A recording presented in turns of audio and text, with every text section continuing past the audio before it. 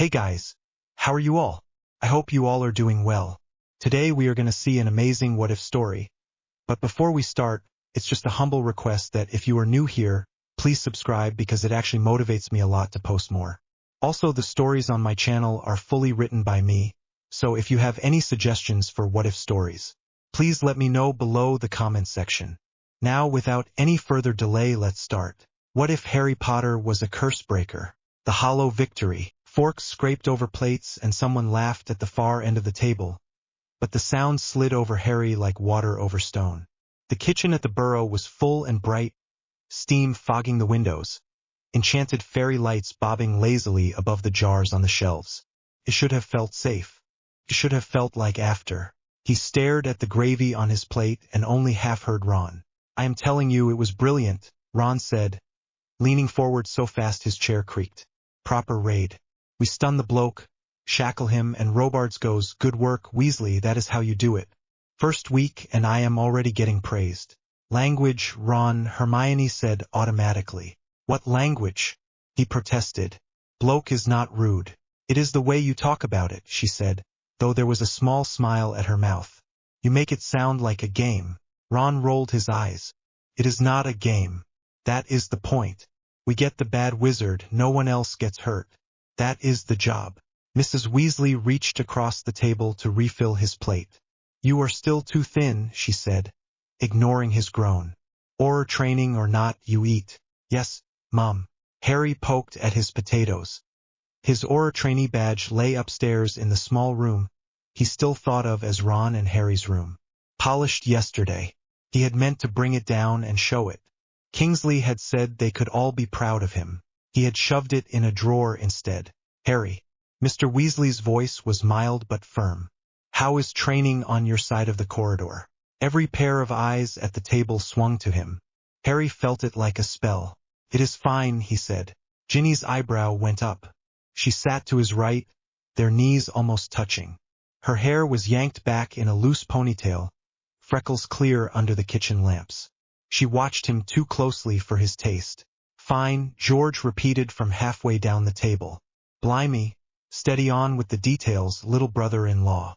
You will overwhelm us." Harry tried to smile. Came out thin. "Paperwork," he said. "Briefings. Practice duels. Nothing exciting yet." "That is because they do not want to break you immediately," Ron said. "First week is dull. Give it time. We will be kicking doors in together in no time." Together. The word landed heavy. Hermione dabbed at a spot on the tablecloth with her napkin. "It is good they are doing it properly," she said. "You need structure, procedures, oversight." "You say that about everything," Ron said, "because I am right about everything." He grinned at her and she rolled her eyes, but her hand found his under the table. Harry saw the movement and looked away. "Do you get to keep your wand out in the office?" Mr. Weasley asked. "I always wondered about that. With spell safety and all." Ron launched into a cheerful explanation of the Auror office, the practice range, the enchanted target dummies that shouted insults when they exploded. Mrs. Weasley tooted about the language the dummies used. George tried to repeat one of the insults before she smacked him with a serving spoon. Harry kept his gaze on his plate and listened to the rhythm of their voices without catching most of the words. Felt like trying to listen through water. The world was happening 2 steps away from him. He saw flashes instead. A flash of green light. Fred falling. Bellatrix's laugh. Voldemort's face as the spell rebounded. Voices, but not the ones at the table. "Harry," Ginny said softly. He jerked a little. "What? Can you pass the carrots?" He passed them. Her fingers brushed his for a second, warm and steady. He closed his hand around his fork again and forced himself to eat. "Kingsley stopped by the shop," George said. "Wanted some advice about security charms. He says the department is lucky to have you too. Hero Aurors and all that." Harry's stomach twisted. Ron puffed up like a pleased owl. "Well, he would know," Ron said. "He is minister now. Knows quality when he sees it." "Ron," Hermione said, but she was smiling again. Mrs. Weasley's eyes shone with pride as she looked at the boys. "My boys, keeping the world safe," she murmured. Harry swallowed his mouthful of potato carefully. Stuck halfway down. "Safe. The word tasted wrong. He had done safe, he thought. He had killed the Dark Lord. He had watched people die for it. And now he sat in a ministry office and filled out forms about wand incidents in Nocturne Alley, while people clapped him on the shoulder and told him he was a symbol. Ron kept talking about a stun charm that had gone wrong and singed the ceiling. Hermione cut in with comments about regulations for magical creatures and how her new department was ignoring half of them. Mr. Weasley asked about the new lifts at the ministry. Mrs. Weasley fussed with the gravy boat. The kitchen was hot and crowded and very loud. Harry felt cold. Ginny watched him in the pauses between jokes. When he laughed at the right times, her mouth tightened a little. When he missed cues, her hand tightened around her fork. "Harry," she said again when the plates were almost empty. "Can you help me with the plates?" Mrs. Weasley started to protest that she could do it, then saw Ginny's face and stopped. "Of course," Mrs. Weasley said. "You two can manage. Boys, the rest of you take the pudding into the sitting room." Chairs scraped. Ron grabbed the treacle tart dish. George took a stack of plates. Hermione followed with a bowl. The kitchen emptied in a rush of voices and footsteps, leaving the warm clatter of cutlery and the soft hum of the old radio in the corner. Ginny stacked the nearest plates. Harry stood up and copied her, slipping into the habit of helping without thinking. They carried them to the sink together. As soon as the doorway was clear and the last of the footsteps faded up the stairs, Ginny put her plates down with a quiet clink and turned to him. "What is going on with you?" Harry blinked. "What? Do not even try that," she said. "You were not here the entire meal. You smiled in the wrong places. Mum asked about training twice and you barely answered. Ron is buzzing. Hermione has a new department. And you look like someone dragged you to your own funeral." He gripped the edge of the sink. The porcelain was cool under his fingers. He looked at the bubbles in the washing-up bowl rather than her. "I am tired," he said. "Training is just tiring." "That is rubbish," Ginny said. "You have stayed up all night before and you were still more present than this. Talk to me." He kept his eyes on the water. A fork floated up and bumped his hand. He pushed it away. "Ginny, it is fine." "No," she said. "It is not. Did we fight a war for you to sit in an office and die inside slowly while everyone calls you a hero?" He flinched. Her voice dropped. "Do not pretend you have not noticed. You look at those walls like they are a prison." He swallowed. The words were too close. Too right. "It is what I am supposed to do," he said. Kingsley asked. "There is no you-know-who anymore. There are still Death Eaters. Dark wizards. Someone has to catch them." "Ron is doing that," Ginny said. "And he loves it. You do not. I have seen you happy when you were hunting Horcruxes, and you were more alive then than you are at that desk." "Those were cursed objects that could kill people," Harry said, sharper than he meant. "I could do something about them. And what about now?" She pushed. "What do you actually do all day?" "Honestly," he hesitated. "That was answer enough, really. Paperwork," he admitted. "Interviews. Meetings. We sit through briefings about procedure. There is talk about image. About making the public feel safe. We go on patrol sometimes, but it feels like we are on display more than anything." She made a face. "You hate being on display." He gave a humorless little snort. "Caught that, did you?" "Harry," she said, softer now. "When you talk about curses, you light up. When Bill came back from Egypt and told stories about tombs and runes, you sat there with your mouth open. When we broke into Gringotts, you were terrified, but you were also doing something. Real magic. Not forms." He remembered running through the bank with goblins shouting behind them, dragon heat searing his face. The fear had been real, but so had the sense of purpose. "There is more than one way to fight," he said. "Yes," she said.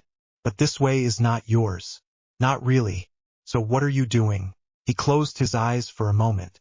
In the darkness behind his lids he saw parchment stacked in wobbling piles, ink drying in careful boxes, Kingsley's patient gaze, Robards nodding approval, Ron grinning with a badge on his chest. And in the edges of that he saw flashes of something else. Old stone. Strange writing. Runes he could not read. The memory of the cup, the locket, the diadem. Magic that did not fit on a form. "I do not know," he said. The words came out rough. "I thought this was what came next. Or work. It is what everyone expected." "What do you want?" Ginny asked. He opened his eyes and met hers. Brown and steady and angry for him, not at him. He felt his chest tighten. I want to understand how magic really works, he said quietly. Not just stunning and disarming. Not just dark curses someone throws in a duel. Those Horcruxes, the protection Mum left on me, the way the Deathly Hallows acted together. None of that fits into the neat little boxes they talk about in training. Ginny watched him closely. You want to study it. I want to do something with it, he said. Learn it, unpick it, stop it when it hurts people. When that curse was on Katie in 6th year, we had no idea what to do. When we found the locket, we were guessing half the time. I keep thinking there must be people out there who deal with that properly. Who go where no one else will. I want that. Curse breaking, Ginny said at once. He blinked. What? She shrugged a shoulder. Bill has been telling stories about it for years. Ancient tombs, cursed vaults, Gringotts contracts. It is literally what you just described. Dangerous, clever, full of things no one has seen for centuries. You have half the experience already and a scar that reacts to dark stuff. Feels like a fit. Harry laughed once, short and disbelieving. Bill has a brain for runes. I barely scraped through charms. You need all sorts of exams for that sort of thing. Runes, arithmancy, all the stuff I did not take. You also walked into the forest to die and came back, Ginny said. I am pretty sure that counts for something. Her hand brushed his arm. He let out a breath he did not know he had been holding. You make it sound simple, he said. It is not simple, she said. Nothing has been simple for you since you were 11. But you are allowed to want something that feels right, not just something that looks right on a ministry poster. He stared at the bubbles again. Soap popped softly. What if I am just being selfish? He asked. Kingsley is counting on me. Ron would lose his mind if I walked away. Ron loves you, Ginny said. He will be furious first and then he will come around. And Kingsley wants what is best for the wizarding world. You running yourself into the ground doing a job you hate is not it. She stepped closer and took his hands, pulling them away from the sink. His fingers were damp and wrinkled from the water. Her thumbs brushed over his knuckles. Do not just keep going because people expect it, she said. Please. We did not survive all that for you to live like this. His throat felt tight. He nodded once. All right, he said. I will think about it. Properly, she said. Properly. She studied his face for a second, as if checking for lies. Then she lifted one hand to his cheek. You look knackered, she murmured. Come outside with me for a bit before Mum shoves pudding at us. He managed a small smile. You are not scared of pudding. I am scared of her giving you a 4th slice just to see if you can explode. He snorted. The sound felt rusty but real. They went out into the cool evening air together. The sun was sinking toward the hills, painting the sky in tired gold. Harry breathed it in like he had been underwater. Ginny laced their fingers as they walked toward the orchard. For a little while they did not talk about the ministry. Ginny told him about practice with the Harpies reserve squad, about a chaser who kept cheating at drills, about Gwenog Jones and her terrifying fitness routines. Harry listened and let the normality soak into him. It helped. When they finally went back inside, Mrs. Weasley fussed over them for being slow, but she smiled when she saw the color in Harry's face. Ginny squeezed his hand under the table once before letting go. Pudding tasted a bit less like ash. The next morning the Ministry of Magic was the same as it had been yesterday. The high ceilings, the black polished floors, the great golden statue of witches and wizards in the atrium. The lift still rattled and jerked. The same posters still glowed on the walls, some with his own scarred face on them, smiling stiffly beside slogans about justice and safety. He kept his head down as he walked to the OR offices. He could feel eyes on him and hear whispers, but he ignored them. He had got good at that over the years. He had planned to go straight to his desk and hide behind a stack of forms. Instead, he saw the crowd. It gathered near the security desk, a knot of robes and muttering voices. The witch on duty looked irritated. A tall man in shabby dark robes stood in front of her, gesturing with both hands. His words came out in a rush, thick with an accent Harry did not recognize. His hair was streaked with gray and his eyes were bloodshot. I am sorry, sir. I do not understand you, the witch said, her tone clipped. If you would like to file a report, you need to speak to the Department for Magical Accidents and Catastrophes. This is security. We deal with entrances. The man shook his head violently. Children, he said in halting English. Our children. Madness. Dreams. Voices in the night. They scream. They do not wake. Please. Harry stopped. Kingsley stood a little way off, speaking quietly with Robards and two other officials. They were glancing at the scene with faint frowns, but no one moved to intervene. Sir, the security witch said again, slower. We cannot help you here. You need to go through the proper channels in your own country. If your ministry requests aid, they can contact ours. The man slammed his hand down on the desk. The sound echoed. Our ministry does nothing, he said. They say it is in our heads. They say there is no curse. My nephew has not spoken in 3 months. He stares at the wall and laughs at nothing. They call it sickness. It is not. It is magic. Old magic. We are dying while they argue. His voice cracked on the last word. Harry felt something twist in his gut. Robards glanced over again and sighed. Tell him to contact his local authorities, he said to the security witch. We cannot send Aurors running every time someone hears a ghost. This is more than a ghost, the man snapped. His English stumbled, but the rage carried it. They whisper. Always whisper. You put hands over their ears, the whispers are still there. You make silence, they laugh. They scratch the walls with their nails until they bleed. Harry stepped closer without quite meaning to. Sir, Robards said, raising his voice now. I am sure this is very distressing, but unless your government files a formal request, our hands are tied. We cannot act outside our own jurisdiction on hearsay. We have procedures. The word landed like a slap. Procedures. Harry saw Ginny's face in his head. Do not just keep going because people expect it. The man turned away from the desk, chest heaving, eyes wild. For a moment his gaze swept the crowded atrium without seeing any of them. Then it caught on Harry. He froze. Recognition flashed there. Not from posters, Harry realized, but from the scar. The man looked straight at it, then at Harry's eyes. You, he said. Harry hesitated, then stepped forward. Me, he said. I am Harry Potter. A murmur ran through the watching crowd. Robards swore under his breath. The man came closer, almost stumbling. Up close, Harry could see the worn patches on his sleeves, the way his hands shook, the dirt under his nails. He looked like someone who had run out of sleep weeks ago. You fight the dark, the man said, his accent clipping the words. All over the world they tell stories. The boy who killed the snake wizard.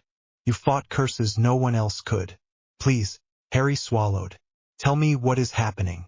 Robards started to stride over. Kingsley put a hand out to stop him, eyes on Harry. His face gave nothing away. The man gripped Harry's forearm, fingers tight. We are from a small valley, he said. Old village. Old magic. We do not have many wands. Things are done with charms passed from father to son. It was always safe. Then the whispers came. Whispers, Harry repeated. In their heads, in the walls, the man said. In the air, in the water. You hear your own voice saying terrible things. Children first, then the old ones. They laugh at night and talk to the empty corner. They dig their nails into the stone. My nephew started to write words he did not know on the floor with his blood. I scrubbed it away and it came back the next day, carved in the same place. A cold shiver went down Harry's spine. What do the whispers say? He asked. The man shuddered. They say things that are true. Things no one else could know. Secrets you never told. They make you doubt your own mind. After a while you do not sleep, you do not eat. Some throw themselves into the river just to make the voices stop. The atrium felt smaller. Harry heard the words and thought of the Horcrux in the locket, the way it had whispered to them in the tent. It had known where to dig. How long has this been happening? He asked. Months, the man said. We thought it was a sickness at first. Healers came. They said it was grief. Too many dead after the war. Then one of the old men in the village said he had seen signs like this in stories from before the Statute of Secrecy. Old curse, laid on our land long ago.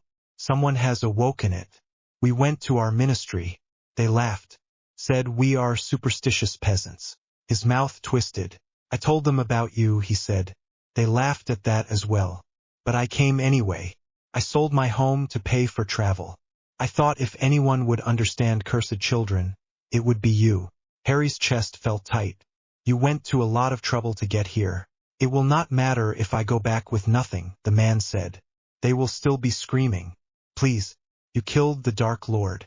You fought curses made from pieces of a man's soul. Surely this is not more than that." Harry thought of his desk upstairs, of forms and stamps and the neat line where he would write down this conversation and file it somewhere until it vanished. He thought of Robards talking about jurisdiction. He thought of the children he had never met, laughing at nothing while they clawed their walls. "It might be different," Harry said slowly, "but that does not mean it is less dangerous." The man's eyes shone. "Then you believe me?" Harry almost said, "I know what it is like when something lives in your head that is not supposed to be there." He swallowed the words. "I believe you," he said instead. Robards stepped closer now, his expression hard. "Potter, we do not have time for every sob story that wanders in from abroad. Our resources are for known threats, not village rumors. You have training in 10 minutes. Harry turned to him. "It is not a rumor," he said. "You heard him. This is a magical affliction. Children are suffering." "We do not have confirmation," Robards said.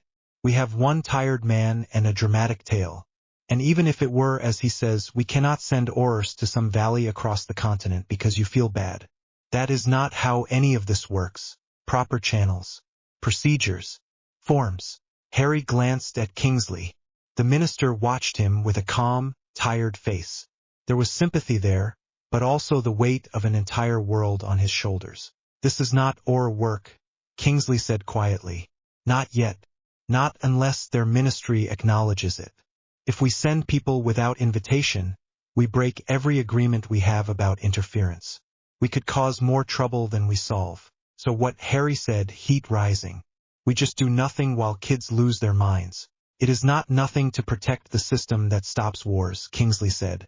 "I know that is not an answer you want, but it is the only one I have as minister." Harry stared at him. The words were calm, reasonable, and utterly useless. The man at Harry's side made a small, despairing sound. "So this is it," he whispered.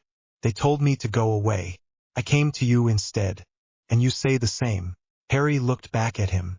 The man's shoulders were sagging now, all the fight draining out. Something inside Harry, already cracked, gave way. "No," he said. The man blinked. "No?" Harry took a breath. "We cannot send Oros officially," he said slowly. "Ministry politics. I get that. But your problem is not about dark wizards breaking the law. It is about old magic. Curses. That is not an Aura thing. That is curse breaking." He saw Bill in his mind, laughing in the kitchen years ago, telling them about tombs in Egypt and cursed vaults and layers of spells that would rip you apart if you did not step in the right place. He heard Ginny's voice. "That is literally what you described. I know someone who deals with that sort of thing," Harry went on. "He works for Gringotts. He knows about old curses and how to tear them apart. If anyone can tell us if this is real and what to do about it, it is him." Robards frowned. "Potter, you do not have the authority to offer Gringotts services." "I am not offering the bank," Harry said. "I am saying I will ask Bill to listen. As a favor. As a Weasley. He can decide for himself if it is worth bringing to his bosses." Kingsley said, "Harry." Harry looked at him. "I cannot ignore this," he said. "I know what it is like to have something dark inside your head and no one believes you. I will not walk past it because a form does not exist yet." The words hung there. Kingsley studied him for a long moment. The atrium was very quiet. Even the enchanted fountain seemed to hush. Finally Kingsley sighed. "I cannot tell you what to do in your personal time," he said. "I can only remind you that you are currently an Aura trainee with obligations." Harry heard the warning there. He nodded. "Understood," he said. "I will take responsibility for whatever I decide."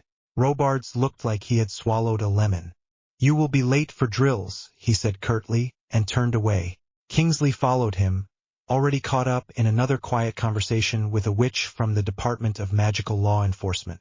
The crowd began to break apart, people returning to their own business. The man from the valley stayed where he was, staring at Harry as if he could not quite believe what he had heard. "You will help," he said. "I will try," Harry said honestly. "I cannot promise it will work. But I will not forget you, and I will not pretend this is not happening." The man's eyes filled. He grabbed Harry's hands and squeezed them, then bowed his head. "Thank you," he whispered. "Even to be heard is something." "What is your name?" Harry asked. He hesitated, then shook his head slightly. "It does not matter. My village matters. My nephew matters. If you come, you will know us." Harry nodded. "All right." He watched as the man shuffled away toward the exit, shoulders still hunched but no longer completely collapsed. The crowd thinned. Life in the ministry flowed around them again. Gossip and memos and urgent footsteps. Harry stood in the middle of it and felt very, very still. Training that day was a blur. He moved through stun drills and shield exercises by habit. His wand did what it was told. His body remembered motions he had been doing since he was a child. His mind was in a valley he had never seen, listening to children laugh at empty walls. Afterwards, in the locker room, Ron thumped him on the back hard enough to make him stagger. "You were miles away today," Ron said cheerfully, not seeming bothered by that at all. "But you still nailed that disarm on Jenkins. See his face when you took his wand clean out of his hand? Brilliant." "Yeah," Harry said. Ron did not notice the flatness. He looked too pleased with himself. "Robard says if we keep this up, we will be out in the field in no time. Proper missions. None of this form stuff." Harry thought of the man at the desk and the words proper channels. "Ron," he said, "what would you do if someone came to you from another country, saying there was a curse on their village, and their people were losing their minds?" Ron frowned. "Sounds like the job for your new Department of Magical Health or whatever," he said. "Still, if it was actually a curse, we could go in and sort it. Neutralize the person who cast it." "What if there is no person?" Harry said. "Just an old curse. Centuries old. No one casting anything now." Ron shrugged. "Then you find who woke it up. There is always someone. Course we would need permission. Kingsley would never let us just run off. Not with how delicate everything is now." Harry swallowed. "And if permission never came?" Ron hesitated. "Then it is awful," he said. "But we cannot fix every bad thing everywhere. We would break down." Harry nodded once. Ron clapped him on the shoulder again. "Come on," he said. "Let's get a butterbeer at the Leaky. My treat. We can complain about Robards together." "You go ahead," Harry said. "I have to do something." Ron squinted at him. "You all right?" "Just tired," Harry said. "I will see you at the burrow later." Ron hesitated, then nodded. "All right. Do not let Kingsley bury you in forms." He left, whistling under his breath. Harry dried his hair with a quick charm and changed back into his usual clothes. His Aura trainee badge sat on the bench where he had left it. He picked it up and turned it over in his fingers. It was just polished metal. A symbol someone else had given him for a path someone else had chosen. He closed his fist around it. Diagon Alley was busy but not packed. The sky overhead was a dull gray, the kind that promised drizzle without ever really delivering it. Shop windows glowed. People rushed past with bags and owls and excited voices. Gringotts loomed at the far end, as it always had. White stone, crooked front steps, goblins at the door. The sight made something twist in his chest. Last time he had gone through those doors, he had been riding a dragon on the way out. He climbed the steps 2 at a time, feeling a prickle between his shoulders. The goblin at the entrance gave him a cool, assessing look and bowed slightly. Harry nodded back and stepped inside. The marble hall was as impressive as ever. Clusters of witches and wizards waited by the long counters. Clinks of gold and rustle of parchment filled the air. Harry went straight to the nearest goblin and leaned in enough to speak privately. "I need to speak to Bill Weasley," he said. "It is urgent." The goblin stared at him for a long moment. "Curse-breaking department is below," he said finally. "Mr. Weasley is in between assignments. Wait there." Harry thanked him and stood aside. A few minutes later, a familiar tall figure with long hair tied back appeared through a side door, rolling his sleeves down as he walked. "Harry?" Bill said, eyebrows rising. Should you not be chasing dark wizards or filling out forms about them? Harry managed a small smile. Hi, Bill. Do you have a minute? For you always, Bill said. He looked closer then, reading more in Harry's face. The joking light dimmed. All right, he said. Make that more than a minute. Come on. There is a spare office down the corridor. He led the way through a door into a quieter passage. The walls down here were lined with metal cabinets and framed maps covered in notes. Harry caught flashes of symbols he could not read, lines and arrows showing ward patterns, bits of parchment pinned up with curse names scrawled in quick handwriting. Bill pushed open the door to a tiny room with a desk and 2 chairs. There were boxes stacked in one corner and a half-rolled-up map of some desert pinned on the wall. Not glamorous, Bill said, but it is private. Harry sat. The chair creaked. He realized his hands were still clenched around the badge. He put it on the desk without thinking. The metal looked very small next to Bill's pile of parchment. Bill noticed. His eyes flicked from the badge to Harry's face. That is either a visit about some ministry policy nonsense, Bill said slowly, or you are about to tell me something big. Which is it? Harry took a breath and told him about the man in the atrium. He did not leave anything out. Not the way the Whispers knew secrets. Not the scratched walls. Not the minister's answer. Bill listened without interrupting, his expression growing more serious with every detail. When Harry finished, the room was quiet except for the faint rustle of activity from the corridor. Well, Bill said at last. That is nasty. So it is real, Harry said. It sounds like a form of psychological malediction, Bill said. Could be a curse tied to a place, a bloodline, or both. The way you describe the Whispers, the writing that appears again, that is layered work. Old work. If it is what I think, leaving it alone could be as dangerous as poking it. Brilliant. Sarcasm rippled under his tone, but his eyes were thoughtful. Will Gringotts take it on? Harry asked. Bill leaned back in his chair and blew out a long breath. Maybe, he said. If there is profit and if it does not cross any political lines they care about. A lot of ifs. They are a bank first, curse-breaking outfit second. So you will not look at it, Harry said, disappointment hitting faster than he could stop it. I did not say that, Bill said. I said the bank might hesitate. Me personally. I am interested. Curses like that are rare. He tapped his fingers on the desk. You said their ministry is calling it a mental health crisis, which is convenient if you want to ignore a magical problem. It also means anyone who tries to poke their nose in officially will get slapped. Kingsley cannot do anything through the Aurors, Harry said. He made that pretty clear. Bill grimaced. Yeah, I can hear him saying it. He is not wrong. If he sends an official team and upsets their government, it becomes a bigger mess.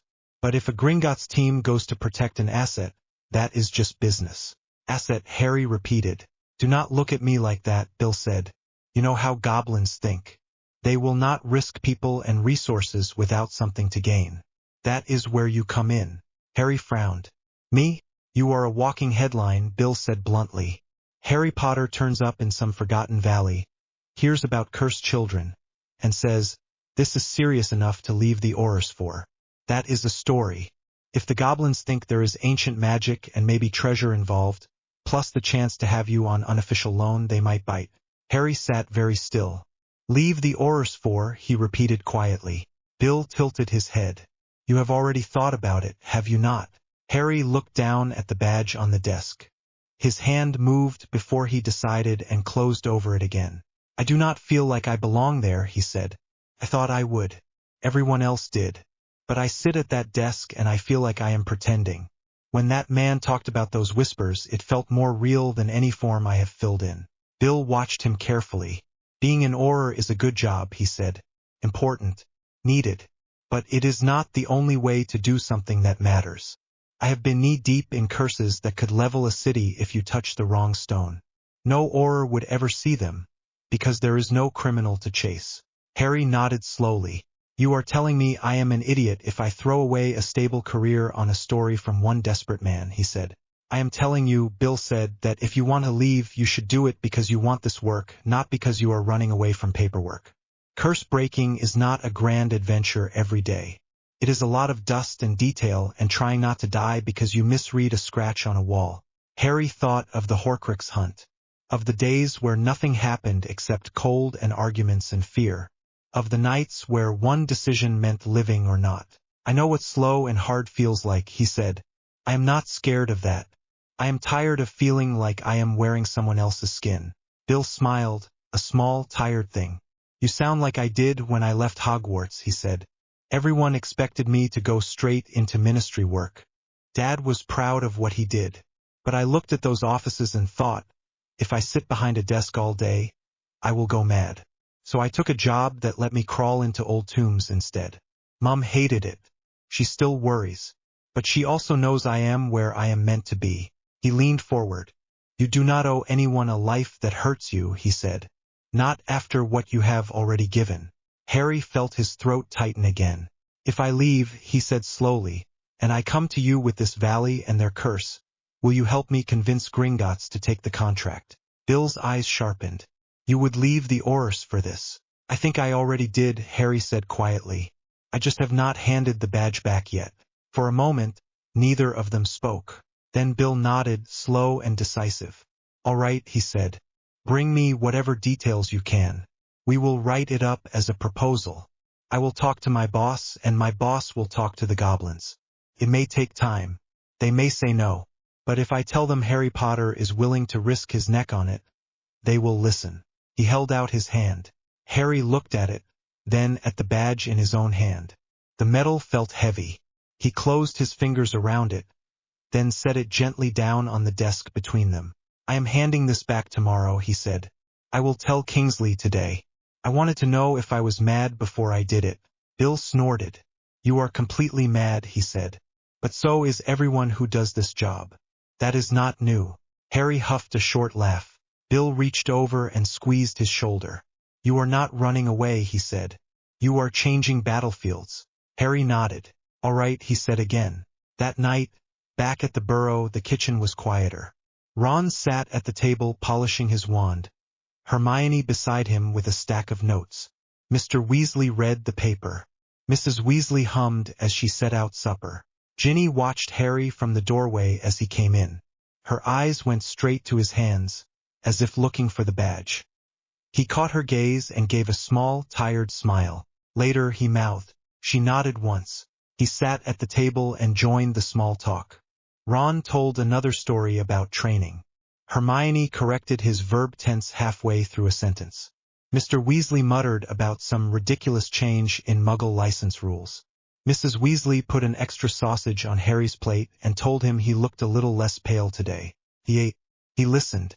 He felt every second. After supper he stood up and said, Ginny, can we go outside?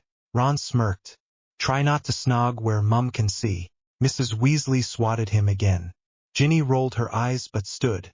They walked into the garden, out past the gnomes and the old boots near the back door, until the burrow was a warm rectangle of light behind them. The air smelled of grass and smoke. Crickets chirped. Well, Ginny said, you are still alive. That is a start. He let out a breath. I talked to someone today, he said. Someone who needed help. And Kingsley could not do anything. So I went to Bill. Her eyes widened a fraction. You actually did it. I did, he said. He thinks the curse is real. Or at least that it could be. And he thinks Gringotts might take it on if we push. But there is a thing. What thing? He said if I want this, I have to really want it, Harry said. Not as some way out from forms. As a job. A life. With dust and danger and long days of nothing followed by one moment where you either do it right or everyone dies. Ginny snorted softly. Sounds familiar. Yeah, he said. It does. He looked at her. I told him I am going to hand back my badge. She went very still. You decided. I decided, he said. I cannot stay in a job that feels wrong while there are curses out there eating people alive. I am going to tell Kingsley tomorrow that I am quitting Auror training. Then I am going to help Bill get this case approved and learn how to break curses. Silence stretched for a heartbeat. Then Ginny let out a breath that sounded like she had been holding it for weeks. Finally, she said. He blinked. That is it. What? Did you expect me to scream at you? She said. Harry, I have watched you fade every time you walk into that building. I did not fall in love with someone who sits behind a desk and nods through meetings. I fell in love with someone who runs headfirst into danger because someone needs him. I do not want you to die, obviously, but I would rather you be alive and yourself in a tomb than half dead in an office. He stared at her. You are not angry. I am terrified, she said honestly. Curse breaking is horrible and dangerous and Mom is going to have a fit. But I am also proud of you. And I trust you to know when something is right for you. She stepped closer, close enough that he could see the tiny flecks of gold around her pupils. You came back from the forest alive, she said quietly. You get to choose what to do with that life. No one else. His hand shook a little as he lifted it to touch her cheek. I thought you might think I was running away. You are walking toward something, she said. Big difference. He let out a choked little laugh. Her mouth softened. You told Kingsley yet? She asked. Tomorrow, he said. I wanted to tell you first. Good, she said. Then if he tries to talk you out of it, you can tell him your terrifying girlfriend will hex him if he bullies you. He smiled properly then. You are terrifying. Obviously, she said, tilting her chin up. Kiss me. He did. The kiss was not dramatic. No fireworks, no music. Just the quiet press of her mouth against his. The taste of supper and the soft sound of her breath when he pulled her closer. His hands settled at her waist. Hers slid up to his shoulders. For the first time in months, his mind fell quiet. When they broke apart, she rested her forehead against his. Do not make me regret encouraging you, she murmured. I will try not to get cursed into paste, he said. That is all I ask. They stood there for a while, the night cool around them, the light from the burrow spilling over the grass. Tomorrow he would walk into Kingsley Shacklebolt's office and put his badge on the desk. He would watch whatever disappointment or worry crossed the minister's face. He would hold his ground. Tonight he let himself breathe. He had made a choice. Far away, in a valley he had never seen, children laughed in the dark. Somewhere, old words were carved into stone and blood, waiting for someone to read them properly. Harry Potter, former Auror trainee, future cursebreaker, closed his eyes and listened to the night. The war was over. His work was only just beginning. Bill slammed a stack of heavy books on the narrow table and the whole room shivered. Dust jumped in the air. Harry jerked back on instinct, hand flying toward where his wand sat on the table beside his notes. Bill lifted an eyebrow. See, he said. That is exactly the problem. You hear a loud noise and you reach for your wand. Curse breaking needs you to reach for your brain first. Harry let out a breath and forced his fingers away from his wand. In my defense, loud noises usually meant something was trying to kill me. Yeah, and you are still alive, Bill said. Good job. Now we need to make sure you stay alive when the thing trying to kill you is a line of numbers and a rune cluster designed by a very bored psychopath 3,000 years ago. The room was a tiny side office deep inside Gringotts. Stone walls, no windows, a single lamp held in a metal claw on the ceiling. The goblins had cleared it out for Bill years ago.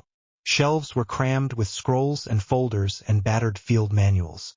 A map of the world was nailed to one wall, pins stabbed into Egypt, South America, Asia, and half a dozen nameless islands. Harry rubbed his eyes. He had slept badly. Ron's shouting from the night before still rang in his head. Quit the oars. Are you mental? After everything we went through. He pushed the memory away and sat up straighter. So, apprenticeship. You said the goblins agreed. They agreed, Bill said. Reluctantly. Very reluctantly. On paper you do not qualify for this job. No formal arithmancy. No ancient runes. No patience. He pointed at Harry with the quill. But you have survived more dark magic than anyone they can hire. They are interested in that. Harry felt a tight twist of nerves.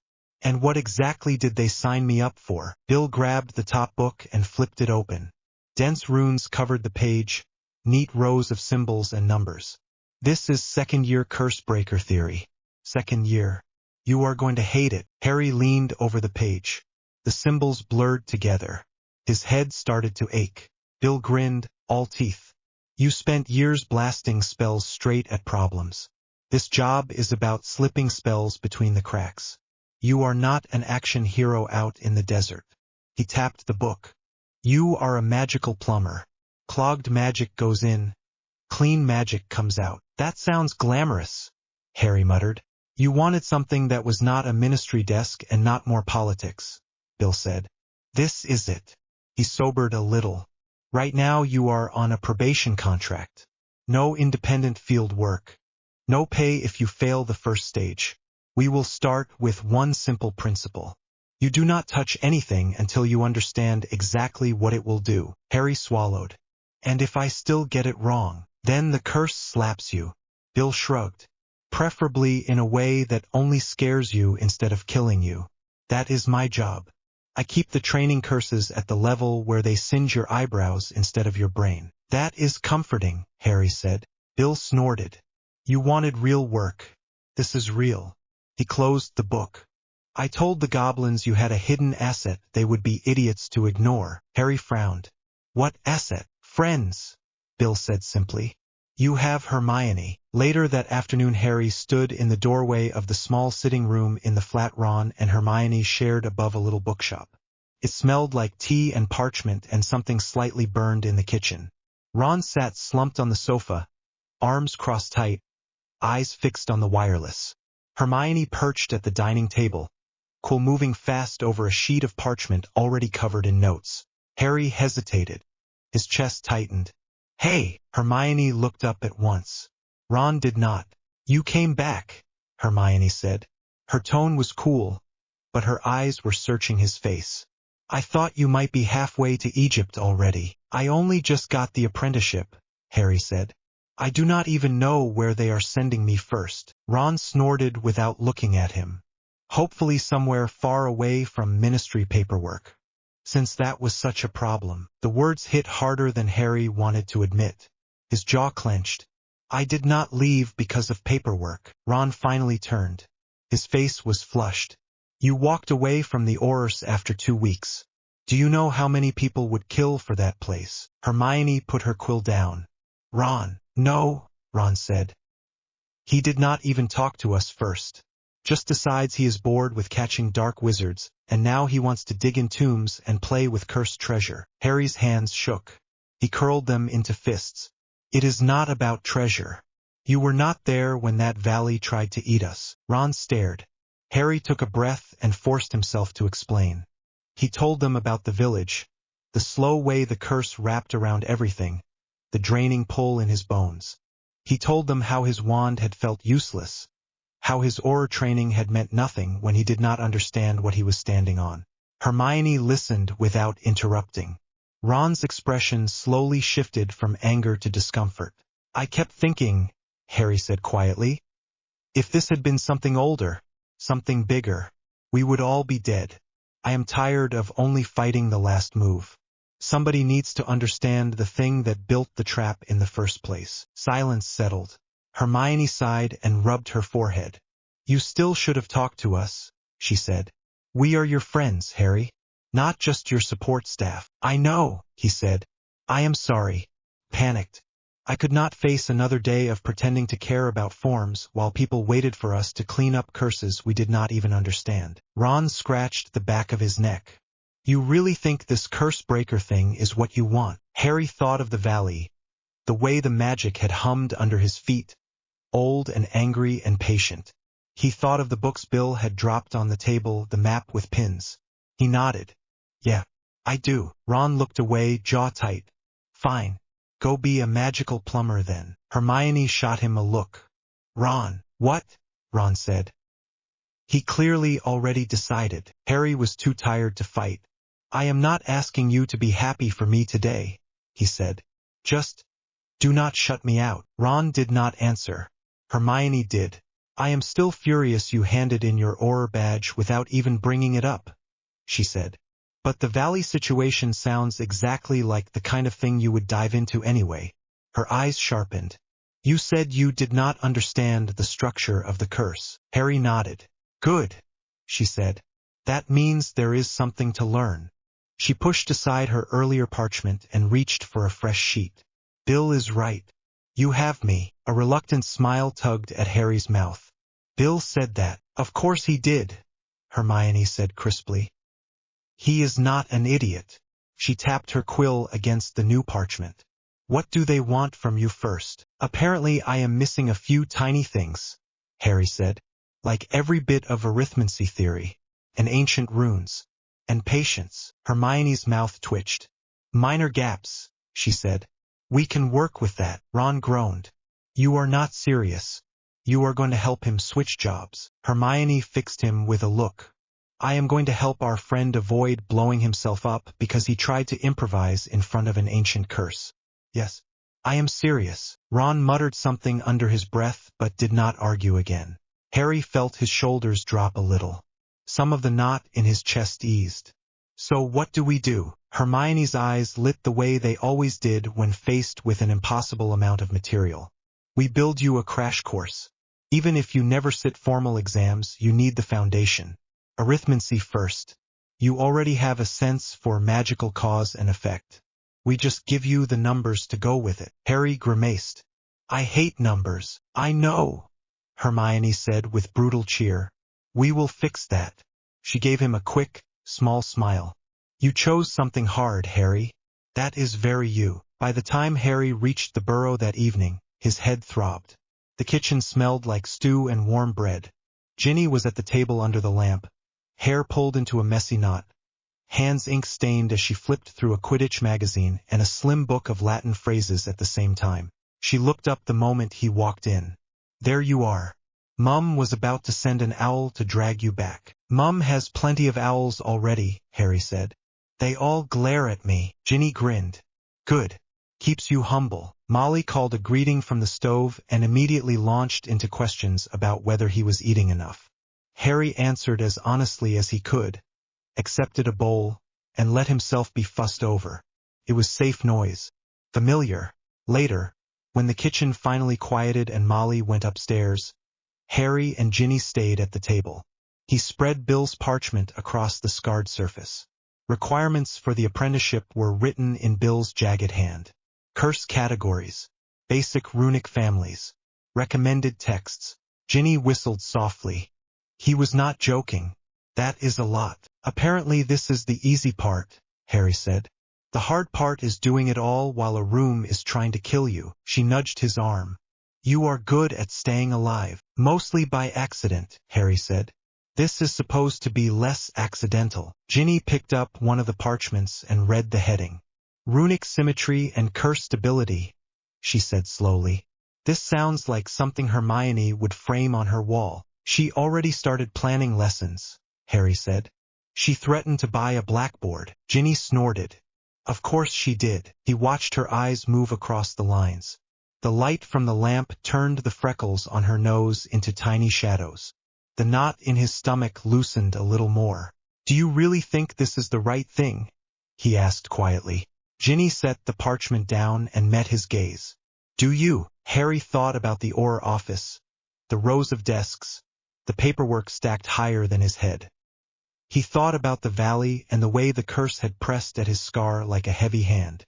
He thought about being called in again and again after something had already gone wrong, instead of standing in front of the old magic before anyone else touched it.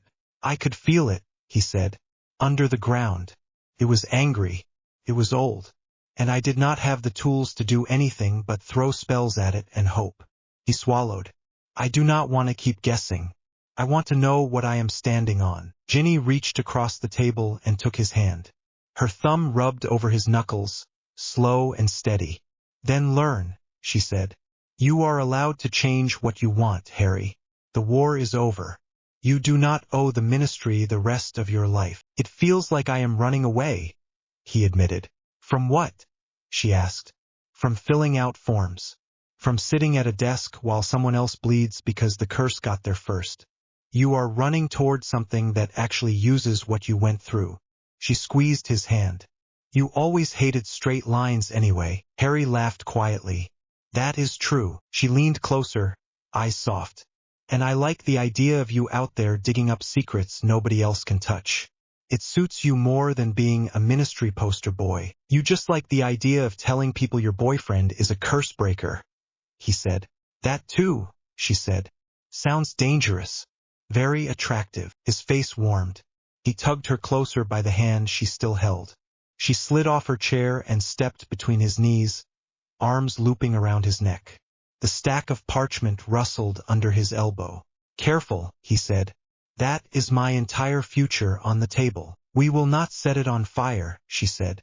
"Yet." She kissed him, slow at first, then with more certainty. Harry let himself sink into it, into the warmth and the taste of cinnamon from the tea they had shared. For a moment there was no ministry, no goblins, no eyes watching to see what the boy who lived would do next. Just her, solid and bright and real. When they finally broke apart, both breathing a little harder, Ginny rested her forehead against his. "You are going to be brilliant at this," she said. "You have not seen me try to add fractions recently," he said. "That is what Hermione is for," Ginny said. "You bring the reckless courage. She brings the homework. Bill brings the scars and the stories. Between the three of you, you will probably survive." "Probably," Harry repeated. Ginny smiled. "I will take probably." 2 days later Harry stood in a long, dim corridor deep under the ministry. The air smelled of dust and stale enchantments. His breath fogged slightly in front of him, although the corridor did not feel cold. Bill stood at his shoulder, wand in hand, eyes narrowed at the metal safe set into the far wall. A ministry records clerk waited several steps back, clutching a clipboard and looking like he would rather be anywhere else. "This is your first test," Bill said quietly. "No actual treasure. Just a petty curse from a very bitter former employee who did not like being fired. The worst it should do is destroy the contents and give everyone in the room a nasty shock. But the goblins want to see if you can follow instructions without improvising." Harry swallowed and nodded. His heart beat fast. His palms were damp. He pulled his gloves on and stepped closer to the safe. It looked harmless. Just metal and a small keyhole streaked with dull tarnish. Someone had scratched a rude word into the surface years ago. The letters shimmered slightly in a way that had nothing to do with light. "First step," Bill said from behind him, voice steady. "Observation without magic." Harry leaned in. He did not cast any spells. He just looked. The letters were not just scratches. They were part of a pattern. Tiny grooves ran between them in lines and loops, almost invisible. The keyhole had a faint reddish ring around it, like rust, except the color pulsed softly. His scar itched. He frowned. "It is feeding off irritation," he said slowly. "You are meant to read the word, get angry, poke at it and set it off." Bill made a quiet approving sound. "Good. Now confirm without touching it." Harry drew his wand. "Hominum revelio," he murmured, testing for any hidden presence. Nothing. "Specialis revelio." Faint gold lines blossomed around the safe, tracing the cursed structure in the air for a moment before fading. The pattern was messy and tangled, but there was a rhythm to it. 3 main threads circled the keyhole. One pulsed fast, one slow, one steady as a heartbeat.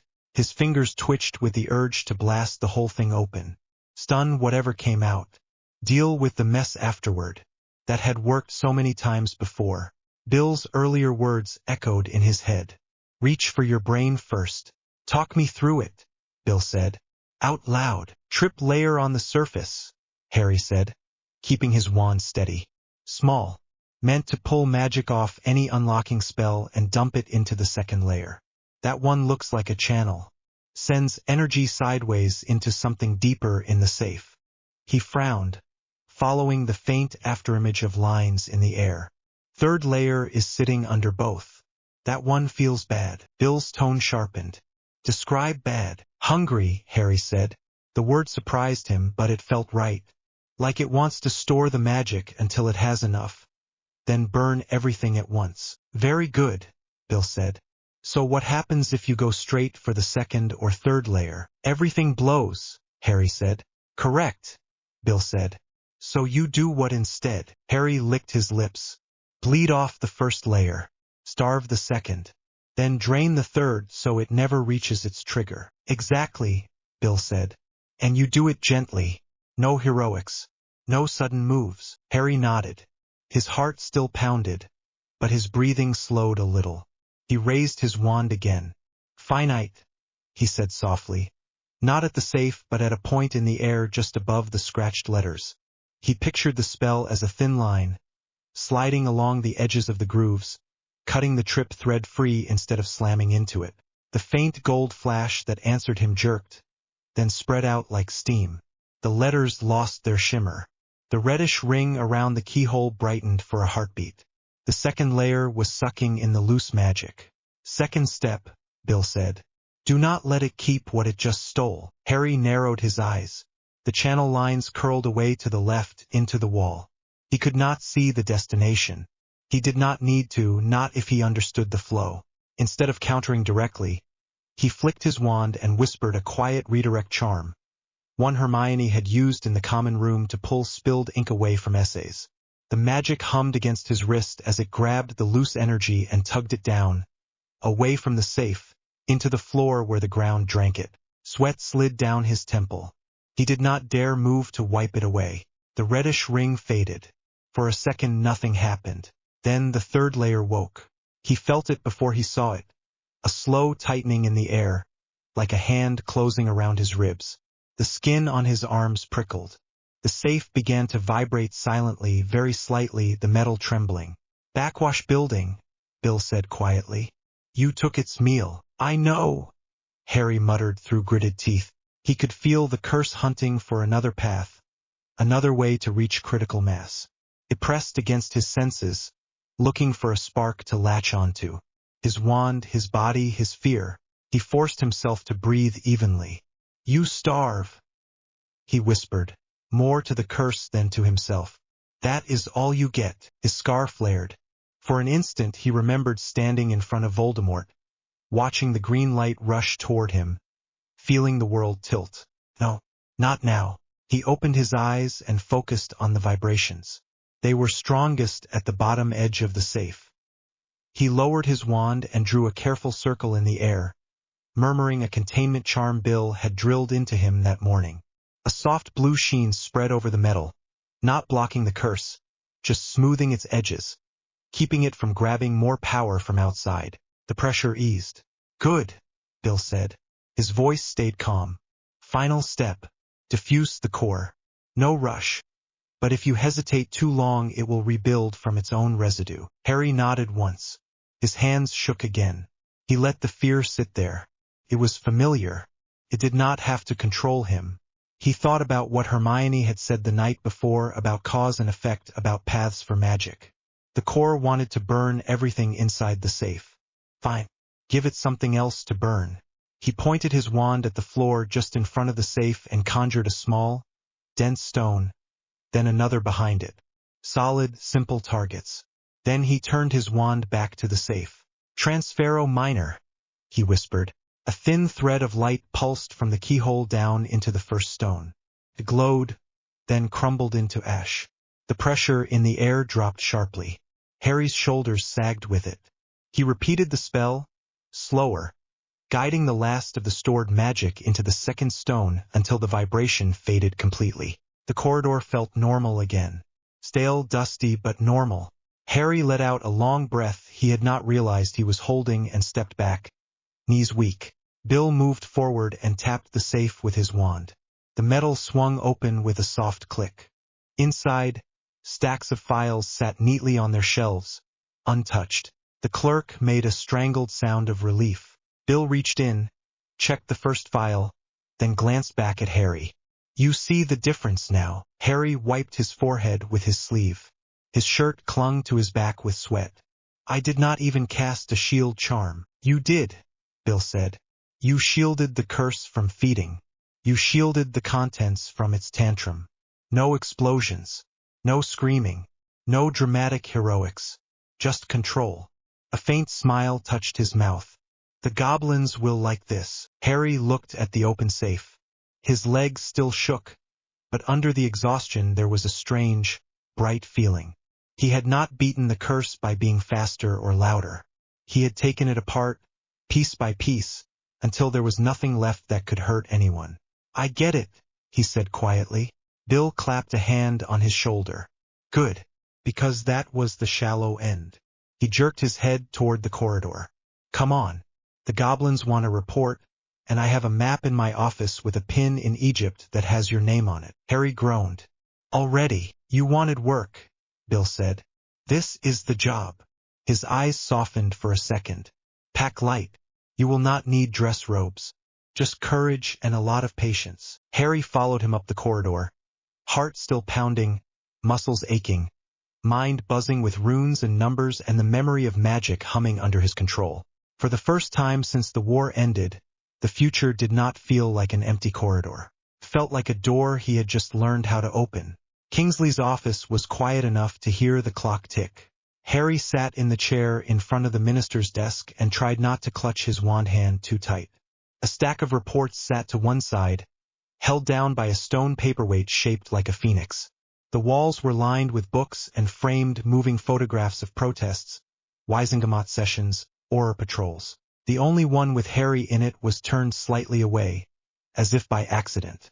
Kingsley sat behind the desk, fingers steepled. His dark eyes were steady and tired in the lamplight. So, he said, you really did it. Harry swallowed. Yes, you gave Robards your resignation. Kingsley's tone stayed level. You handed in your badge. Harry nodded. His throat felt dry. I did. Silence stretched. Kingsley regarded him for a long moment, then let out a slow breath. When you came to me as a fourth year and told me Voldemort was back, Kingsley said, everyone thought you were a frightened child who wanted attention. You were right. They were wrong. I remember that whenever you tell me you see something important. Harry blinked. He had expected anger, disappointment, a lecture. This was worse in some ways. I am not doing this lightly, Harry said. I know you need Aurors. I know there are still Death Eaters out there. I know I could help with that. You could, Kingsley agreed. You would have been very good. You already are. But you walked away anyway. His voice softened. Why? Harry took a breath. Because the things that really scare me now are not just people throwing curses in alleys, he said. It is the curses themselves. The old ones. The ones nobody understands. The ones like that valley. His hand tightened on his knee. I stood on ground that wanted to eat us. My training had nothing to say about that. I cannot stop thinking about it. Kingsley did not look surprised. Bill said something similar when he left the Ministry for Gringotts, he said. He told me the real war was under our feet. Harry stared. He said that. More or less, Kingsley said. With worse hair. Harry snorted before he could stop himself. The sound broke some of the tension. I am not running away from the fight, Harry said. I am changing where I stand. If I stay here, I will always be reacting to someone else. If I learn this, maybe I can stop some things before they begin. Kingsley glanced at the old photograph of Aurors on the wall, then back at Harry.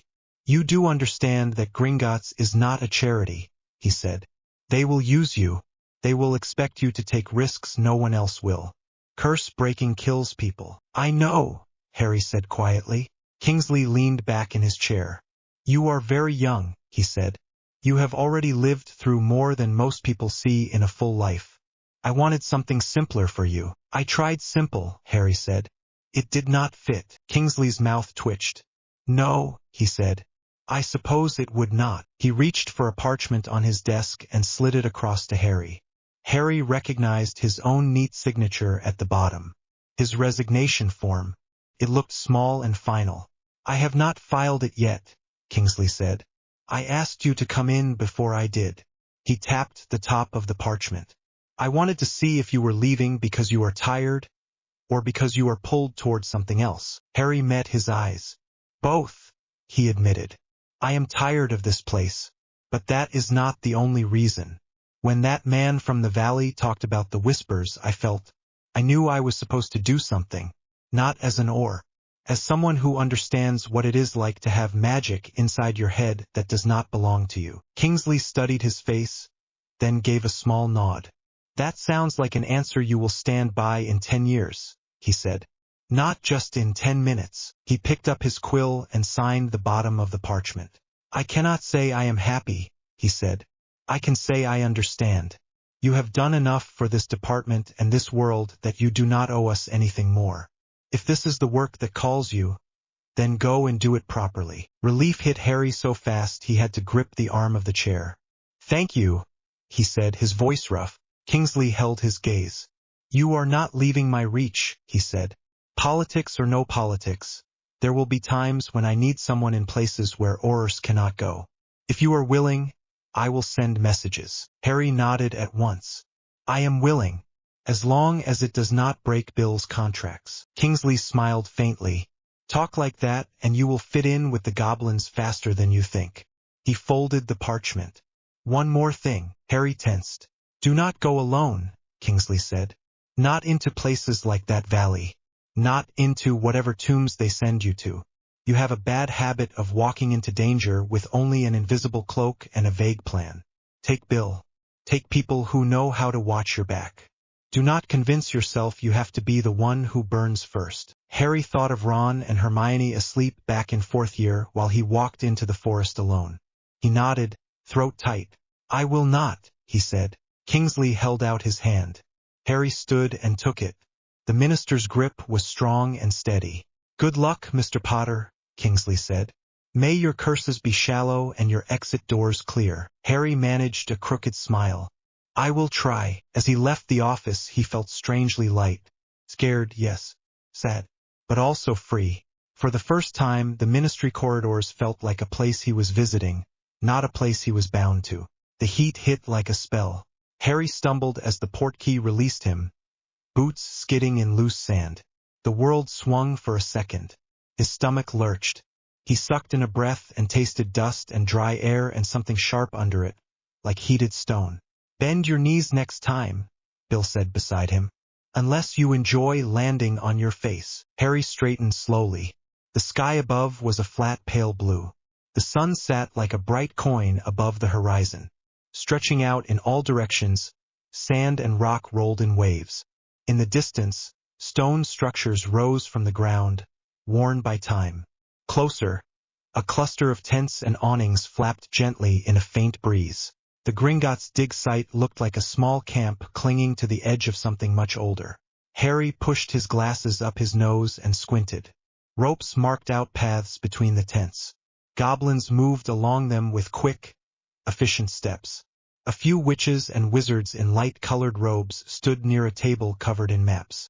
The portkey, an old iron key now dull, lay in the sand. Bill bent and picked it up, dusted it off and tucked it into his belt pouch.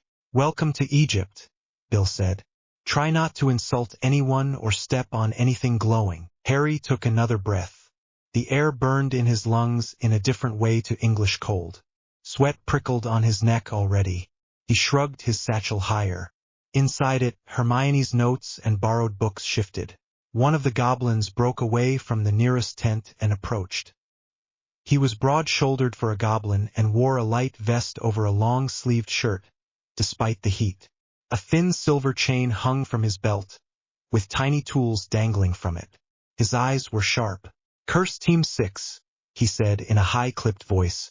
Weasley, human. His gaze moved to Harry, took in his scar, and lingered for a fraction of a second. Potter. Harry adjusted his grip on the satchel strap. Hello, he said. Thank you for having me. The goblin's mouth twitched. Not quite a smile. Ragnark, he said.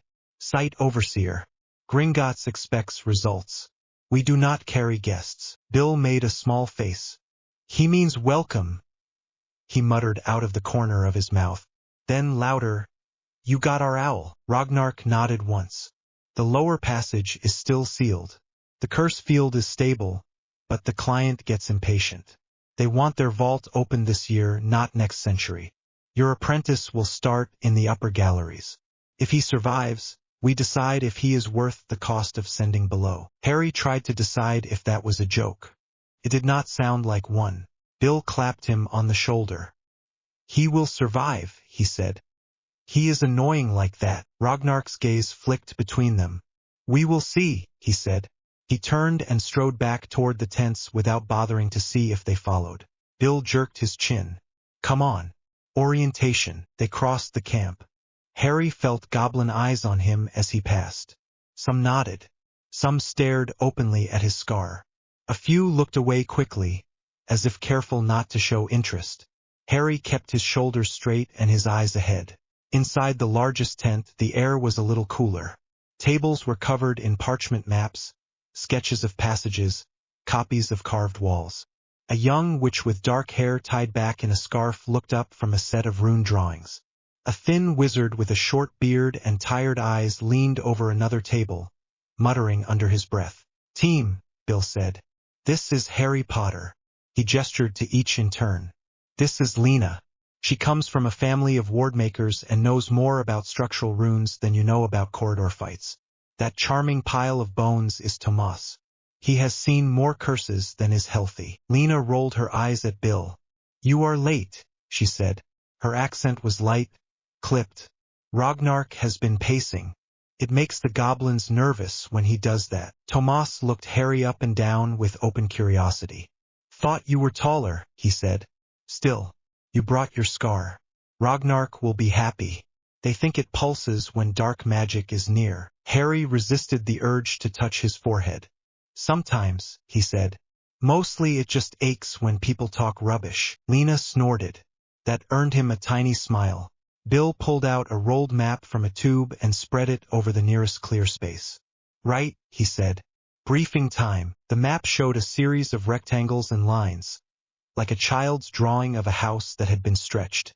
Levels were marked in neat ink. The upper galleries sat at the top, with stairs leading down to narrower passages and wider halls. "This complex is old," Bill said. "Older than the last dynasty. Old enough that the goblins argue about who built it. Some clever person decided to hide a family vault deep under it. Good for them. Bad for us." His finger traced a line along the upper level. "You and I will start here. These passage walls contain low-level ward clusters we want mapped and tested. Lena has copied some from earlier expeditions, but we never let old notes stand in for fresh readings. Magic shifts. Stone settles. If you step into an old mistake, it still kills you." Harry nodded, studying the map. "And below." Bill's finger moved to a shaded area where the lines twisted. "The lower passage is flooded with something we have not named yet," he said. "Anyone who steps within 10 steps of this mark starts hearing voices. They lose their sense of direction." The last goblin scout walked out of a wall he swore was a door and tried to walk straight off a cliff. "That is why they dragged me out here." Harry's stomach tightened. "Voices." Bill glanced at him. "Not the same as your valley man," he said. "Similar taste. That is why I wanted you here. You recognize this sort of thing." Harry swallowed. "We are not going down there today." "No," Bill said. "Today you learn how to work in heat and dust without losing focus. The goblins want to see if you are worth the risk. So do I." His tone softened slightly. "Then we see how close we can get to that lower mark before your scar complains." Lena tapped the upper gallery with her quill. "There are symbol clusters along this wall that do not match any catalog," she said. "Whoever carved them did not use the usual family ward patterns. It is like finding grammar without a language." Harry nodded. "That sounds familiar." Tomas grunted. "Mysterious, then," he said. "Good. I was worried this would be simple." Bill folded the map. "Gear check in 10 minutes, he said. "Harry, you change into cooler clothes. Robes will cook you." They stepped back into the sun. Harry squinted and shaded his eyes. The tent flaps snapped in the hot breeze. He went to the small tent Bill pointed out and changed into a light shirt and loose trousers. The fabric felt odd after years of school robes and or uniform, but at least the air could reach his skin. He strapped his wand holster to his forearm and slung his satchel across his shoulder again. When he stepped back out, Ginny's handwriting on the folded parchment in his pocket brushed his fingers. She had shoved the note into his hand before he left the burrow, eyes bright with worry and pride. "Try not to get buried, idiot. Come back so I can brag that I am dating a cursebreaker," she had written. "Love you." The words steadied him more than any spell. The entrance to the upper galleries was a dark cut into the rock. Ragnark stood by it with 2 other goblins, all armed with short blades and wands. A simple wooden arch held a runic marker Harry could read thanks to Hermione's quick lessons. Entry point. He found that reassuring. At least he knew where in the mess they would come back out. "You will stay within the marked routes," Ragnark said. "No improvisation. No heroics. If you trigger something, you anchor it and you call for support. His gaze rested on Harry longer than it did on Bill. "You are not here to prove that you are clever. You are here to prove that you can learn." Harry nodded. "Understood." Lena handed Harry a small metal disc on a chain. "Anchor token," she explained. "If we shout it, drop it on the floor and push magic into it. It will pin minor curses in place for a few breaths. Long enough to get out. Do not waste it on something you can handle." He slipped the chain over his head. The disc lay cool against his chest. Tomas carried a rolled canvas kit on his back. Bill had a thin case of tools at his belt. Each of them looked like they knew exactly where everything sat on their body. Harry took a slow breath and tried to match that calm. "Light only from our wands once we are inside," Bill said. "Sunlight can trigger some veiling wards. Stay behind me unless I say otherwise." They stepped into the passage. The temperature dropped slightly inside the rock, but the air felt thick and still. Harry drew his wand and murmured a soft lumos. Light bloomed at the tip, throwing the walls into sharp relief. The corridor was narrow. Runes crawled over the stone, some clear and straight, others worn to almost nothing.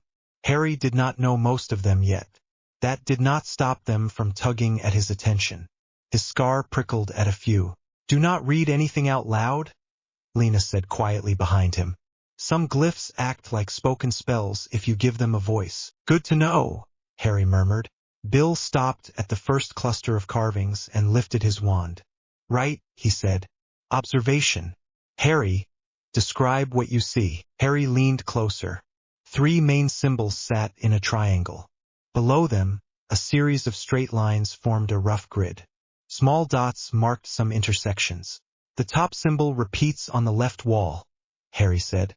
"So it is part of the general ward for the gallery. The one on the right is different. The lines under them look like a count." "Good," Bill said. "What sort of count?" Harry squinted. The dots formed a pattern. "Steps," he said slowly. "Every 10 steps the pattern repeats. It is checking distance." Lena hummed. "So it is measuring approach. Trigger when someone reaches a certain point." "Exactly," Bill said. "What does your scar say?" Harry did not like thinking of it as a tool. It still felt like a wound. But they were here and ignoring it would be stupid. He focused on the faint tingle. "Uncomfortable," he said. "Not screaming. Not safe. Layer 2 warning, then," Tomas murmured. Bill nodded. "We cannot waste time dismantling every little thing," he said. "So we classify. If it makes Harry flinch, we go careful. If it drops him, we run." Harry shot him a look. "Comforting." Bill smiled briefly. "You want to be an instrument, Harry," he said. "This is part of it. Your scar is a curse remnant. It responds to similar work. We use that, but we do not let it rule you." Harry breathed out through his nose and nodded. They moved on. At the next junction, Lena stopped and frowned at a set of carvings above the arch here. She said, "This one bothered me in the copies." Harry looked up. A simple circle sat in the center, surrounded by 3 straight lines like spokes. Around that, smaller symbols formed a ring. They were not from the standard tables Hermione had drilled into him. They curved in unfamiliar ways. Pieces of them looked almost like letters from different alphabets, pushed together. His scar prickled harder. "What do you think?" Lena asked. "I do not recognize it," Harry said. "It looks wrong, like someone took bits from different languages." Lena nodded. "That is what I thought. I think this is a patch job. The original ward has been broken and repaired. More than once." Bill's mouth tightened. "That would explain the instability reports," he said. "Who patched it?" "Previous Tomb Raiders," Tomas said dryly. "People who wanted in and did not care what they left behind." Harry studied the circle again. The 3 spokes pointed down the corridor into the rock. The small symbols in the ring had tiny cuts through them, like scratch marks. "It is listening," he said slowly. Lena glanced at him. "Explain." He gestured at the tiny cuts. "If you scratch a chalk circle when you are done, it shuts the spell down," he said. "We did that in Dumbledore's army. These marks look like that. People scratched at this to try to silence it. Did not work." Bill looked thoughtful. "So it sits here half awake, reacting to anyone who steps under it in a way it was not designed for, he said. Which means when we poke it, it will overreact. Can we go around? Harry asked. We can crawl through a secondary passage full of scorpions and random blades, Tomas said. This is the better option. Harry grimaced. Fine. Bill pointed at the circle. We are not dismantling this, he said. Not yet. We just need to pass under it without waking it fully. Harry, this is a good time to practice guiding your own magic. Small, precise, no flailing. Harry nodded, heart speeding up. What do you want me to do? Give it something to listen to, Bill said. Then lead it away from us. Lena reached into her bag and pulled out a small brass coin. She placed it carefully on the floor a few steps back from the arch. Anchor, she said. If he can make the ward think the coin is the real target, it will follow that instead of us. In theory, Harry tried not to think about the last two words. He lifted his wand and aimed at the circle. Specialis Revelio, he murmured. The ward glowed faintly. For a second he saw a ghostly impression of lines curling into the rock, reaching further than the passage. It felt like a listening ear, stretched too wide, too thin. His scar throbbed. He gritted his teeth. Good, Bill said softly. Now feed it. Not much. Harry let a small trickle of power run down his wand into the first spoke. It shivered. The ward stirred, reaching back along the path, tasting the source. He pictured the magic like light. Again, he tried not to think of that as a metaphor, just a way to track it. He pushed the trickle sideways, away from his body, down toward the brass coin. The ward followed. The circle pulsed. The three spokes bent at the last moment, connecting to the small disc on the floor. The air around it hummed. For a second the coin glowed bright and hot. Then there was a tiny crack. The coin snapped cleanly in half. The ward quieted. Harry let out a breath he had not realized he was holding. The ache in his scar faded to a dull pulse. Lena smiled. Very good, she said. You gave it a toy, it broke the toy, it went back to sleep. Tomas chuckled. Simple and neat. Goblins will approve. Bill clapped Harry on the shoulder. You see, he said. You did not blast anything. You listened. You guided. That coin cost less than a third of a training dummy. Good trade. Harry looked up at the circle. It still made his skin crawl, but it stayed dim. Whoever patched it did a bad job, he said. They left it hungry all the time. Bill nodded slowly. There is a lot of that down here, he said. People who thought they understood enough to get through, but not enough to fix what they broke. We live in the ruins of other people's guesses. They moved on. The ground sloped gently downward. The air grew heavier. The runes on the walls shifted from straight lines to more elaborate curves. After a while, they reached a wider chamber. The ceiling rose into darkness. Carvings covered the walls, scenes of figures standing with wands raised, strange animals, stars. Harry stepped nearer to one panel. 3 figures stood at the center. One held a staff. One held what looked like a stone. The third had a cloak draped over their shoulders.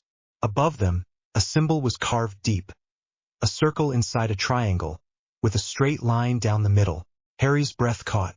He reached out before he remembered not to touch. Bill's hand shot out and grabbed his wrist. No touching, he said sharply. We do not know if those carvings are keyed. Harry pulled his hand back. His heart hammered. Look, he said. The symbol. Bill followed his gaze. His expression tightened.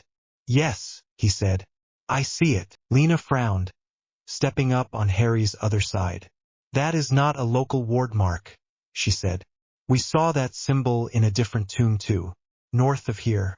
Goblins argued about it for a week. Tomas joined them, squinting. Looks like a simple stability mark, he said. Why the fuss? It is not from this culture, Lena said. It shows up in European records. Old family stories.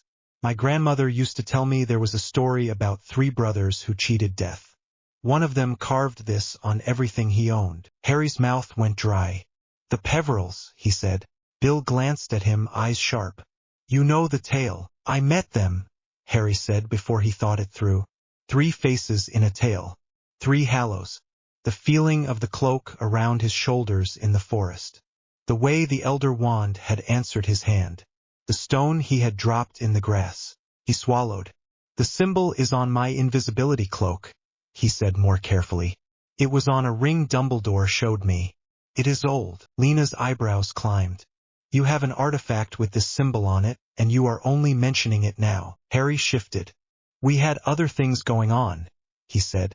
"And I did not know it was out here too." Bill's jaw clenched. "If this mark has spread this far, then the story is older than anyone thought," he said. "Or someone wanted people to think it was." Ragnar's voice came from the doorway. "Back away from the wall," he said.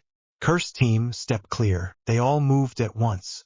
The overseer stalked into the chamber with 2 goblins behind him, eyes on the carving. He made a low sound in his throat. "I told the council we would find more of these," he muttered. "They did not listen." He looked at Harry. "You know this sign?" Harry nodded slowly. "It is tied to death," he said. "In a story. 3 objects. Elder Wand. Resurrection Stone.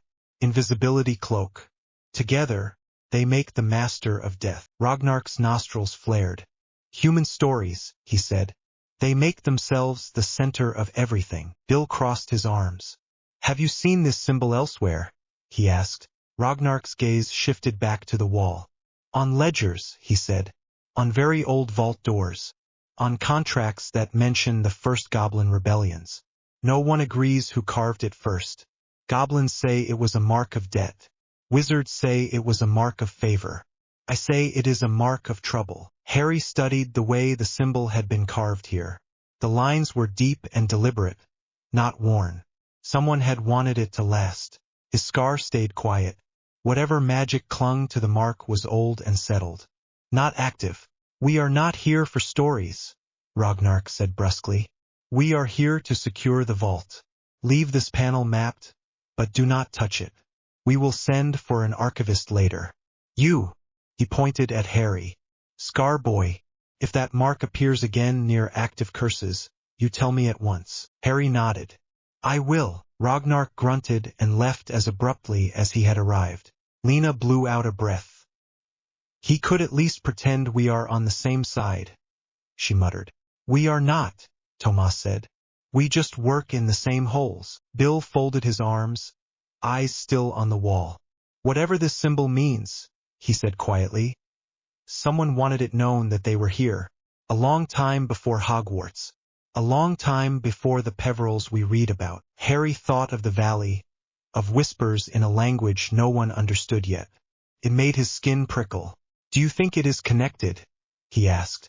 "The voices, this mark, the way the goblins talk about old debts." Bill shook himself.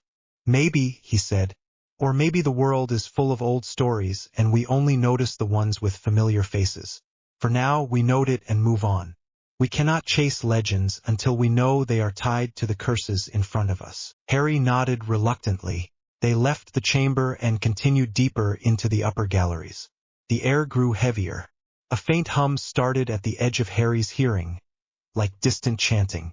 His scar tingled again. "Feel that?" Bill asked quietly. "Yes," Harry said. "That is the bleed from the lower passage," Bill said. "We stop at the marked boundary for today." The corridor narrowed. A chalk line had been drawn across the floor ahead, with runes written beside it. "Warning. Limit." Harry stepped up to the line and peered into the gloom beyond. The hum was stronger there, pressed against his ears and his thoughts. Not words yet, just pressure. His stomach clenched. He remembered the man's voice in the ministry atrium. "They whisper. Always whisper." Bill reached past him and placed a small metal spike into a crack in the wall. It glowed faint blue for a second and then settled. "Anchor," Bill said. "For later." Tomas shifted his weight. "Feels like a time bomb," he muttered. "Waiting for someone to breathe wrong." Lena tugged Harry's sleeve. "Back," she said. "We have what we need for today." He forced himself to step away from the line. The pressure in his head eased with every pace. Behind them, the old stone waited. By the time they emerged into the sunlight again, Harry's shirt was damp with sweat and his head throbbed. The sight of the open sky made him blink. Ragnar met them near the tent. "Report," he said. Bill summarized quickly. He described the patched ward, the listening circle, the symbol in the chamber, the feel of the bleed from the lower passage. He did not mention Harry's scar except in practical terms. Ragnar listened with a still face. His gaze flicked to Harry when Bill described how he fed the circle with the coin. "You guided the ward off your path," the goblin said. "On your first run." Harry shifted. "With help," he said. "Lena spotted the patch. Bill told me what to do." "Yet you still did it," Ragnar said. "Good. We do not waste time teaching those who cannot learn." It took Harry a second to realize that was praise in goblin terms. "Thank you," he said. Ragnar grunted. "Do not thank me yet. You have not set foot where the real danger lies. When we send you below, we will see if your scar and your stories are worth the pay." He turned and stalked away. Lena rolled her eyes. "He likes you," she said. "That is what that tone means." "I dread to hear what he sounds like when he does not," Harry said. Tomas stretched his arms until his back cracked. "When he does not like you, he stops talking at all," he said. "Then you find your name missing from the next shift roster and you go home." Bill clapped Harry on the back. "You did well," he said. "Go drink water, write down everything you felt, then sleep. We go back in tomorrow." Harry nodded. "You are not coming with me now. I need to argue with Ragnar about wages and anchor placement," Bill said. "Very glamorous. Go on. Before you fall over." Harry made his way to the smaller tent they shared. His legs felt heavy. His mind buzzed with runes and symbols. He poured himself water from the clay jug, drank, then sat on the camp bed with parchment on his knees. He wrote. He wrote about the feel of the first ward as it sucked at their anger. He wrote about the patched circle listening for them. He described the taste of the air near the chalk line, the way the hum in his head had started to shape itself into almost words before he stepped back. He sketched the symbol on the wall, careful not to add any magic to the lines. As he drew the circle inside the triangle with the line down the middle, something in his chest tightened. He remembered the feel of the cloak on his shoulders, the weight of the elder wand in his hand, the stone in his fingers. He remembered the moment in the forest when all three had been his and death had not taken him. He stared at the symbol on the page. "Master of Death," he said under his breath. The words felt heavy. He did not like them. They did not fit. He tore the parchment in half. He did not throw it away. He folded both pieces and tucked them into the journal instead. There was a rustle at the tent flap. Bill ducked in, brushing dust off his sleeves. "Still alive," he said. "Good sign." Harry looked up. "Did the goblins argue?" "They always argue," Bill said. "It is how they make sure they have thought of everything that could go wrong." He nodded at the parchment. "You writing it down?" Harry held it up. "As much as I can remember." Bill took it, scanned the lines and grunted approval. "Good," he said. "If you write it, you can look back when your memory lies to you." He handed it back. "We need to plan for the lower passage. The bleed is getting stronger. Ragnar will not wait forever." Harry hesitated. "Is it like the valley?" he asked. "The way it felt, under my feet." Bill sat on the edge of the other bed. "Similar," he said. "Not the same. The valley was a curse tied to land and blood. This feels like something tied to thought, to perception. It wants to twist how you see the path. That is why the scout walked into the wall. If we get this wrong, we do not get a second chance." Harry rubbed his forehead. "And you still want to take me down there?" Bill gave him a look. "I want someone who knows what it feels like when magic crawls into your thoughts without asking," he said. "Someone who knows how to push back." "You do. That does not mean I am throwing you into it without a plan." "What plan?" Harry asked. Bill ticked points off on his fingers. "Anchors at set intervals so we can retreat. Lena will adjust her ward net to shut down any sudden movement toward drops. Tomas will handle physical traps. You will be on point for the perception work. If you start hearing anything that sounds like your own voice telling you to do something stupid, you tell me at once." Harry grimaced. "What if it sounds like you?" Bill snorted. "Then you really tell me. I rarely say anything that sounds like a good idea." Harry huffed a short laugh. Bill's face grew serious. "This is the part you need to understand," he said. "Curse breaking is not just clever tricks. It is knowing when to stop, when to pull back, when to admit that a curse is stronger than what you brought that day. If we go down there and it feels wrong, we walk away. Even if the goblins snarl. Even if the client screams. No treasure is worth your mind." Harry thought of the way his mind had felt with the fragment of Voldemort's soul inside it. The years of strange dreams. The whispering in Parseltongue. The relief when it was gone. "I will not let it in," he said quietly. Bill nodded once. "Good," he said. "Sleep." Harry did not sleep quickly. The sounds of the camp filtered through the canvas. Goblin voices, the crackle of fire, distant laughter. Heat clung to the air even after the sun dropped. Eventually he drifted off, dreams tangling with memories of stone corridors and whispering air. Far away, in a valley between steep hills, the night was not quiet. The man who had come to London sat on a rough stool beside a small bed. The walls of the room were stone. Scratch marks covered parts of them, some fresh, some old. The bed was pushed away from the worst of them. A small oil lamp burned low. On the bed, a boy stared at the ceiling, eyes wide open. His hair was damp with sweat. Dried blood crusted under his fingernails. "They are louder," the boy said to the air. His voice was high, thin. "Uncle, they are louder tonight." The man swallowed. His throat ached with unshed tears. "I know," he said.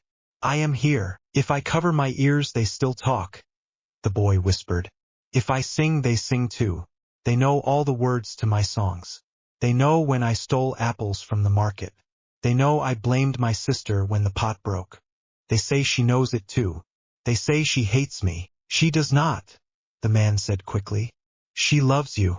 We all do." The boy's eyes rolled toward him. For a second they focused. "They say you left," he said. "They say you went to ask for help and they laughed at you." The man closed his eyes. He heard the hum of the valley beyond the house. It was not loud. It was a soft pressure, always there, like the weight of heavy clouds. "They did not all laugh," he said. One man listened. The boy blinked slowly. "Does he hear them now?" "Maybe," the man said. "He said he has heard things like this before. He said he would try." The boy's mouth twitched in something like a smile. "He better hurry," he whispered. "They keep saying they want to see him. They say he will taste different." The man's blood ran cold. He reached out and took the boy's hand. It was cold and damp. "Sleep," he said. "I am here." The boy closed his eyes. His lips moved as if he was listening to something only he could hear. The scratching on the walls shivered, as if in reply. In the morning, the Egyptian sun was merciless again. Harry woke with a dry mouth and a sore back. He dressed, drank water, and chewed through some bread and dates. Bill seemed annoyingly awake, hair tied back, sleeves rolled, eyes bright. "Ready?" Bill asked. "No," Harry said. "But I am going anyway." "Good answer," Bill said. At the meeting table, Lena spread a fresh set of diagrams. She had been up late refining ward grids. Tomas had added small notes in the margins where physical traps might intersect with magical ones. Ragnarok listened as Bill laid out the plan for the lower passage. His expression did not change.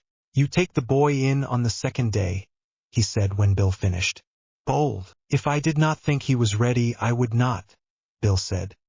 "His presence gives us a chance to sense the curse earlier. He has a unique advantage.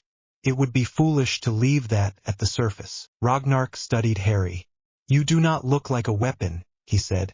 "Good," Harry said. "Weapons get stolen." Lena snorted. Tomas hid a grin behind his hand. A corner of Ragnarok's mouth twitched. "You are too quick for your own safety," he said. "Fine. You will go. Anchors at every turn.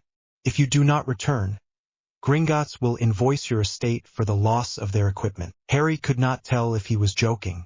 He decided not to ask. They gathered their gear. Anchor tokens. Extra canteens. Simple food. Rope. Every item had a place. At the entrance, Bill turned to Harry and met his eyes. "Last chance to stay in the upper galleries," he said. Harry thought of the boy in the valley, laughing at empty walls. He shook his head. I am coming, he said. Bill nodded once. Then remember this. If something feels wrong, you say it. Even if you think it sounds mad. Especially then. I am used to sounding mad, Harry said. I will manage. They stepped into the passage. The air below the warning line was different. Heavier. Not just warm, but thick. Each breath felt slowed. The hum in Harry's ears returned at once. Louder. Closer. He swallowed. Sweat broke out along his back. Talk to me, Bill said quietly. Describe. Harry did. There is a sound, he said. Not a word yet. It is low. Like someone trying to speak underwater. Lena murmured a detection charm. Her face tightened. The field thickens every few seconds, she said. Then eases. Pulse pattern. Heartbeat, Tomas said quietly. Harry did not let himself think about that. They walked slowly. At each corner, Bill placed an anchor spike in the wall. It glowed faintly, then dulled. Lena murmured over her net, weaving a layer of safety over the floor. Tomas checked for loose stones, hidden pits, anything that could trip a panicking mind. 10 steps in, the hum shifted, climbed in pitch. The hair on Harry's arms stood up. His scar flared, sharp and sudden. He stumbled. Bill caught his elbow. Stop, Bill said at once. Anchor. Harry grabbed the token at his chest and slammed it onto the floor. He shoved raw magic into it. The disc flashed bright and the air around them seemed to solidify. The hum dropped for a heartbeat. The curse pushed back. Words slid into Harry's ears, thin and cold as a knife. His own voice, whispering, You should not be here. He flinched. It started, he said, teeth clenched. It is using my voice. Bill's hand on his arm tightened. Listen but do not believe, he said. Tell me exactly what it says. Harry forced himself to pay attention. The whisper slithered through his thoughts, soft and persistent. You left them. You handed in the badge. You abandoned your duty. Children scream while you play in the sand. You think you can fix this. You cannot. You will fail and everyone will know. He swallowed bile. Sweat trickled down his neck. It is using guilt, he said. Mine. My thoughts. It is not saying anything I have not thought myself. Lena's eyes were wide now. It hooks into what is already there, she said. That is why it took the children first. Their fears are vivid. Tomas muttered a word against intrusion under his breath. But the whisper did not stop. If anything, it grew more insistent. You are not special. You just survived because others died for you. You think you are needed. You are not. You should have stayed in your office and filled out forms until you faded. Harry set his jaw. You are boring, he muttered to the empty air. Good, Bill said. Insult it. Do not engage with the content. Treat it like bad wireless. Noise, not command. Harry latched onto that. He imagined the whisper as just that, a bad signal in a faulty wireless static. He focused on his own breathing. In the feel of the stone under his boots. The weight of his wand. He thought of Ginny's note in his pocket. Of Hermione's neat handwriting in his books. Of Ron's muttered curse when a chess piece refused to move. You are not real, he said quietly. You are not my thoughts. You are an old thing poking at sore spots. I have had enough of those. The whisper hissed the way a kettle does when it boils dry. The hum around them rose a fraction. The anchor token at his feet glowed bright white, then cracked. The field snapped free. Back, Bill said at once. Retreat to the last safe line. They moved together, step by step, never turning their backs fully on the dark ahead until they crossed the chalk mark. As soon as Harry stepped over it, the pressure in his head dropped.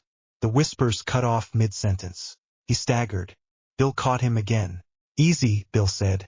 Harry sucked in a breath. The air tasted like dust and sweat and life. His heart hammered. That was level 1, Lena said quietly. It did not even try to show you anything. Harry wiped his forehead with a shaking hand. It was enough. Tomas looked unsettled for the first time since Harry had met him. I do not like things that talk inside my head, he said.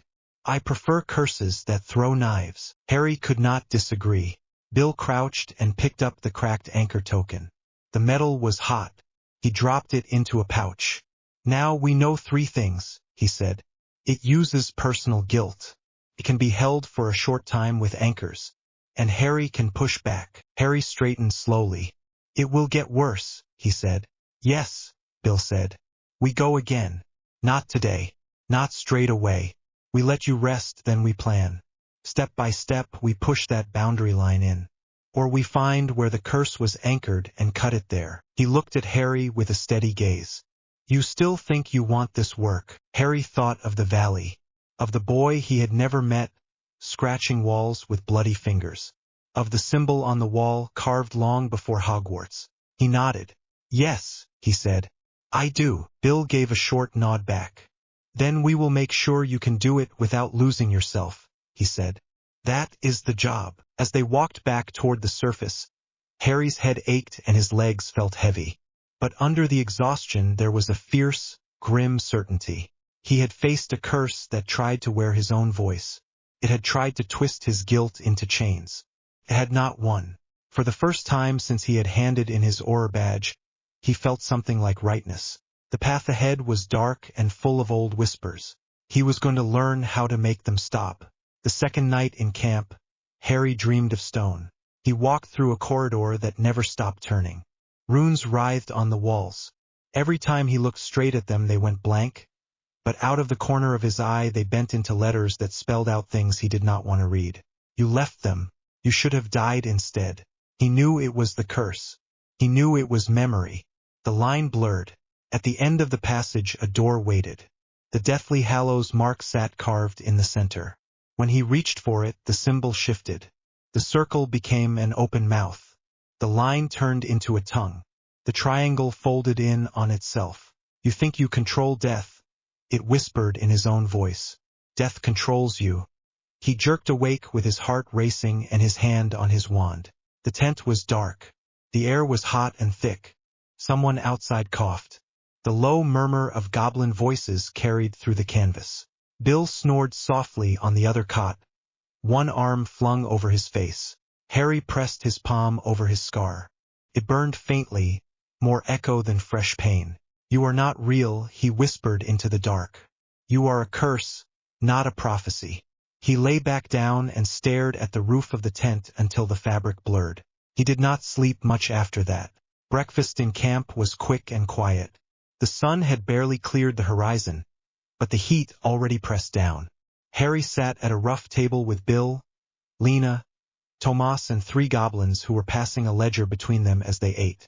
The porridge was thick and bland. Harry shoveled it in without tasting much. His head felt heavy. His eyes burned. Lena eyed him over her mug of tea. You look like something that fell out of a tomb, she said. Thanks, Harry said. Very supportive. You dream? Bill asked in a low voice. Harry nodded. Curse-flavored. Tomas grimaced. It reached you all the way up here. Maybe it just reminded me, Harry said. I have enough in my head already. It does not need to push hard. Ragnark approached the table partway through the meal, ledger under his arm. He did not bother with greetings. Field notes, he said. Bill pushed a slim notebook across the table. Ragnark flipped through it, eyes moving fast. He paused when he reached the page where Harry had sketched the Deathly Hallows mark. You drew this from memory, Ragnark said. Harry swallowed a mouthful and nodded. Yes, you are sure of the shape, the goblin pressed. No missing lines. I have seen it enough, Harry said. I am sure, Ragnark grunted. The archivists argue about the third stroke. Lena looked interested. What third stroke? Ragnark snapped the ledger shut. Not your concern, he said. Your concern is to make sure nothing collapses on the client. He turned to Bill. You go back in today. Bill nodded. We will stop at the first anchor and push it further. We will not touch the lower threshold yet. Ragnark tapped the ledger. The client is leaning, he said. They want their vault open before the end of the season. They speak of penalties. Bill's jaw tightened. The client can speak all they want, he said. If they want the door opened on time, they should have told us the vault sat in the middle of a thought curse field instead of calling it a minor inconvenience. Ragnark did not argue. His mouth twitched again, that almost smile. The bank will bill them, he said. In the meantime, you work. He walked away. Lena rolled her eyes. Nice to know our suffering will be itemized, she muttered. Bill pushed his empty bowl aside. Right, he said. Today is not about being brave. Today is about learning how close we can get before things twist. We are not heroes. We are surveyors. Harry nodded. The word settled in his chest. Surveyor. Someone who measured the ground so others did not fall through. He could live with that. The morning owl post found them just as they were checking their gear. A sandy barn owl swooped in low under the ridge of canvas and landed on the central pole of the planning tent. It stuck out its leg and hooted impatiently. Harry's chest lifted. That one is from home. Lena raised an eyebrow. You can tell. He has been stealing my toast for years, Harry said. He untied the small stack of envelopes. Hermione's neat handwriting on one. Molly's on another. Ginny's on the last. He hesitated. Thumb on Ginny's name. Bill gave him a smaller pack of bandages. Read, he said. We will not fall apart if you take 5 minutes. Harry stepped outside into a patch of shade near a stack of crates. The camp buzzed behind him, but out here he had a little space. He opened Hermione's letter first. Safe. Predictable. Harry, Bill sent us a short note. He did not give details, but he mentioned a thought-based curse field and a mark you recognized. I have been in the archives since then, which will not surprise you. There are references to very old mine snares laid over land, usually as punishments for oath-breaking. The oldest ones I can find were designed to pull guilt into the open and feed on it. The texts all say the same thing. You cannot break them by proving you are innocent. You break them by refusing to let them define you. I know that sounds like something out of a self-help book. I hate that as much as you do. Still, there is a detail that might matter. Some of these curses were anchored on a specific confession. The first guilt that activated them. If that stone complex is tied to an older story, you might not be dealing with random thoughts at all, but with a very old crime that keeps replaying. Please be careful. Tell Bill that this does not mean he is allowed to experiment with yours. Love, Hermione. Harry read the letter twice, lips pressed together. Ancients had laid curses that fed on guilt and confession. That did not surprise him. Wizards had always found clever ways to be awful, anchored on a specific confession. He thought of the Deathly Hallows mark carved deep in the wall. If the Peverills had set some kind of trial out here, what had they done that needed to be sealed in stone? He folded the letter and tucked it into his journal. Molly's letter was mostly scolding about not writing enough, mixed with recipes and reminders to wear sunscreen charms and drink water. It made his chest hurt in a good way. Ginny's letter was short. You better not be reading this while a wall is trying to fall on your head. Hermione says you are helping Bill with a mind curse. That sounds horrible. Please remember that you do not have to listen to voices in your head just because they are magical. You have enough of your own. I scored twice in practice yesterday. Gwenog yelled. But that is how she shows love. Mum says to tell you not to bring any cursed artifacts to dinner without warning her first. Come back. I want to see what scarred, dusty curse breaker Harry looks like. Love you, Ginny. His throat tightened on the last line. He folded that letter more carefully and slid it into his shirt pocket, behind the anchor token that still hung at his chest. He took a breath, let it out, and went back inside. Ready? Bill asked. Ready, Harry said. The descent felt shorter the second time. Harry knew every turn of the upper galleries now, every cluster of runes they had left untouched. His wand light slid over stone. The air cooled with each step down, but the heaviness came back too, pressing at his ears. At the chalk line they paused. Bill set a fresh anchor spike into the wall just before the mark. Lena adjusted the net over the floor, weaving extra stability charms where the rock thinned. Tomas checked the rope at Harry's waist, then clipped his own end through the same ring. Harry glanced at him. Expecting me to bolt? Tomas shrugged. Expecting the curse to make any of us do something stupid, he said. If one of us moves, we all feel it. Harry nodded. The weight of the rope felt odd and reassuring at the same time. Bill looked them over. Remember the rules, he said. Name what you feel. Do not trust anything you see that the others do not see. If your own voice tells you to go alone, you do the opposite. Do not lick any walls, Tomas added dryly. Lena muttered. Who licked a wall? Tomas pretended not to hear. They stepped over the chalk line. The hum started at once. It seeped into Harry's ears and bones, low and steady. It was not a sound anymore, not exactly. It was pressure, the promise of words. He kept his wand out and his shoulders loose. His fingers were cold inside his gloves despite the heat. Sweat trickled down his spine. Talk to me, Bill said quietly at his shoulder. It is there, Harry said. Waiting. 10 steps in, his scar prickled. A little further. The hum climbed. The air thickened. The anchor token under his shirt warmed.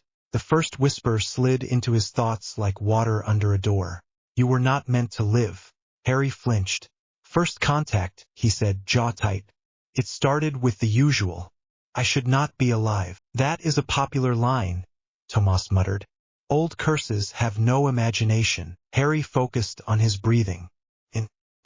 The rasp of his own breath in his throat gave him something real to hold. The corridor bent left. The light from his wand showed more carved lines on the wall, faint and tangled. Some parts of the stone were darker, stained. He did not look too closely at that. They reached the first anchor. Bill touched it with his wand.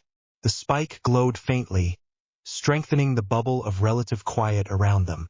The pressure eased for a moment. Harry's shoulders loosened a little. That helps, he said. Good, Bill said. We will make another point ahead. We keep building safe ground. They moved on. Each step felt heavier than it should. The whisper picked up speed, words tripping over each other. You left the school in ruins. People died because you had to play hero. You think this trip will make up for it. It will not. You will fail. That family in the valley will bury their dead and know you did nothing. Harry gritted his teeth. It is trying the same angle, he said. Guilt. Choices. The valley. Name it, Bill said. Out loud. That breaks the loops. Harry took a breath. It is repeating the fear that I failed people, he said. That I am failing them now by being here and not in that valley. Are you? Lena asked quietly from behind him. Harry almost snapped back. Instead he forced himself to think. No, he said. We are learning how to deal with this type of curse. That helps them too. The whisper hissed. The hum rose. They reached a narrow section where the roof dipped. Harry had to duck his head. The stone brushed his hair. The closeness scraped at his nerves. As he stepped under, the voice changed. It was no longer just his. Harry, Hermione's voice said in his ear. What are you doing? You cannot fight everything. You will get people killed again. He froze. Hermione never said that. He knew that. He knew she had never spoken that sentence in that tone. But hearing her voice put the doubt right under his skin. Hermione, he said through clenched teeth. Say something real. Her voice came from behind him, breathless. The arithmancy tables on guilt-based curses show that you cannot fake distance, Harry, she said. You can only decide where to stand. I never said you cause every problem. I said you cannot fix them alone. The whisper Hermione snarled, a sound she would never make. The real one was annoyed but steady. Good, Bill said. Use each other. The curse will get better at this. So will we. They moved on. Further in, the passage split. The map said right. The curse tugged at his feet left. Harry felt the pull like a hand on his sleeve. Left is safer, the whisper said. Left is easier. You always choose the hard road. That is why people die. Take the easy one for once. His boots shifted. The rope at his waist went taut. Harry, Tomas snapped. You are veering. Harry stopped dead. His heart pounded. Left feels safer, he said, voice shaking. That is not on the map. Lena lifted her wand and cast a detection charm down each side. The air on the left shimmered with faint distortions. On the right it stayed dull. There is a veil layered on the left, she said. It is trying to make that path feel pleasant. Almost warm, which means it probably leads straight into a pit, Tomas said. Harry swallowed. His throat was so dry it hurt. Right it is, Bill said. The rope slackened again as Harry corrected his course. Step by step, they pushed the boundary of how far the curse would let them go without collapsing in on itself. Bill placed another anchor. This one hummed harder when he fixed it, as if the field resented losing ground. Twice more, the whispers tried new voices. Ron's shout beside his ear. You did not even talk to me before you quit. You think you can run off and play with curses and I will just wait. The real Ron, in his memory, standing in the kitchen at the burrow. I am still your mate, even if you are an idiot. Ginny's voice, tight and cold. I told you not to go. You went anyway. You do not love me like you say you do. Ginny's handwriting against his chest. Love you. He clung to the real ones and let the others slide away. By the time they stopped at the third anchor, sweat had soaked his shirt. His head pounded. His legs shook slightly. That's enough, Bill said. We have a feel for the field strength. We go back and write it up before it chews any more on you. Tomas did not argue. His mouth was set. Lena looked pale under the dust. As they walked back, the whispers did not fight as hard to hold them. They threatened instead. You will be back. You always come back. We will be waiting. Harry ignored it. He stepped over the chalk line and felt the field drop away. This time he did not stumble. He stood still, breathing hard, then shook out his arms like he had been holding a weight. Bill watched him. Better, he said. You did not let it set the terms. I am going to have an awful headache, Harry said. Welcome to the job, Tomas muttered. They spent the next few hours hunched over maps in the planning tent. Lena drew blue lines for the anchors, red for the strongest pressure zones. Tomas added little crosses where he felt physical traps could trigger if someone panicked and moved wrong. Harry sat with Hermione's letter beside him and tried to connect what he had felt with what she had written. Anchored on a confession. The feeling of an old wrong replaying. What if the field is strongest over one point? He said slowly. Like the center of a ripple in a pond. Bill tapped the map. Here, he said, where the lower passage bends. That is where the last Goblin Scout lost his sense of direction. That is our likely center. Lena frowned. If we push that far, the curse will throw more than voices at us, she said. It will show us things. Memory, illusion, both at once. Harry looked up. You have seen that before. Lena's jaw clenched. Not this exact one, she said. But there was a job in the South where the ward made you walk through the worst day of your life over and over until you forgot there were other days. Tomas got stuck in his for nearly an hour. Tomas made a face. I could have done without you telling that story again. Point is, Lena said, we need a way to snap each other out if we get caught. Harry thought of the war, of the way the locket had showed Ron versions of his fears, distorted, thick with shame. They had broken that with real voices. Real reminders. Anchors for the mind, he said quietly. Not just the magic. Bill raised an eyebrow. Go on. Harry took a pen and scribbled 3 words on the side of the map. We agree on something that is real, he said. Something the curse cannot twist easily because it is boring and specific. If anyone starts getting pulled into memories or illusions, we say it. Out loud. If you cannot say it back, we know you are stuck. Lena leaned over to read. What word did you choose? Pumpkin soup, Harry said. Tomas stared. Seriously, do you have strong feelings about pumpkin soup? Harry asked. Tomas grunted. No. It is soup. Exactly, Harry said.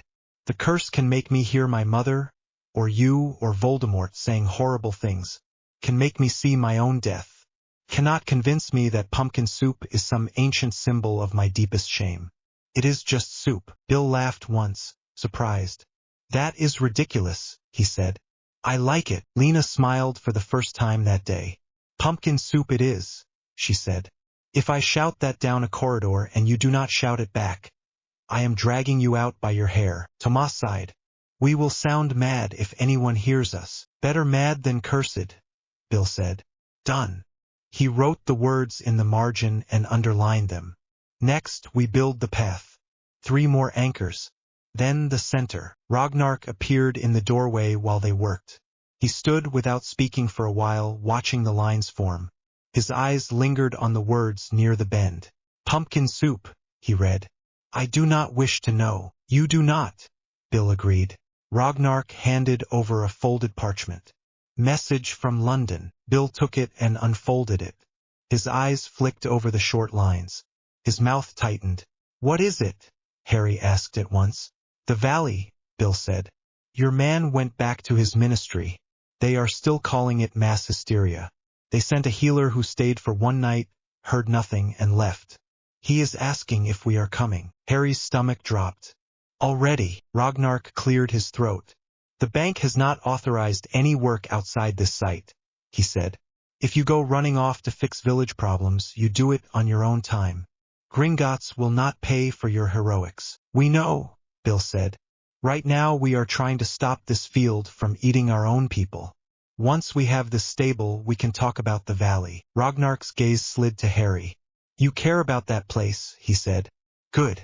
Caring keeps curse breakers alive. It also gets them killed.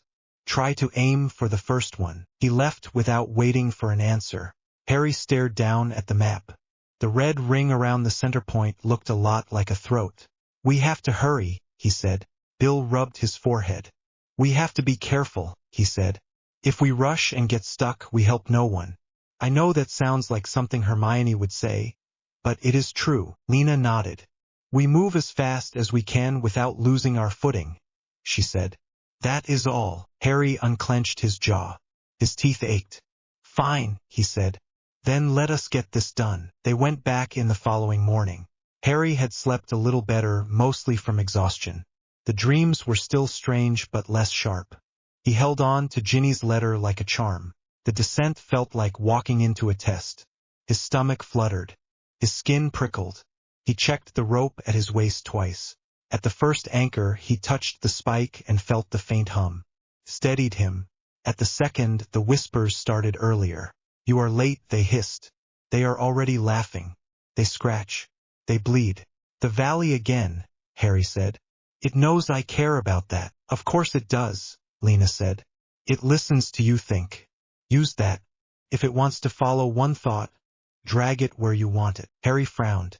How? Give it something real to chew on, Bill said. Then redirect. Harry thought of Hermione's letter. Anchored on a confession. Old crimes. The curse might be looking for something heavy to latch onto. Something like that valley man walking away from home. Or the first wizard who carved the stone. He did not have that confession. He had his own. I brought Voldemort into the forest, he said suddenly, voice harsh. The whispers twisted. Alert. He breathed through it and kept talking. I walked there because I thought my death would stop him. It hurt people. It saved people. Both are true. You can show me that moment as many times as you like. I will not change it. His scar burned. The hum rose. The air pressed in. Pumpkin soup, Lena said sharply. Harry flinched. Pumpkin soup, he snapped back. The pressure dipped. The whisper recoiled, as if it had snatched at something hot. Tomas let out a low whistle. You actually did it, he said. You bored it. Harry's knees wanted to wobble. He made them move instead. Step by step, they reached the third anchor. Bill placed the spike. It glowed bright, then dulled. 3 points. A distorted triangle. Center next, Bill said. The passage bent. The hum climbed until it felt like it was buzzing on Harry's teeth. His head throbbed. His heart raced. The walls seemed to tilt slightly, as if the ground did not know which way was down. He kept his eyes on Bill's back and the rope at his waist. His knuckles were white around his wand. Harry, Bill said. What do you feel? Everything, Harry said through gritted teeth. It wants to pull me out of myself. More detail, Bill insisted. Harry forced himself to put words to it. It is like someone is tugging at every mistake I ever made, trying to unwrap it. It is louder over that stone ahead. Lena lifted her light. The beam fell on a section of wall where the carvings thickened. The Deathly Hallows symbol sat there again, deeper and larger. Around it, lines of script curled. Some were in local pictographs. One line, just under the symbol, was in the same script Harry had seen on the ring and in Dumbledore's office. Peveril's script. The hum focused on that spot. Center, Bill said quietly. Harry stepped closer. The pressure increased until his knees almost buckled. His scar flared hard enough to blur his vision. Voices crashed over him, not one anymore, but many. You promised. You swore on your magic. You carved the mark and walked away. They died in your name. He clamped his jaw shut so hard it hurt. What is it saying? Bill demanded. Promise, Harry ground out. Oath. Someone left. People died. Keeps replaying that. Lena moved her wand slowly, tracing the script without touching it. Her lips moved as she sounded out the shapes. This part is not local, she said. It is an older tongue. Something like the scripts in the Goblin Rebellion ledgers. I can pick out one phrase. Tell me, Bill said. She pointed with the tip of her quill. Here, she said. It says we bound the guilt so that it would not spread. Whoever carved this tried to lock their own shame into the stone. Harry's head rang. They did not do a very good job, he said. His voice shook. Tomas muttered something crude under his breath. So we are standing inside an old wizard's conscience, he said. No wonder it hates us. The voices rose higher, frantic now. You are the same. You bind your guilt. You walk away. You let others pay. Harry felt his knees give. Bill caught him, hand on his shoulder, voice firm. Pumpkin soup. Pumpkin, Harry gasped. Soup. Pumpkin soup. The words felt ridiculous and solid at once. The curses Screech hitched.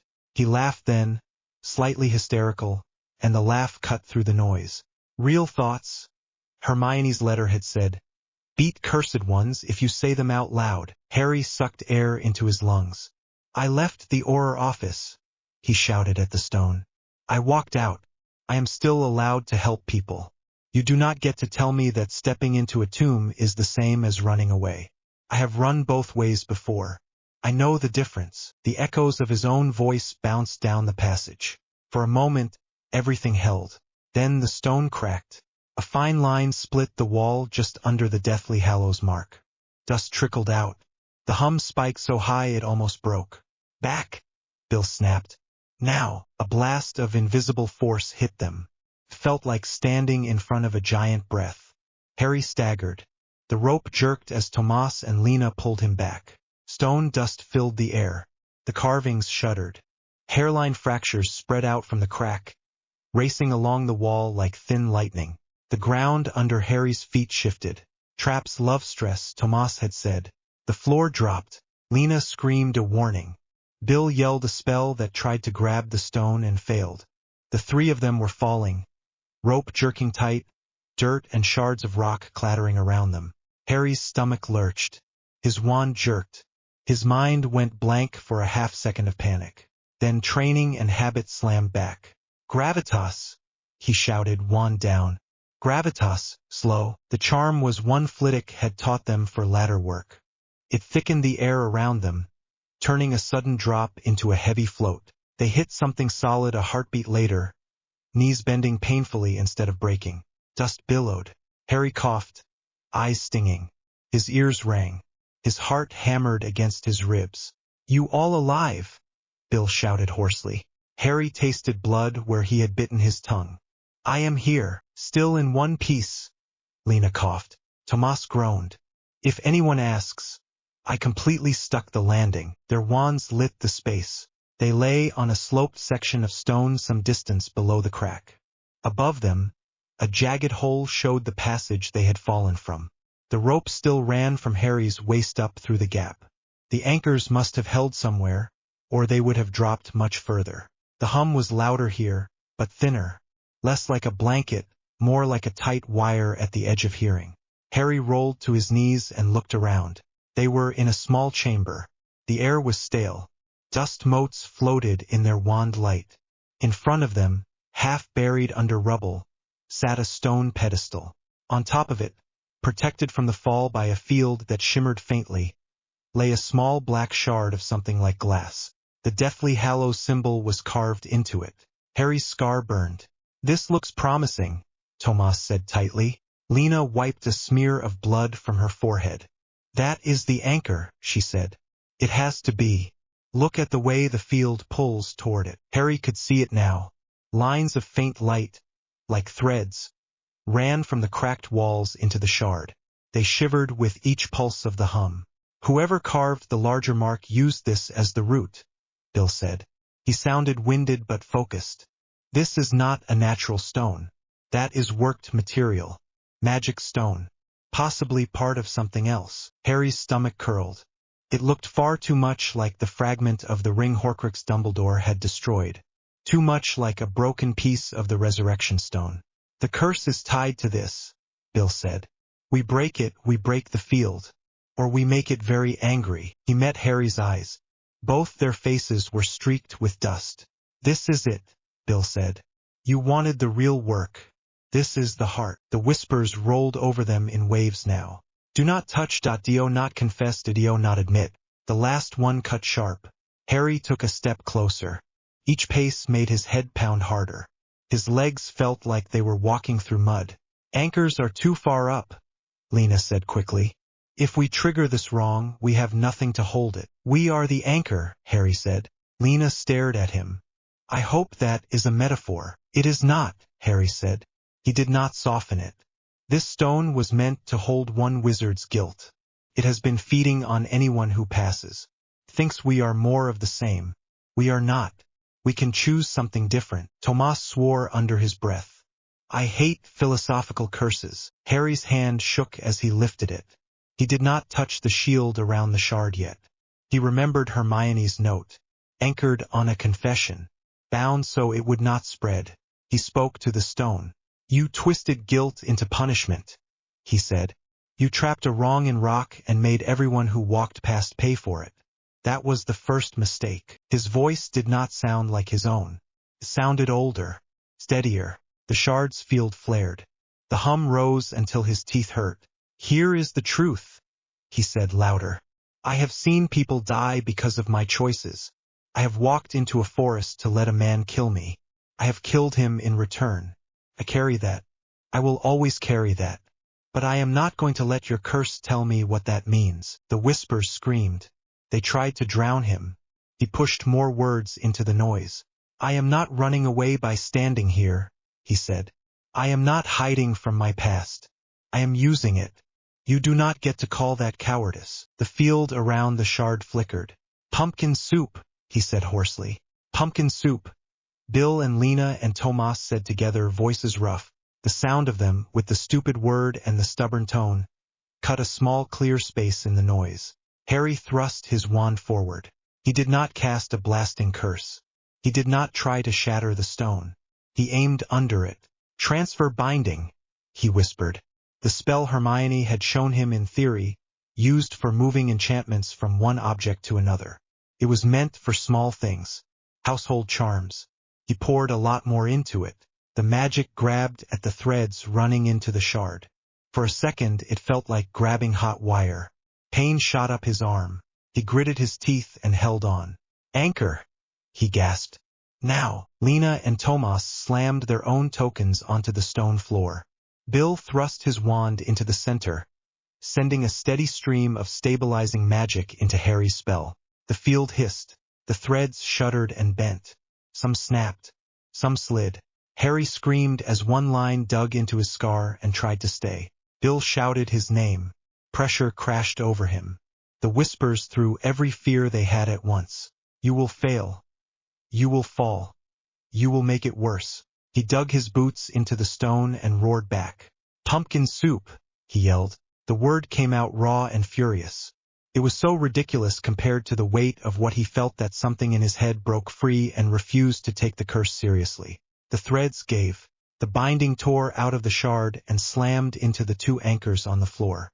They glowed white-hot. The metal warped. The stone under them cracked. For a moment the hum in the chamber was a scream. Then silence. Harry fell to his knees. His wand clattered from his hand. His ears rang. His scar ached like an old bruise. He sucked air in hard, then harder. The air tasted stale but clean. No pressure. No whisper. Lena staggered back and sat down heavily. Tomas leaned on the wall, shaking. Bill swayed, then caught himself and laughed once, weak and delighted. You did it, he said. You actually did it. Harry looked up at the shard. It lay dark and dull now. No shimmer. No threads. The Deathly Hallows mark was still there, but it was just a mark on stone. His scar barely twitched. He reached out with a gloved hand and nudged it. Nothing happened. Relief crashed over him so hard he started to shake. Bill crouched and gripped his shoulder. "Breathe," he said. "Slow. You are still here." Harry nodded, eyes stinging. "We broke it," he said, voice rough. "We redirected it," Lena corrected quietly. She looked at the warped anchors. "Most of its binding is burned out. Some may still cling to the walls, but the center is gone. That should ease the field." "Ragnark will complain we destroyed 2 anchors," Tomas said. "He can bill the curse." Harry laughed, sharp and thin, then bent over until his forehead touched the cool stone. For a moment he let his body shake. He had not done this alone. He knew that. Bill's magic had steadied his. Lena's knowledge had found the confession phrase. Tomas had pulled him back from the edge. But his own choice had mattered too. He had stood in front of an old crime and refused to accept its verdict. Getting back up to the main passage took work. Bill sent a flare up through the crack. The goblins responded fast, lowering ropes and boards. It turned into a messy climb, with Tomas grumbling in for languages and Lena swearing at a lump on her shin. But eventually they hauled themselves out. Ragnark leaned over the hole as Harry pulled himself up. His eyes were sharp. "Report," he said at once. Bill wiped his face with his sleeve, leaving a smear of dust. "We found the anchor," he said. "A worked stone with an unfamiliar mark. We unbound it." The field dropped. Ragnark's gaze flicked to Harry, still on hands and knees, breathing hard. "Without collapse of the passage," he observed. "Mostly," Tomas said, glancing at the new hole. Ragnark made a low sound that might have been approval. "The hum is weaker," he said. "I can feel it even up here." He held out a hand. "The stone." "Show me." Harry fumbled in his pocket and pulled it out. The shard felt cool and ordinary now. He placed it in the goblin's palm. Ragnark turned it over, squinting. His fingers traced the carved symbol, then the edges where the threads had been. "You shifted the gilt," he said quietly. "Interesting. Can you tell what it was tied to?" Bill asked. Ragnark shook his head once. "Not yet," he said. "This will go to the vault archives. The old ones may see more in it. What matters now is that the field no longer threatens the team." He tucked the shard into a leather pouch at his belt. "You have earned the right to approach the vault," he said. Gringotts is satisfied. Coming from him, that was almost a warm hug. Harry sat back on his heels and tried not to grin like a child. His head still hurt. His legs still shook. He felt hollowed out. He also felt something else. Not triumph. Not exactly, right? They spent the rest of the day checking the lower passage. Without the anchor, the hum was a faint murmur at the edge of hearing. Harry still felt it, but it did not push into his thoughts. The air moved more freely. The ground did not shift under their feet. A few minor wards still sparked at them when they stepped wrong, the magical equivalent of an angry cat. Tomas dealt with those with simple counter-charms and muttered insults. At the end of the passage, a heavy stone door waited. The Gringotts crest had been carved over the original markings long ago. A faint line of gold shimmered around the edges. "The client vault," Bill said. "All that drama just to reach this." Lena rolled her shoulders. "If the vault owners knew what their ancestors did to the land, I doubt they would sleep well," she said. Harry eyed the door. "Can we find out?" Bill shrugged. "Client confidentiality is serious," he said. "The goblins will not just show us the ledger, but sometimes names slip." Ragnark arrived with 2 goblins carrying ledgers and metal tools. He listened to Bill's report on the remaining wards, then nodded. "The vault predates the statute," Ragnark said. "It was moved here when Gringotts expanded. The original owner is listed as a private conglomerate. Several families. No single name." Harry frowned. "Any symbols?" Ragnark gave him a sharp look.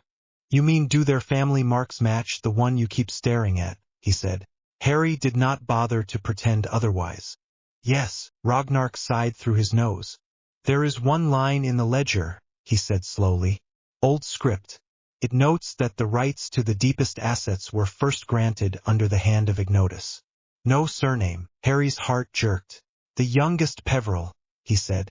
The one with the cloak. Ragnar's eyebrows rose. You know the story too well, he said.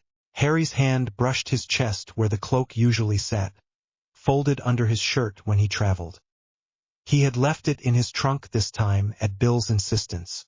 Goblins did not like people bringing invisibility inside their banks. He was my ancestor, Harry said. On the Potter's side. The cloak came down to me. Ragnar looked at the door, at the symbol he knew Harry had seen at least twice.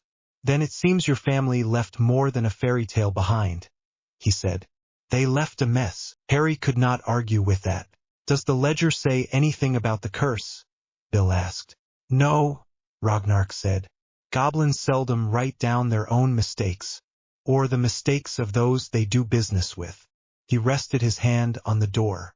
The important part is that the vault is now reachable. The rest is history. He signaled to the goblins at his back. They stepped forward, tools ready, and began the careful work of waking the door safely. Harry stepped aside and let them. His job here was done. For now. That evening the camp felt different. The goblins were still brisk and sharp, but there was a slight lift in their voices. The workers in the upper levels moved with less tension in their shoulders. Even the air seemed easier to breathe. Lena sat at the table with a bandage over one eyebrow and a mug in both hands. Tomas lay on his back in the dust near the fire, legs stretched, staring up at the stars. Harry sat beside Bill with his journal open, trying to capture the details of the day before they blurred. His hand shook a little, but the lines on the page were legible. You wrote down pumpkin soup, Bill observed. I am not going to forget the word that saved my brain, Harry said. Even if it makes me hungry every time I read it. Ginny's letter sat beside the journal. He had read it again after they came back up. The paper was a little creased now. Bill leaned back on his bench, stretching his back until it clicked. You handled yourself well, he said. You did not let the curse decide who you are. Harry looked down at his scar. I had practice, he said. Bill nodded. I know, he said. That is why I trusted you with this. You do not just endure. You learn. Harry snorted. Sometimes I just endure. Bill took a sip from his mug. You tried to move the whole binding at once, he said. That was dangerous. It worked. Next time we find a thought curse anchored like that, we will have a better pattern. We can build a specialized anchor that does not melt. Ragnar will like that, Harry said. Ragnar likes anything that saves him buying new equipment, Bill said dryly. He also likes not losing curse breakers. You made him money today and you did not die. You are in his good books. Harry thought of the little shard in the goblin's pouch. A fragment of some Peveril artifact, soaked in guilt. The Deathly Hallows symbol carried more than he had thought. What do you think that stone was? He asked. Do you think it was part of the resurrection stone? Bill frowned. The stone was supposed to be a single piece when it sat in that ring, he said. Dumbledore told me that much. If this is a fragment, someone might have tried to copy it. Or break it. Or both. Harry's skin crawled. The stories about the Hallows were never really about control, he said. They were about people thinking they could outsmart death and making everything worse. This fits. Bill grunted. You are learning the right kind of cynicism for this job, he said. Either way, we mark it in the report. If this symbol appears again, especially near curses that talk in people's heads, we know to be twice as careful. Harry closed his journal. The words pressed on the page. After the vault is open, he said, and the goblins are happy, can we go to the valley? Bill did not answer at once. He looked into the fire, face-lined. We will not be able to charge the bank for that, he said. Travel, equipment, risk. That will be on us. I have money, Harry said at once. Too much, if you ask Molly. Bill gave him a sidelong look. This is not about your vault, he said. It is about how we spend our lives. The bank wants me on another contract in Asia after this. There is a site under a monastery that has been waiting.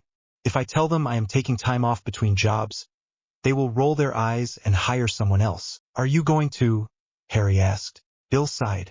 Tempting, he said. But the monastery job sounds dangerous in a quiet way. If they send someone who does not respect that, people die.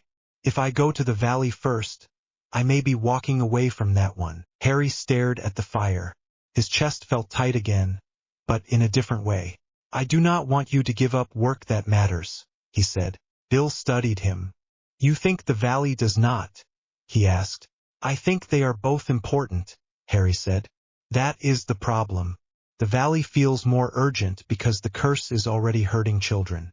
The monastery curse may not have broken yet. Lena looked over from her seat. You know there will always be another valley, she said. Another monastery. Another vault. You cannot fix all of them, Harry. I know, he said quietly. But I met that man. He looked at me like I was his last hope. I cannot write to him and say sorry. I was busy in Asia. Tomas rolled onto his side and propped his head on one hand. You are allowed to care more about the faces you have seen, he said. It is a human brain thing. Goblins think it is stupid. I think it is the only reason we keep doing this. Bill rubbed the bridge of his nose. All right, he said. Here is what we will do. We finish this job properly. We get the vault open and the field stable. I send Ragnark my final report. Then I tell the bank I am taking personal leave. They will complain. They will pay me less next season. I will survive. He looked at Harry. We go to the valley. We treat it as what it is. Not a favor. Not an extra. A job. We prepare for it as carefully as we did for this. No running in with a wand and a feeling. Harry swallowed. Thank you, he said. His voice came out rough. Bill shrugged. You brought them a curse they will put in their books, he said. You saved them anchors. You survived. You have earned a say in where we go next. Lena lifted her mug. To pumpkin soup, she said dryly. Tomas snorted. To curses that are too stubborn for anyone else. Harry raised his cup. To not letting old guilt decide what we do with our lives, he said. They drank. The fire crackled. The stars moved slowly overhead. The desert night wrapped itself around the little camp. Harry felt tired to his bones. His head still hurt. His scar ached. Under all of that, something settled. He had quit being an Auror because it felt wrong. Here, in the dust with curses still clinging to his clothes, he felt more himself than he had in that office. He had stood in front of an old Peveril mistake and refused to repeat it. Far away, in a narrow valley hemmed in by hills, a boy slept without scratching the wall for the first time in weeks. The whispers that had pressed against his thoughts for months faltered. They tasted the change in the pattern all the way along the thread that led to Egypt and recoiled. For a few hours, the night there was almost quiet. Harry did not know that yet. He only knew that tomorrow he would go back into the upper galleries one more time, check every line, make sure no echo of the curse waited to bite the next team. Then he would write a letter to a man whose name he still did not know, and tell him 3 simple words. We are coming. The jungle pressed in on Harry from all sides. Heat clung to his skin like a wet cloak. Every breath tasted of damp earth and rotting leaves. The canopy overhead was so thick that the light came down in narrow columns, almost like spotlights, leaving everything else in a dim green gloom. Insects sang in a constant, grating chorus around him.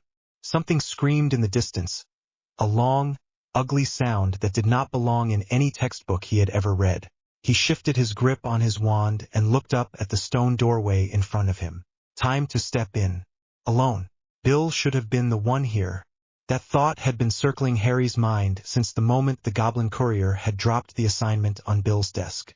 But Silas Thorne was out there somewhere, tearing at wards and runes with raw power. Gringotts had made a choice. Bill was tracking the rival. Harry was the one sent into the jungle, into the ruins of a civilization that had simply vanished. Harry dragged his attention back to the stone. The doorway was carved into the side of a moss-covered mound, half swallowed by roots. Faint runes crawled across the stone, not the clean shapes he knew from Hogwarts textbooks, but twisted and layered, as if several scripts had grown together. He raised his wand.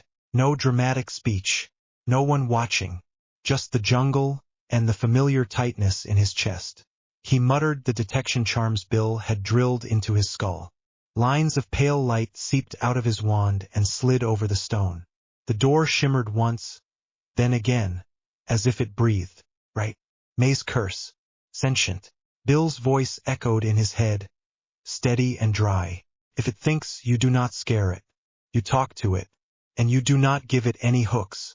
No rage, no panic, no uncontrolled magic. Sentient curses feed on that. Harry swallowed and forced his shoulders to loosen. All right, he said under his breath. You want to keep people out. I just want to look around. The stone did not answer, obviously, but the light shifted. The faint runes brightened, then thinned out in the middle, revealing a narrow passage beyond. A bead of sweat ran down Harry's neck.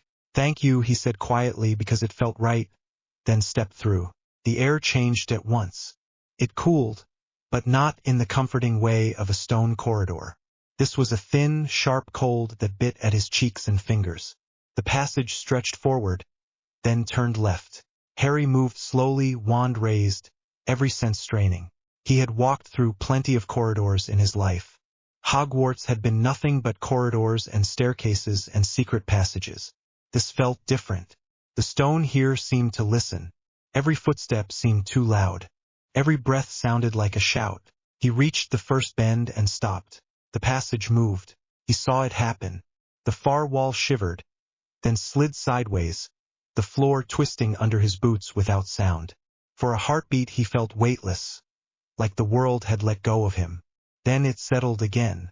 When his stomach caught up, the passage no longer bent left. It opened onto two possible paths in front of him. Brilliant, he whispered. So you really do move. May's curse that adjusted to an intruder's path. Bill had said it with a sort of grim respect. Tests you. Each decision is a question. Take the wrong path, it feeds on you. Harry did not move at once. He lifted his wand and cast another detection charm, then a second, more focused one, the one Bill had built from Egyptian patterns. Runes glowed faintly along the floor of both paths, but one pulsed just a little faster, like a heartbeat after a sprint. You are more interested in that way, he murmured, nodding to the right. So I am going left. He took the left corridor. The runes under his boots dimmed, then flickered, irritated. The walls drew a little closer. He kept going, step by step, choice by choice. Every time the passage split, he measured the faint pull of the curse, the spots where the magic thrummed with hunger, and walked away from it. Not out of fear, out of stubborn spite. You do not get to lead me by the nose, he thought. Time blurred. The jungle sounds faded once he was deep enough, replaced by a dull, constant hum in the stone, like the noise of a distant storm. Sweat soaked his shirt. His legs ached from the careful, controlled pace. Finally, the corridor opened.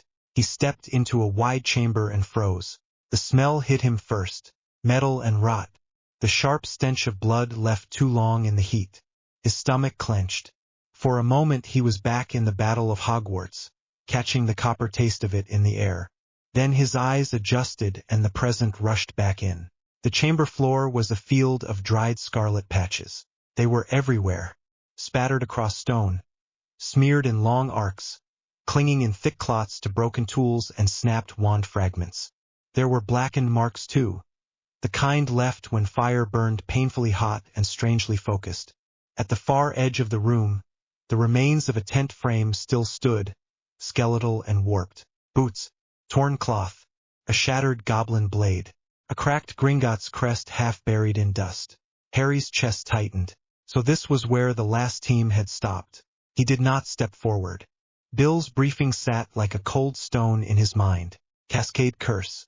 Touch the blood and it uses you like a fuse. You explode. Your blood becomes the next trap. Chain reaction until nothing remains. Harry swallowed. His mouth felt dry. Right, he said softly. No stepping in that. He tried to breathe through his mouth. It did not help. The stink of burned flesh and old magic settled on his tongue. The safe path was not obvious. The blood spread in droplets and streaks, criss-crossing from one wall to another. Some places were dry and cracked, but Bill had been very clear. Do not trust the way it looks. The magic sits in the pattern, not the shine. Harry raised his wand. He whispered the most delicate detection charm he knew, the one that traced active curses without disturbing their structure. The tip of his wand glowed pale blue. As he swept it over the nearest stain, the light deepened to a dangerous red. Still active, he muttered. Of course you are. He stepped back and let his eyes scan the room again, more slowly this time. There were gaps, tiny ones, strips of bare stone as thin as a hand span between patches of cursed blood. A narrow ridge near the left wall, the top of a fallen pillar that must have crashed before the final cascade took everyone. His heart sped up. He could make a path. Maybe. Bill would say I should mark it all and wait for a full team, he said under his breath. Except there is no time for that. And you knew that when you handed me the scroll, you grumpy git. Talking to himself helped. It kept him from staring too long at the charred outline of what had once been a human body. He tested the first step with the toe of his boot, checking the stone for even the faintest smear. Clean. He shifted his weight and stepped onto the narrow ridge. The blood on either side rippled, as if annoyed. The room hummed in response. Easy, Harry whispered. I am not touching you. He moved. Every step was deliberate. He balanced on broken stone and twisted metal, felt the floor wobble under him and forced his muscles to stay steady. Once his boot slipped. Instinct made him throw his arms out. Fingers hovered above a spatter of dark red, close enough that he could smell the dried iron. Do not touch. Do not touch. His hands shook. Sweat slid down his temple and into his eye. It stung. He blinked hard, pulled his hand back, and let out a rough breath that sounded too loud in the dead chamber. That is one way to wake up, he muttered. He took the next step. When he reached the center of the chamber, the humming changed. It rose in pitch, pressing at his ears, then dropped low, almost inaudible. The air thickened around him, felt like he had walked into a storm cloud. The curse is watching, he thought. He glanced at the far wall. An archway waited there. Another passage beyond. A sliver of dark. He had 5 or 6 more carefully placed steps before he reached it. He began to move again. First step. Second. Third. On the fourth, the world shivered. The humming broke apart into whispers. At first he thought it was the jungle, sneaking in through cracks in the stone. Wind in the leaves. Then the sound sharpened and words formed, soft and clear, coming from everywhere and nowhere at once. Harry. His foot slammed down a little too hard. The stone under his boot groaned. His heart lurched. Harry, the voice repeated. You never listen, do you? He knew that voice. Serious. Harry stared straight ahead. If he looked down at the blood, he might see faces in it. If he looked back, he might lose his balance. No, he said. His voice came out rough. No, you are not here. That is right, Sirius said lazily. The sound seemed to drift down from the ceiling, as if his godfather sat on a beam just out of sight. I am not here because you got me killed at the ministry. Remember that. Remember the way you sprinted into a trap because you thought you knew better than everyone else. Harry's grip almost slipped. The air smelled of smoke now, not jungle damp, not blood. Phoenix song echoed at the edge of hearing.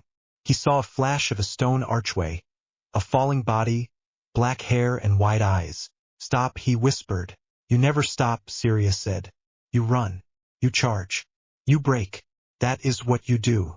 Now you are here, and some group of curse breakers already died because you took too long learning the basics. The whispers thickened. Other voices slid in. Cedric's, clear and young. Take my body back, will you? Except you did not. You left it for someone else. Dumbledore? Calm and disappointed. I asked you to trust me, Harry, and you always thought you knew better. This is simply the result. The chamber leaned around him. The blood on the floor seemed to pulse in time with his heart. Whispered madness. Bill had warned him this curse liked to dig its claws into the mind. Like Dementors, but worse. It did not show you memory. It rewrote the memory in real time, shifting blame, pushing guilt, sharpening every mistake until you could not breathe. Harry squeezed his eyes shut and forced them open again. Not now. Not here. He took another step, boots scraping stone. The whispering rose in volume. The voices overlapped. Sirius laughed. A harsh, broken sound. Cedric begged. Dumbledore asked questions in that tired way he had used in his office when Harry was 14. You are using Parseltongue again, are you? Dumbledore said mildly. How very like him. Voldemort's high, cold laugh cut through the others, and for a second Harry tasted the graveyard air from Little Hangleton, smelled the grass and the potion and the chalk lines on the ground. His hands shook. He could feel the curse trying to push into the gaps in his mind, the places where fear and regret still lived. It pressed on every old wound, every what if and if only he had carried since he was 11. Occlumency, he thought. Now, he braced himself and dragged up the technique Snape had hammered into him. Not the cruel words or the pain, but the core idea. Close the mind. Build walls. Hold the line. He pictured a door. A simple one. Wood solid with a latch. He visualized closing it gently, not slamming it. The voices in the chamber blurred. Sirius faded a little. Cedric's accusation slid sideways. Dumbledore's sigh softened. The whispers did not vanish. They shifted. It was like trying to hold back an ocean with his bare hands. The water did not stop. It simply went around his fingers, looking for another way through. His pulse hammered against his skin. He heard it in his ears, felt it in his throat. Occlumency will not save you. That new voice was not anyone he knew.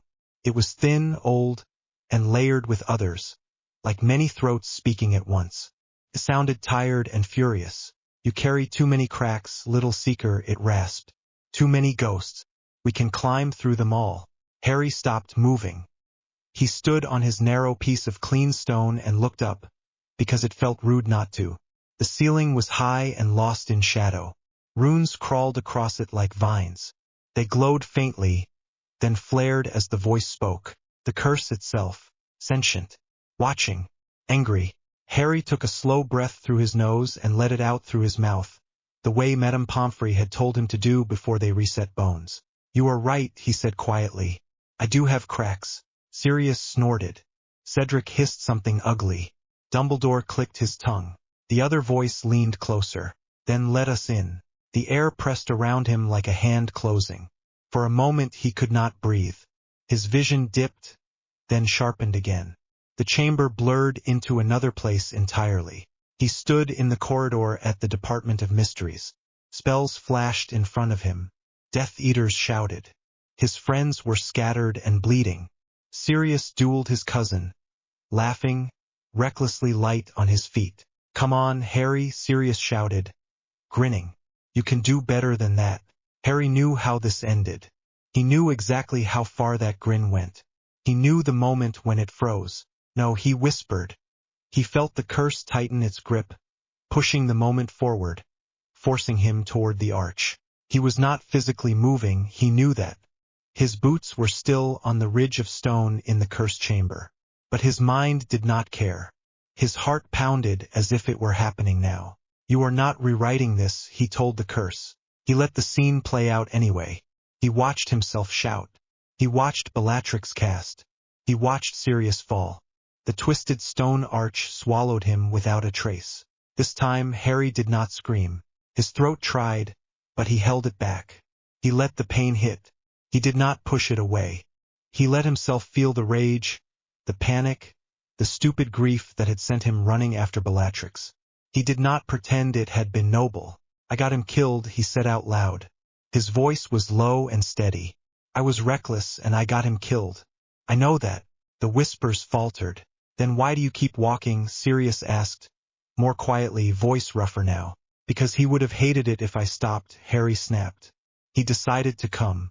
He chose to fight. It was not only me. I am not the center of every decision other people make. The arch dissolved like smoke. The chamber came back into focus for a few seconds, then blurred again. Now it was the graveyard. Cedric lay dead on the ground, eyes open and empty. Wormtail's knife glinted wet. Voices chanted around him, high and cold and eager. Harry let the memory sit. It hurt in a different way. I told you to take the cup together, Cedric said. His eyes shifted in a way they never had in real life, turning dark and accusing. Look where that got me. I know, Harry said. His throat felt tight, but he kept going. You died. It was unfair and it was wrong, and it still makes me sick to think about it. He crouched. The memory version of his body did not move, but his mind image did. He looked Cedric in the eyes. You told me to take your body back, he said softly. I wanted to. I could not by myself, not with Death Eaters shouting and Voldemort right there. I dragged you across the grass anyway. That does not feel like selfishness. That feels like the best I could do while terrified and half dead. Cedric's expression flickered. That is a convenient story, he said. But his voice had lost some of its edge. It is not convenient, Harry said. It is ugly and heavy and I still hate it. But it is true. I did what I could. I would still do more now if I could. But I cannot. That is the point. I cannot fix everything. I can only try not to waste the fact that I am still here. The graveyard faded. The chamber swayed. Harry grabbed for balance, teeth clenched, every muscle screaming. His head pounded. Sweat soaked his back. A dull ache spread behind his scar. The curse had not given up. He could feel it probing for another angle, another weak spot. Dumbledore appeared next. Not in any specific place, just in that strange floating way, as if his presence was enough to fill the room. His beard moved in an invisible breeze. His eyes were sharp and tired. You have always thought you know better, Dumbledore said quietly. Now you twist ancient magic to your own ends. How long until you become what you fought? Harry almost laughed. Came out raw and humorless. You have some nerve, he said. You carried a cursed ring on your hand because you needed to see your family again. You gave me a cursed object to carry around for a year and expected me to let Voldemort kill me at the end. You were not exactly pure and untouchable. Dumbledore's eyes narrowed. Careful, Harry. You stand on dangerous ground. I know exactly where I stand, Harry shot back. His voice echoed off the stone. I have used Imperio. I have used Cruciatus. I have lied. I have walked straight toward death because it would save people I loved. I am not clean. I am also not him. I am here in this curse because I want to stop people like Silas from ripping the world apart for fun. That is the line. I know my worst moments, and I am still choosing to be better now. For a moment there was silence. Even the hum of the curse seemed to hold its breath. Then the many-layered voice spoke again, closer this time, almost inside his head. You admit it, it whispered. You are not innocent. No one is, Harry said. Least of all the people who built you. He let himself think about them. Not as vague evil wizards, but as real people who had once stood in this jungle. A civilization afraid of invasion. Afraid of losing what they had built. Afraid of outsiders who would steal, enslave, or wipe them out. Fear like that did not vanish when a curse was cast. It settled into the magic, into the patterns. It twisted over centuries, but the roots stayed the same. You are made from terror, he said softly. From people who were tired of being hurt.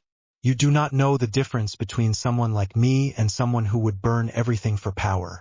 You just attack anything that walks in. The stone under his feet vibrated. The blood around him quivered. You will hurt me if you can, Harry went on. You will break my mind if you can. That is what you were made to do. I am not here to pretend that is nice or to forgive whoever created you. I am here to stop it from eating more people who did not deserve it. Something shifted in the air. The pressure around his head loosened, just a fraction. The curse was listening. He thought of Ginny then, not on purpose. It was just where his mind went when he needed something solid. He saw her sitting at the kitchen table at the Burrow, hair pulled back, ink on her fingers as she marked up a Quidditch article. He heard her voice from the last flu call, steady and annoyed and warm. It is a hammer, Harry. You get to choose whether you build or destroy. He grabbed that memory with both hands. Not to block the curse. To give himself something honest to stand on. I am not sorry I used those curses, he said quietly. Not in the way you want me to be. I hate that I needed them, but I do not regret saving my friends. I do not regret surviving. I do not regret still being here to fix things. You cannot use my guilt against me, because I am done pretending I have to be spotless to do the right thing. The whispered madness surged once, like a wave hitting a rock. It broke over him, loud and ugly. Sirius shouted. Cedric cursed him. Dumbledore scolded. Voldemort laughed. For a few seconds his vision went white at the edges. Then it all fell away. The chamber settled back into itself. The smell of old blood returned in full, but the whispers faded to a low murmur, like storm clouds moving off. Harry sagged, shoulders dropping. His legs trembled. The runes on the ceiling dimmed. "You have no hold," the curse murmured, sounding smaller now. Less like many voices, more like one. "You accept what you are." Harry licked his dry lips. "No," he said. "I know what I am. That is different." He lifted his wand. His hand shook, but he tightened his fingers until they steadied a little. If the curse was sentient, then its matrix was not just random lines of power. It had structure. It had a core.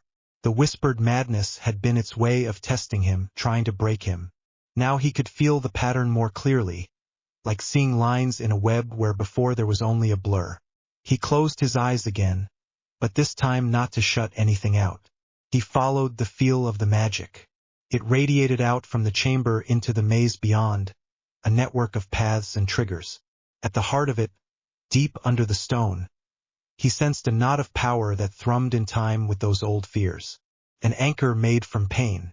He spoke softly, not in Latin this time, but in English, letting his intention do most of the work. "Finite," he whispered, then added the counterstructure Bill had taught him, layering it slowly, deliberately, with all the care he had practiced over dull weeks in safe rooms. He did not rip at the knot. He unwound it, thread by thread. "This ends," he said. "Not with more death.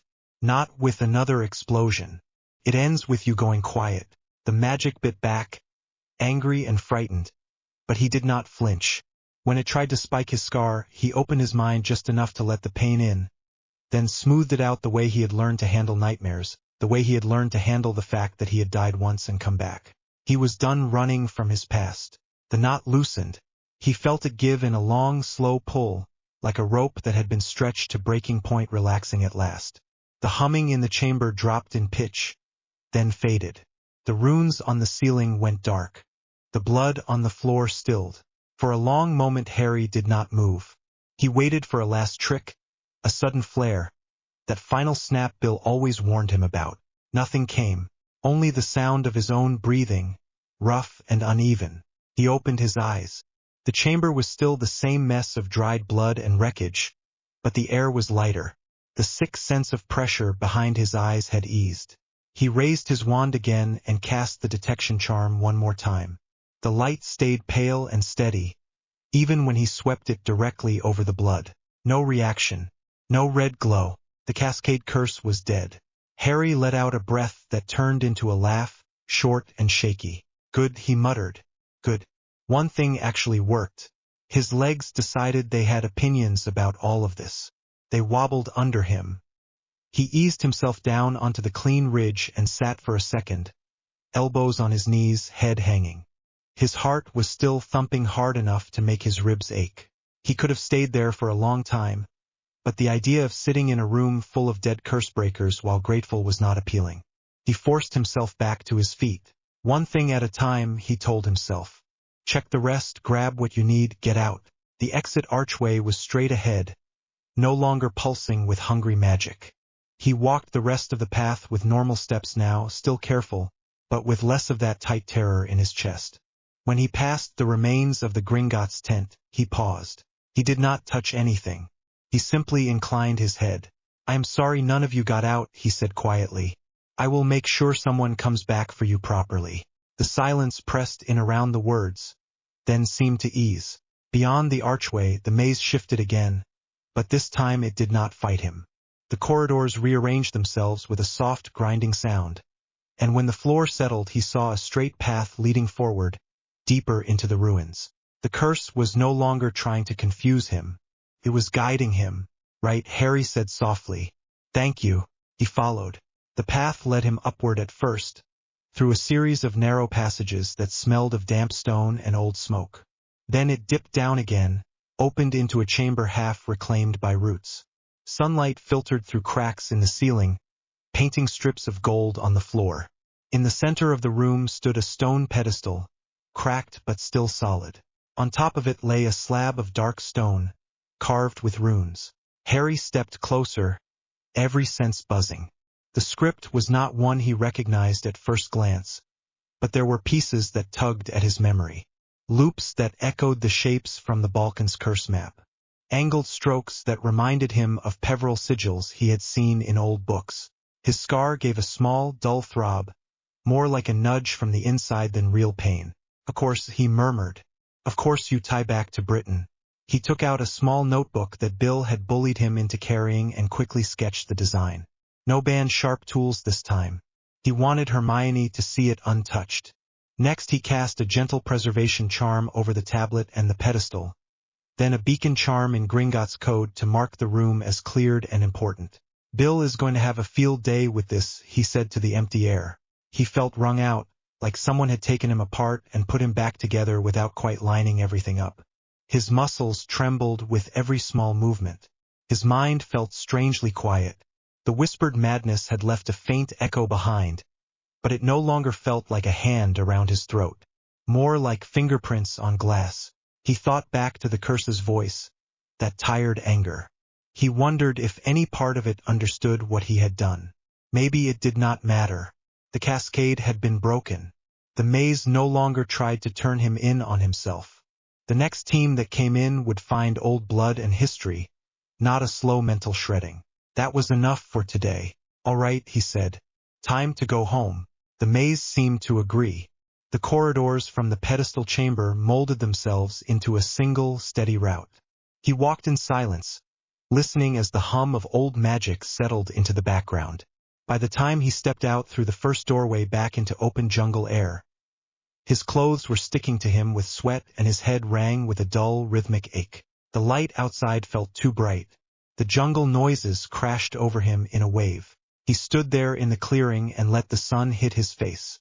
For a second his knees tried to fold. He caught himself on a root and laughed again, weaker this time. The goblin liaison who had escorted him to the site waited at the edge of the clearing, under a twisted tree. The goblin's narrow eyes widened a fraction when Harry appeared alone. "Curse breaker Potter," the goblin said. "You return." "Mostly in one piece," Harry answered. His voice sounded rough but steady. "The maze is stable. The cascade is gone. There are remains inside. They will need proper handling, very careful ward work. I would not send anyone in without prep." The goblin inclined their head. "We will arrange a team." "And the core curse?" Harry nodded back toward the doorway. "It still exists," he said. "But it is not hunting anymore. It listens. If you go in with greedy idiots, it will probably wake up again. If you go in with respect and sense, it might stay quiet." The goblin studied him for a long beat. "You speak of it as if it were a person." "Felt like one," Harry said simply. "Just one that has been afraid for a very long time." The goblin grunted. "Bill Weasley will want a full report." "Bill can have as many reports as he likes," Harry said, "after I sit down and drink a very large amount of water." There was a flicker that might have been amusement in the goblin's eyes. They disapparated together to the nearest Gringotts base in South America, a reinforced stone compound hidden behind layers of wards and thick trees. The sudden quiet of the warded hall made Harry's ears ring. The familiar gold and green crest on the wall looked strange in this context, as if someone had picked up a corner of Diagon Alley and dropped it in the middle of the jungle. A healer which swept over at once, wand already raised, eyes sharp. She checked him for curse residue, internal damage, and any trace of cascade reaction. Harry stood still and answered questions as best he could. "Your mind feels stressed," she said eventually, eyes narrowing as she checked his scar. "You have been under a mental assault." "Sentient curse," Harry said. "It went for guilt." I pushed back. "We came to an understanding." Her eyebrows climbed. "That is not a phrase I like to hear about ancient magic," she said dryly. "But you seem intact. You will have nightmares for a bit. That is normal. Sleep with a grounding charm on the room. If you start hearing voices while awake again, report in at once." "I always hear voices," Harry said. "They usually belong to Weasleys." The healer snorted before she could stop herself. "Get out of my ward," she said. "You are cleared. Try to eat something that is not dried ration bars."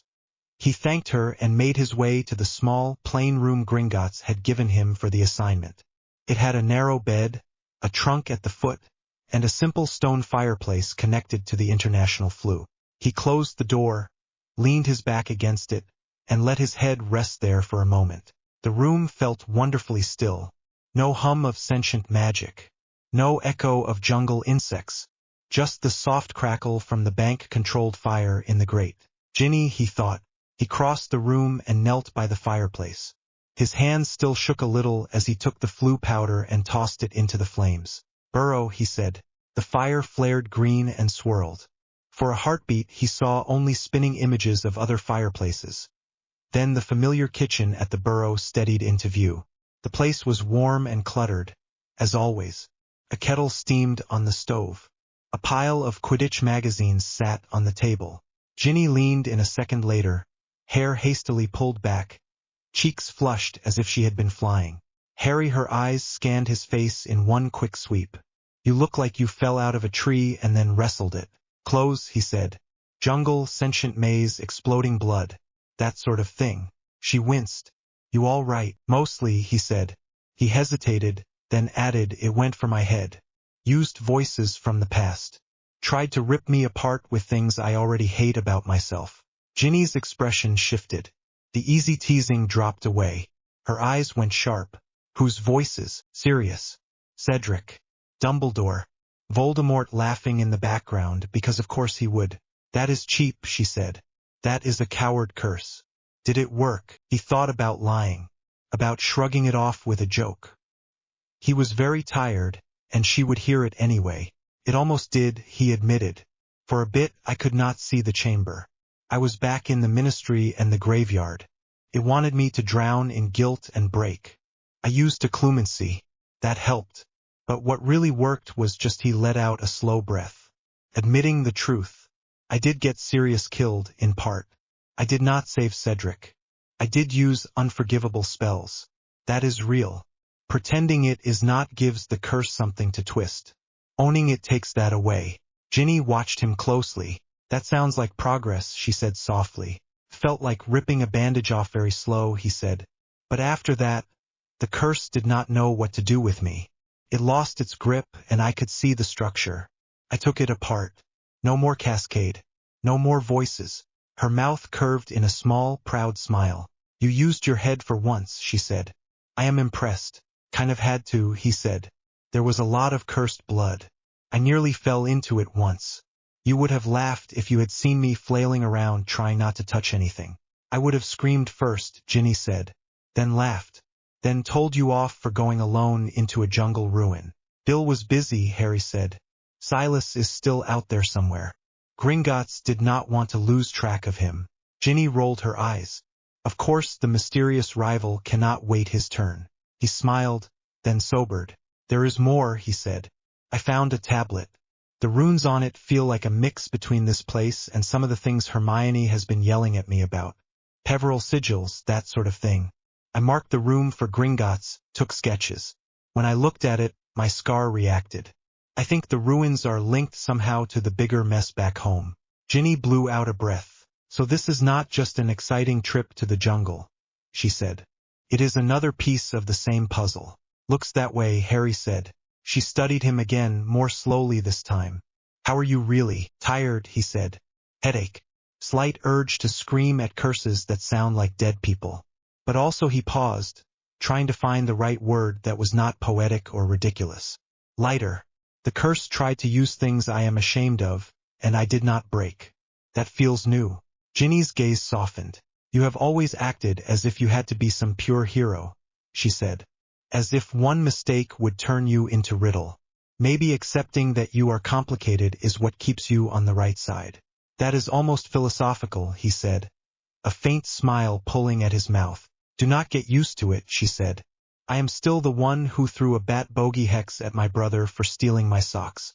My depth is limited." He laughed, genuine this time. The sound eased something tight in his chest. "I will be back soon," he said. "Bill will want to drag me to some Himalayan temple next, I am sure.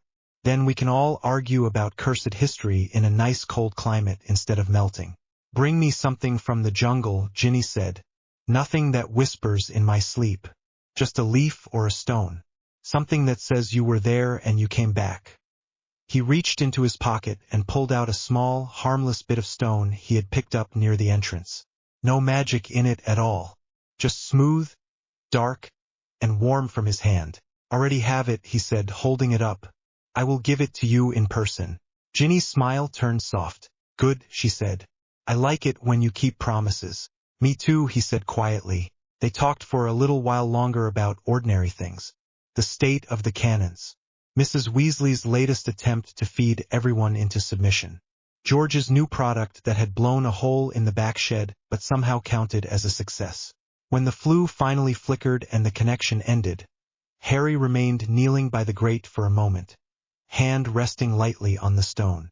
The jungle was still out there. Silas was still somewhere, tearing at magic he did not respect. The bigger pattern was still unresolved. But today, in one cursed ruin, something had changed.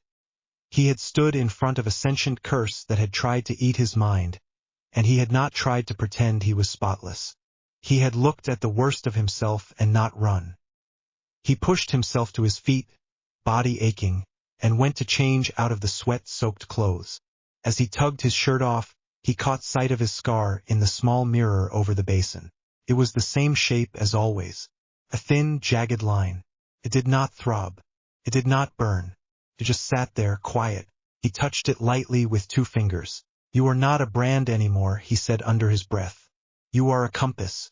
Just not the one everyone thinks. The mirror did not answer.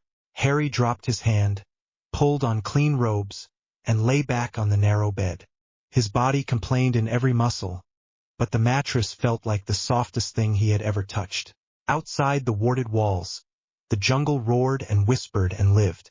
Inside, Harry Potter closed his eyes and let himself drift, not into memory, but into a sleep earned by hard work, ugly honesty, and one more curse broken. The wind clawed at Harry's face as he climbed. Snow stung his cheeks and found every gap in his cloak. The path was not really a path at all, just a narrow ledge carved into the mountainside, half buried under fresh powder. One wrong step and there was only empty air and a long drop into cloud. His lungs burned with every breath in the thin, cold air.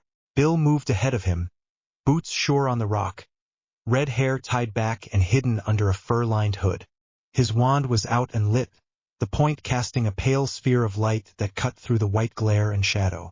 Keep your weight low, Bill called over his shoulder. His voice was steady despite the wind. If the snow gives, fall toward the rock, not away from it. Excellent time to mention that, Harry muttered. His teeth chattered as he spoke. He dug his boot in, felt it hit ice then stone, and forced himself upward another step. The mountain air tasted clean and sharp. Somewhere below, faint and distant, Harry heard the low roll of thunder, except there were no storm clouds above them. The sky was a hard, clear blue. That thunder was magic. They were close. The ledge curved inward and widened slightly.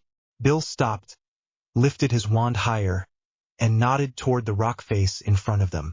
At first Harry saw only rough stone dusted with snow. Then his eyes adjusted and he picked out lines carved into the rock, half worn away, half filled with ice. Circles within squares. Straight lines that bent at sharp angles. Patterns that seemed simple at first glance, then refused to settle into anything familiar. This is it, Bill said quietly. The outer gate of the Nexus Temple. Harry stepped closer. The patterns pulled at his eyes in a strange way. They did not twist like the runes he had seen in Egypt. They sat, calm and unmoving, but they made his thoughts feel heavier, as if each one had to be weighed before it settled. Chinese system, Bill went on. Old. Mixed with local protections the monks added later. 8 directions. 8 virtues. Every decision inside the temple shifts the balance. Harry reached out with his magic instead of his hand. He let it brush against the carved lines. The stone responded with a slow, steady pulse. Not hungry, not spiteful. Watching. Behind the gate, the thunder rolled again. The sound was closer this time. Silas? Harry asked. Bill grimaced. That is his style. You feel that sharp crack in the middle of the hum? That is raw force through a structure built for balance. He has been tugging at this place for at least an hour. Harry swallowed. His breath turned to mist in front of his face. If he breaks it? Bill did not look away from the gate. The nexus collapses. The dragon lines under this range swing out of alignment. Best case, a valley or two turns into a crater. Worst case, they hit the network under Central Asia. That would make the London Ministry wards look like a school charm gone wrong. So, very bad, Harry said. Very bad, Bill agreed. He placed his gloved hand flat on the carved stone and spoke in a low voice. The words were not Latin. They were a smooth, clipped language Harry did not know, with a rhythm that made the runes glow softly. The patterns lit up, not in one color, but in layers. Pale gold first, then a deeper amber, then a faint icy blue that traced the lines of the squares. The air in front of the rock shivered. Bill exhaled slowly. His breath steamed around his face. This outer gate is a filter, he said. It reads intent. If you try to blast through, it pushes back. If you try to lie to it, it knots. If you come in with a clear purpose, it lets you through. Usually, Harry echoed. That is encouraging. Bill shot him a brief, crooked smile. The monks built this with balance in mind, he said. Yang and yin, action and restraint, knowledge and humility, that sort of thing. We are here to stop the place from falling apart. That counts in our favor. Harry nodded.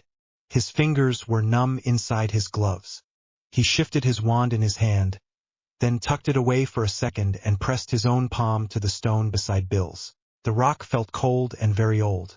For a moment nothing happened. Then a faint warmth spread under his palm. The lines closest to his hand brightened. The gate pressed into his mind. Not in the brutal way of the Amazon curse. This was more like standing in front of McGonagall while she waited for him to explain what he had done. Patient, heavy, expecting an answer. What do you want? The idea formed without words, a weight in his thoughts. Harry did not try to dress it up. I want to keep Silas from tearing this place apart, he said quietly. I want to stop him from hurting anyone else in his hurry to reach whatever is underneath all this. The pressure shifted. And what do you want for yourself? He could have said peace. He could have said an easy life. None of that felt honest here. I want to understand the magic that keeps trying to use me, he said. The words surprised even him. I am tired of being a tool or a symbol. I want to make my own choice about what these old curses are for. The weight in his mind eased. The lines under his palm warmed for a moment, then cooled. The stone in front of them cracked. A thin line appeared, running from the top of the doorway to the bottom. Snow shook loose. The line widened into a seam, then into a narrow entrance just wide enough for two people to squeeze through. Bill pulled his hand back and flexed his fingers. Not bad, he said quietly. You did not lie. That earns you points. Does it care about points? Everything cares about something, Bill said. This one cares about balance. Get your wand out. He is inside already. They stepped through the gap. The air changed at once. The cold was still there, but it lost its bite. It settled into a clean chill that cleared Harry's head instead of numbing his fingers. The tunnel sloped downward, lit by small lanterns set into recesses in the walls. The flames did not flicker. They burned with a steady, clear light. Bill walked ahead, wand up, eyes moving constantly. Silas will have bypassed most of the side paths, he said. He always thinks straight lines are faster. The temple will not agree with that. It will be angry. Angry. This place was built to keep a pattern steady, Bill said. He is treating it like a vault door. It will push back. The thunder in the stone grew louder as they descended. It came in pulses now, like the heartbeat of something buried deep below them. The walls shook with each pulse. Dust drifted down in soft bursts. How did he even find this? Harry asked. Bill snorted.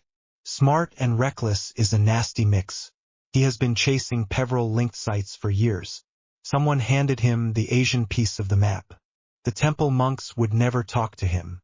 That means he had a guide, or he stole something from a ministry archive or a private vault, or someone inside Gringotts, Harry said.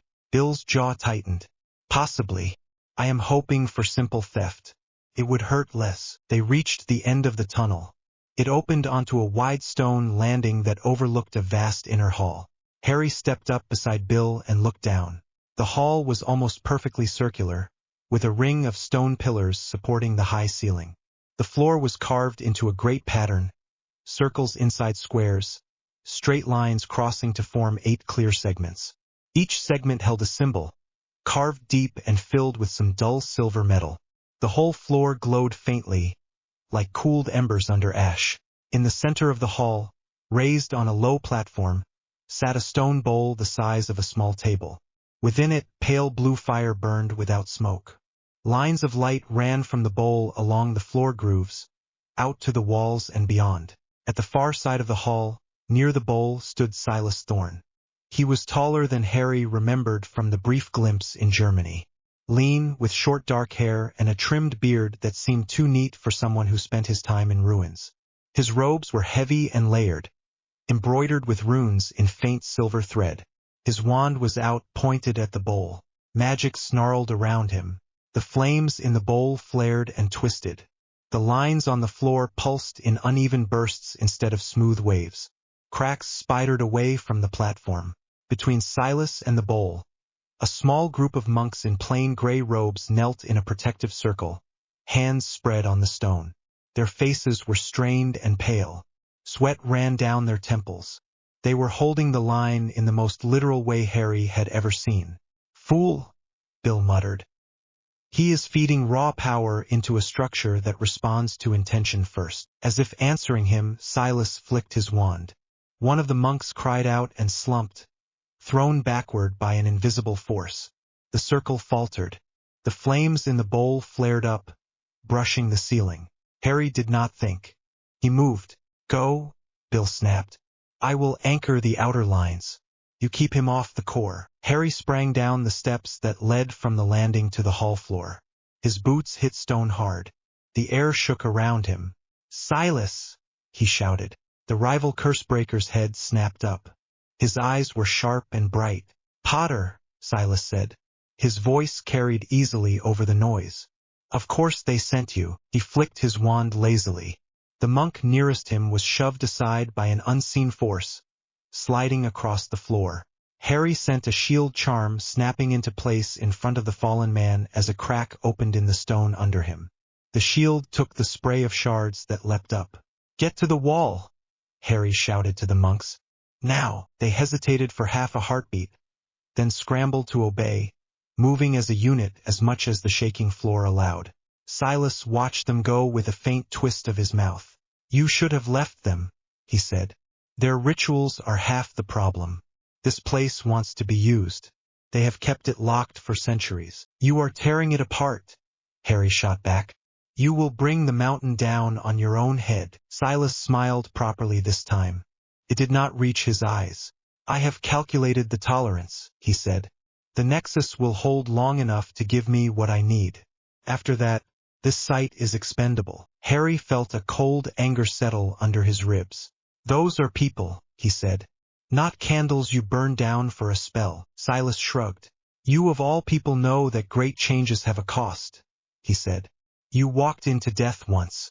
Do not pretend you are suddenly delicate." Bill's voice echoed from the landing above them.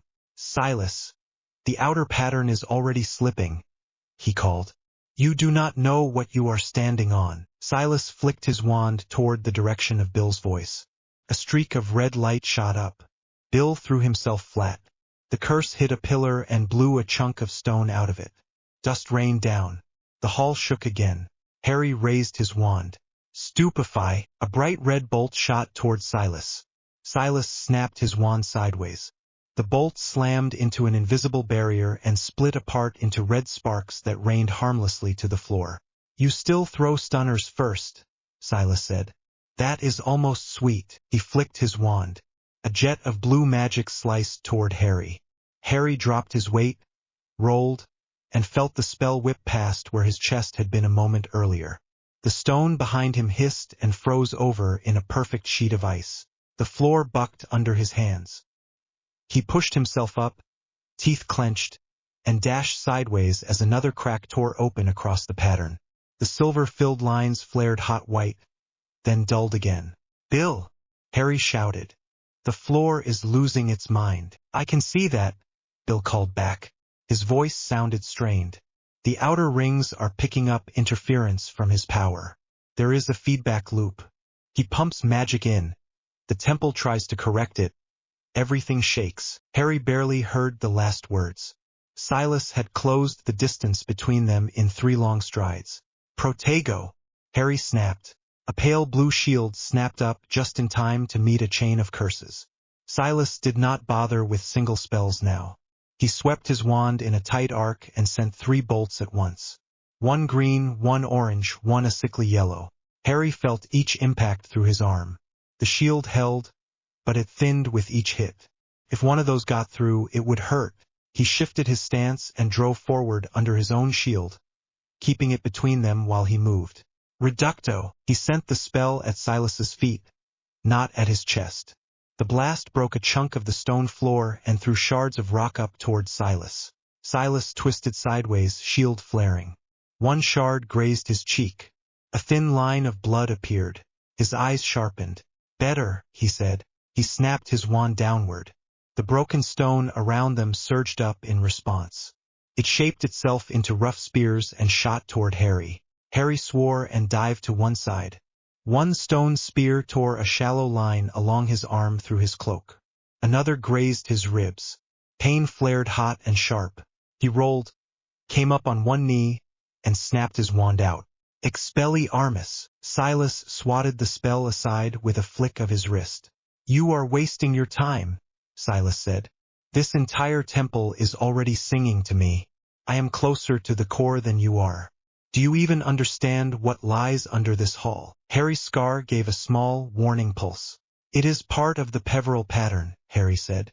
"You think I have not noticed the way every curse we disarm points at the same center?" Silas's smile tightened. "Gringotts has you on a leash," he said. "You are doing their cleaning. I am reaching for the key." The floor under them lurched. One of the silver-filled lines snapped with a sound like breaking glass. A jagged crack opened across the hall. The blue fire in the bowl flared white for a heartbeat, then flickered violently. The monks at the wall chanted louder, voices shaking. Harry felt the surge of wild magic roll across his skin, prickled like pins and needles. His hair lifted with it. "Bill!" he shouted. Bill was already moving. He stood at the edge of the hall now, wand in both hands, tracing rapid shapes in the air. Lines of gold light shot from his wand toward the broken parts of the floor. They did not repair the cracks, but they formed a second pattern over the first, like ropes set over a damaged bridge. "This whole thing is a moral geometry," Bill called. "It was built to amplify certain intentions and cancel others. Silas is pushing raw power into a structure that only wants balanced flow." "In simple words," Silas said without looking away from Harry, "the monks built a lecturing floor. I am giving it something more modern to chew on." Harry dodged another whip of magic and sent a blasting curse at the edge of Silas's shield rather than directly at it. The explosion shoved Silas backward a step and showered him with more dust. "Modern does not always mean better," Harry said. "Sometimes it just means you refuse to learn from people who knew things before you." Silas's eyes flashed. "Power is power," he said. "Goblin banking power, ministry political power, old family ritual power. It all moves through the same channels. Those channels are rotting. I am not breaking this nexus for pride. I am doing it to cut through centuries of hoarded control." "You are doing it by crushing monks and dropping mountains on villages," Harry snapped. "That is not cutting through. That is smashing." Silas's wand movements grew sharper. The spells he sent now were ugly and efficient. Bone-breaking curses, piercing hexes that made the air hiss. Harry dodged, blocked, and countered as best he could, every muscle straining. The hall shook again. One of the pillars groaned. A chunk of stone fell and shattered on the floor between them. "We cannot keep trading shots," Bill shouted. "The pattern is slipping faster than I can brace it." "Harry, the center is key. The bowl is not just a power source. It is a judge." Harry risked a glance at the raised platform. The bowl of fire boiled and swirled. The light that ran along the grooves in the floor looked wrong now, jagged and sharp. "Judge what?"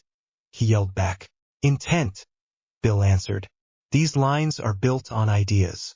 Trust, honesty, balance. They amplify the magic of anyone who matches those ideals and push against anyone who does not. Silas has more raw power, but the structure hates the way he uses it. That is why it is shaking so much." The idea lodged in Harry's mind. If the curse was built as a judge and it already wanted to resist Silas, then someone who fit its rules might be able to do more with less power. Harry's chest heaved. Sweat ran down his back despite the cold.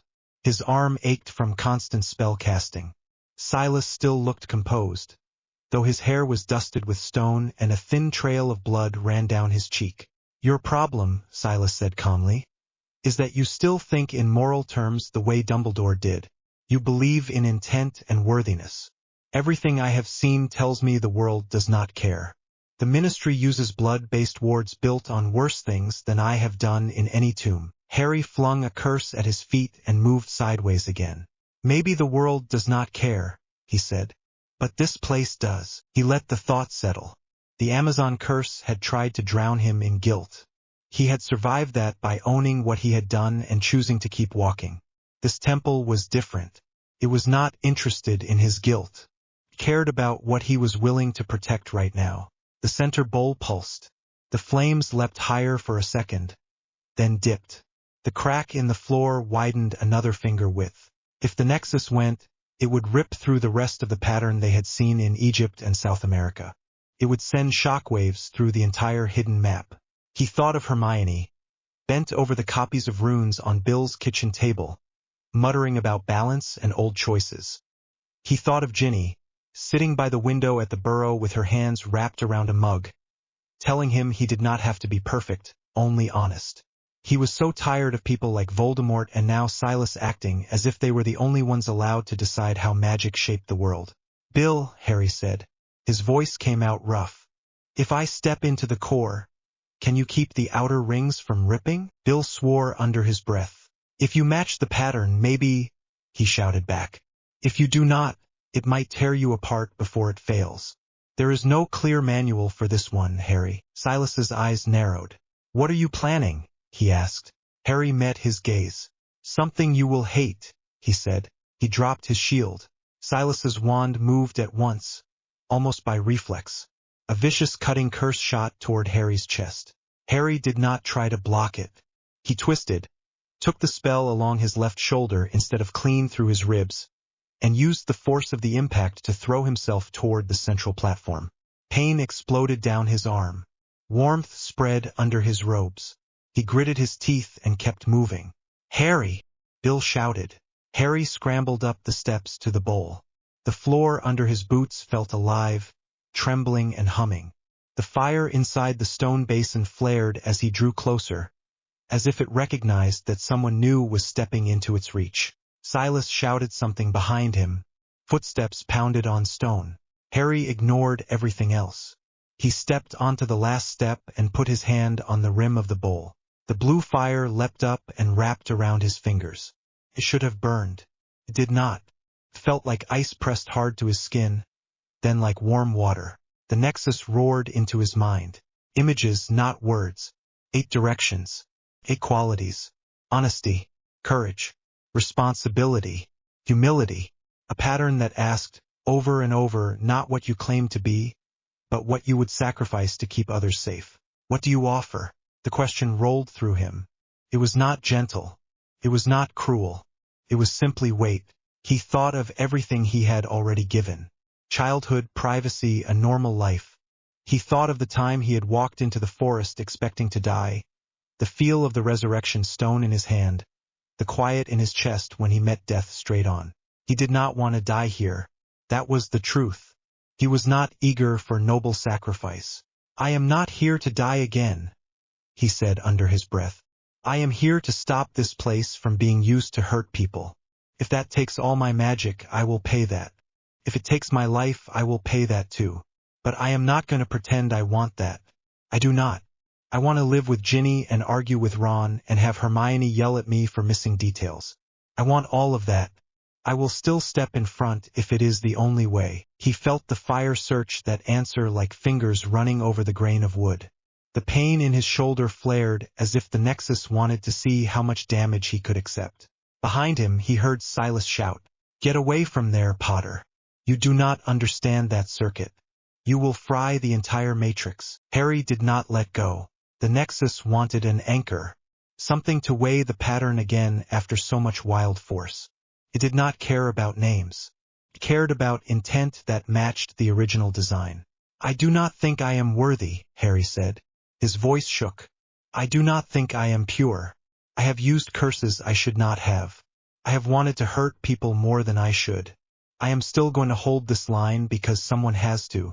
Use that, or do nothing. But I am not leaving." The flames shifted color. Blue faded into white. The lines along the floor brightened, not in an uneven, jagged way, but in a slow, steady wave that moved outward from the bowl through the pattern. Bill gasped. "It is listening," he shouted. "Harry, whatever you are doing, keep your mind clear." That was easier said than done. The fire climbed his arm. His hand vanished in light. The cold and warmth mingled until he could not tell which was which. He felt the Nexus tug at his own magic, testing how much it could pull. He thought of Lily standing in front of his crib. He had never seen it, but he had felt the echo in the Hall of Mysteries and in the forest. The simple, fierce choice that had wrapped around him and burned Voldemort. Not because she had been a saint, because she had loved her child more than her own life. He thought of Ginny flying straight at a dragon-sized problem every time someone she cared about was in danger, and then punching him in the shoulder in the hospital wing when he scared her. He let that mix with his own stubborn refusal to let people like Silas decide what was necessary. "Take what you need," he whispered. "I will not break." The Nexus pulled. Magic poured out of him in a rush.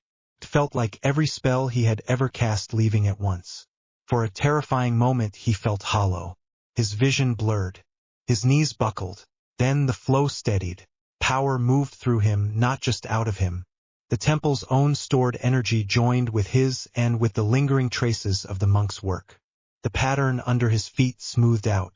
The cracks stopped widening. The thunder in the stone turned into a deep, steady beat. The flames in the bowl rose high, almost to the ceiling, then sank down into a calm, steady burn that matched the light in the floor grooves. Harry let out a rough breath. His arm ached, but it was still his. He could feel his magic again, changed but present. Silas swore. Harry turned. Silas had reached the foot of the platform. He stood there, wand raised, eyes wide with a mix of anger and something like reluctant respect. "You used feeling," Silas said, disgust clear in his tone. "You turned a global power node into a shrine to self-sacrifice. You realize what you have done." "I stopped it from exploding," Harry said. His throat was raw. "You are welcome." Silas laughed once, sharply. "The Nexus is stable now," he said. "The core has opened itself for you. That means it will show you the next key." He gestured with his wand toward the bowl. Harry glanced back. The fire had dropped low enough that he could see the stone at the bottom of the basin. An object lay there, half embedded in the rock. A flat piece of dark metal carved with familiar, jagged arcs. The same style as the mark on the jungle tablet. The air around it hummed with quiet power. The Peveril pattern. Another piece. Harry's scar pulsed in response. He reached out with his uninjured hand. The flames parted neatly around his fingers. He closed his hand around the metal. It was cold and heavy. The grooves in it tingled against his skin. The moment he lifted it, the flames sank away entirely, leaving only a faint glow along the floor lines. The hall exhaled. Silas watched every movement. "There it is," he said softly. "Proof that will and feeling do matter here. The structure has chosen a bearer." He stepped up onto the first step. "Give it to me, Harry," he said. "You have no idea how to use that. You will carry it back to goblin bankers and ministry cowards, and they will lock it in a vault and trigger worse disasters later. I am the only one with a plan to break their hold before the next war." Harry tightened his grip on the metal. "You are the one who almost turned a mountain into rubble," he said. Your plan looks a lot like every other one I have seen. I know best. Everyone else is in the way. I am not handing this to you. Silas's eyes hardened. I thought seeing how the ministry behaves after the war would have taught you more, he said. They hand out medals, bury trials, and keep the same families in power. Curse maps like this prove they have been steering the world from the shadows for centuries. You might have been a tool once. You do not have to be one now. Give it to me. He emphasized each word with a step upward. Harry raised his wand, but his body was slow. The work with the Nexus had drained him more than he wanted to admit. His shield would not be as strong now. His arm trembled. Bill appeared at the edge of the platform, face pale, eyes fierce. You want it, Bill said. Come and take it, Silas. Silas turned his wand toward Bill instead. The next moments were a blur of motion. Silas snapped out a curse. Bill threw up a shield, then answered with a chain of charms that wrapped light around Silas's legs. Silas cut through them with a sharp twist of his wand and sent the broken pieces of magic flying back as a storm of sparks that stung the skin. Bill winced but held his ground. Harry tried to move toward them, but his legs felt heavy. The metal in his hand hummed. Silas flicked his wand again. A concentrated bolt of pale blue light leapt out, faster than the others. It struck Bill in the side. Bill cried out and went down hard on the stone, clutching his ribs. Bill! Harry stepped toward him on instinct. Silas used that opening.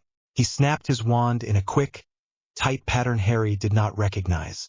A narrow band of magic shot from the tip and wrapped around Harry's wrist and forearm, spreading like a chain made of light. He jerked his arm forward and held it. The metal fragment in his hand tugged toward Silas as if pulled by a magnet. This is shaped to respond to will, Silas said quietly. You might have woken it, but I can still claim it if I override your control. Harry tried to pull his arm back. The chain burned against his skin. His left shoulder throbbed from the earlier cut. His grip almost slipped. The hall was steady now, but his own balance felt off.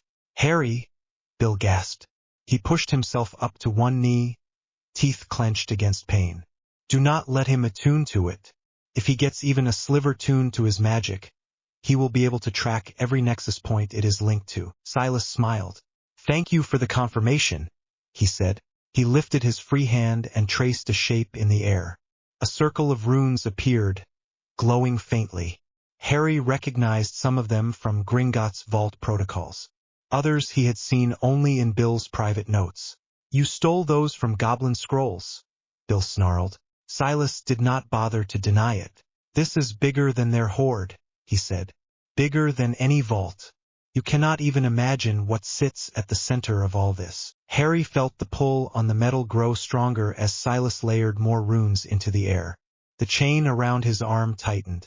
He could not match Silas for raw magical force at this point. The Nexus had taken a lot from him, but the core artifact had responded to his intent first.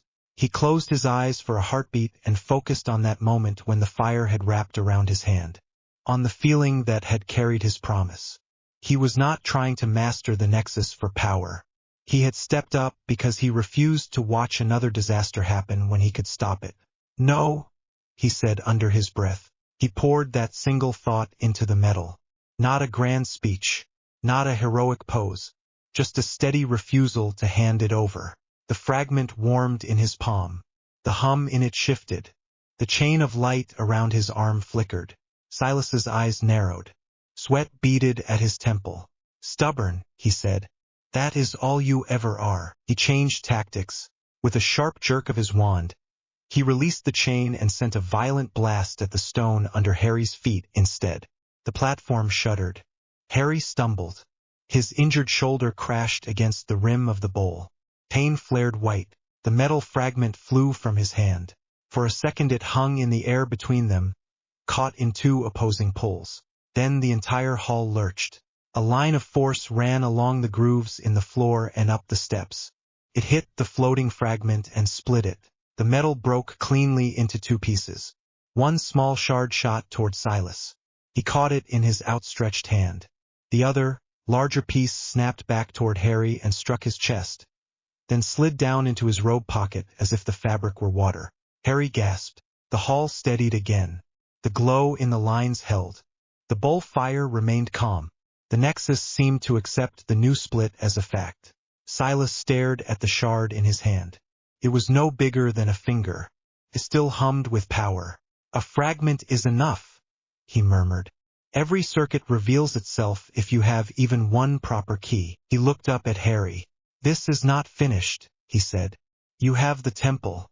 I have the path." He flicked his wand in another tight, complex pattern. The circle of runes in the air shifted. They locked together in a lattice Harry had seen only once before, in a drawing in a Gringotts report marked restricted. "Vanish Gate," Bill gasped. "He has tuned it to the dragon lines." Light wrapped around Silas's body. The air behind him twisted, showing a brief glimpse of somewhere else. Stone. Bookshelves. The gleam of metal. It looked very much like an old vault turned into a study. "Tell your goblin masters they are already a step behind," Silas said. "They have been for centuries. I am simply the one willing to say it out loud." He vanished. The light snapped inward. The hall echoed with the sudden absence. Harry stood on the platform, chest heaving, the echo of the Nexus still ringing in his bones. His arm throbbed. His shoulder burned. His pocket felt oddly heavy where the larger fragment had settled. Bill groaned and pushed himself the rest of the way up. He limped toward the steps, one hand pressed to his side. Harry rushed down to meet him. "Easy," Harry said. "Let me see." Bill waved him off with a grimace. "Later," he said. "First make sure the monks are alive. Then we can worry about my bruised ribs." The monks had already begun to regroup. They moved toward the center cautiously, eyes wide as they took in the calm bowl and the steady light of the floor grooves. One of them, an older man with deep lines at the corners of his eyes, came forward and bowed his head. "You have calmed the heart," he said. His English was accented but clear. "The mountain will live." Harry nodded, suddenly aware of how close they had come to the opposite result. "We stabilized it together," he said. "You kept it from collapsing long enough for me to step in. You should probably never let anyone near this place again." The monk's mouth twitched. "The world is built on paths," he said. "You can block some. Others will always be found. It is better to know who walks them." Bill joined them, moving carefully. He exchanged a few quiet words with the elder about repairs and ward adjustments. Harry let their low voices wash over him for a moment and tried to steady his own breathing. The hall felt different now. The weight that had been pressing on his mind since they arrived was still there, but it no longer trembled. The Nexus had settled into a calm, watchful state. He touched his pocket. The fragment inside pulsed once under his fingers. That piece was attuned to him now. Silas had the smaller shard, tuned to his own magic and purpose. The map was literally split between them. Bill ended his talk with the monk and turned back to Harry. "We need to get you looked at," he said. "You are bleeding on ancient floor work. The glyphs will be offended." Harry managed a tired huff of a laugh. "Can they file an official complaint with Gringotts?" he asked. "They can and they will," Bill said. "Come on. The local branch has a healer on call. Then we have to send a report that will make a few senior cursebreakers choke on their tea." They climbed back up the steps and retraced their path through the tunnel. The outer gate opened for them without protest this time. The cold mountain air hit Harry like a slap, cleared his head a little. By the time they reached the warded tent set up on a flatter patch of rock further down the path, Harry's shoulder was throbbing in time with his heartbeat. He sat without arguing when the healer, a sharp-eyed witch from the Hong Kong office, pushed him onto a camp bed and peeled his robes back from the wound. "You people always pick the worst places to get sentimental," she muttered as she worked. "Next time you want to impress a magic Nexus, try not to stand in the middle of a collapsing hall." "Noted," Harry said through clenched teeth. She cleaned the cut with brisk efficiency and knitted the torn muscle with a focused charm. It hurt, but the pain faded to a dull ache. She checked his magical reserves with a quick scan and frowned. "You poured a lot into something very old," she said. "You are running low for the moment. No heavy casting for at least a day. 2 would be better." "I will try," Harry said. "Try harder than usual," she said. "You have that look that says, I am going to ignore good advice and do something foolish. Restrain it. Bill smirked from the cot across the tent, where his ribs were being wrapped. He has been like that since school, Bill said. You learn to build the treatment into the plan. He will break himself if you do not get ahead of him. Harry rolled his eyes. You were the one who taught me how to use my head, Harry said. This one needed it. The healer finished and stepped back. You are cleared, she said, pointing a finger at him. Rest, food, sleeping charm if your mind starts buzzing too much. No nexus touching. Understood, Harry said. When she moved away, Bill pushed himself upright and pulled a folded piece of parchment from his pocket. I need to file the basic report, he said. Stabilized nexus, partial artifact retrieval, rival interference, monk cooperation, standard structure, and the part where Silas had Goblin Vault runes and a Vanish Gate tuned to dragon lines? Harry asked. That goes in the second report, Bill said. The one I addressed to a very small list of names in London, including your favorite know-it-all. Hermione will explode, Harry said. She will explode and then she will solve half of it before breakfast, Bill said. We need that. Harry nodded. He reached for the flue powder bowl on the small table in the corner, then remembered there was no connected fireplace in this high tent. The branch hall in the nearest village had a flue. They would not be there for at least an hour. He settled for pulling a small mirror from his pack. Ginny had given it to him when he left for Egypt, linked to its twin in her room at the Burrow. He cleared his throat. Ginny, the glass misted, then cleared. Ginny's face appeared, framed by a mess of hair and a background of Chudley Cannon's posters. You are alive, she said at once. Good. I was about to start yelling at the nearest goblin. Harry smiled, tired but real. I am alive, he said. Sore, burned, a bit rattled, but alive. The nexus is stable. And the charming rival with no regard for human life? Ginny asked. He got a shard of the artifact, Harry said. I got the bigger piece. The pattern is split between us now. Ginny's eyes narrowed. So he is going to be even more obsessed, she said. Great. He used goblin scripts in his escape spell, Harry went on. This is not just one clever man with too much time. Someone with access to real bank work is feeding him. Bill is going to dig. And you? Ginny asked. Harry touched his pocket. I felt the nexus, he said slowly. Not like in the Amazon. It did not try to tear me apart. It judged me. I told it exactly what I was and what I was willing to pay. It accepted that. Trusted me with the key even if only for a moment. I am not sure what that says about me. I am not sure I want to look at it too closely. Ginny studied him for a long moment. It says you are honest, she said, and that you keep stepping up even when you are tired and scared. I would not trust someone who enjoyed this stuff. You do not. You still do it. That is why it listened. Harry swallowed. His throat felt tight. I was scared, he admitted. I did not want to go hollow again. I thought I might. I did it anyway. Good, Ginny said simply. Be scared. Do it anyway. That is hero stuff. Even if you hate that word. He laughed softly. I do hate that word, he said. I know, she said. Her mouth quirked. So we will call it being a stubborn idiot with a working moral compass. That sounds more accurate, he said. Rest now, she said. Then come home soon. I like you better in one piece than scattered across old ruins. I will try very hard to stay in one piece, he said. They talked for a few more minutes about nothing urgent. The weather at the Burrow. George's latest prank idea. Mrs. Weasley's reaction to the idea of her son and Harry climbing icy mountains for work. When the mirror went dark, Harry lay back on the camp bed and stared at the canvas ceiling of the tent.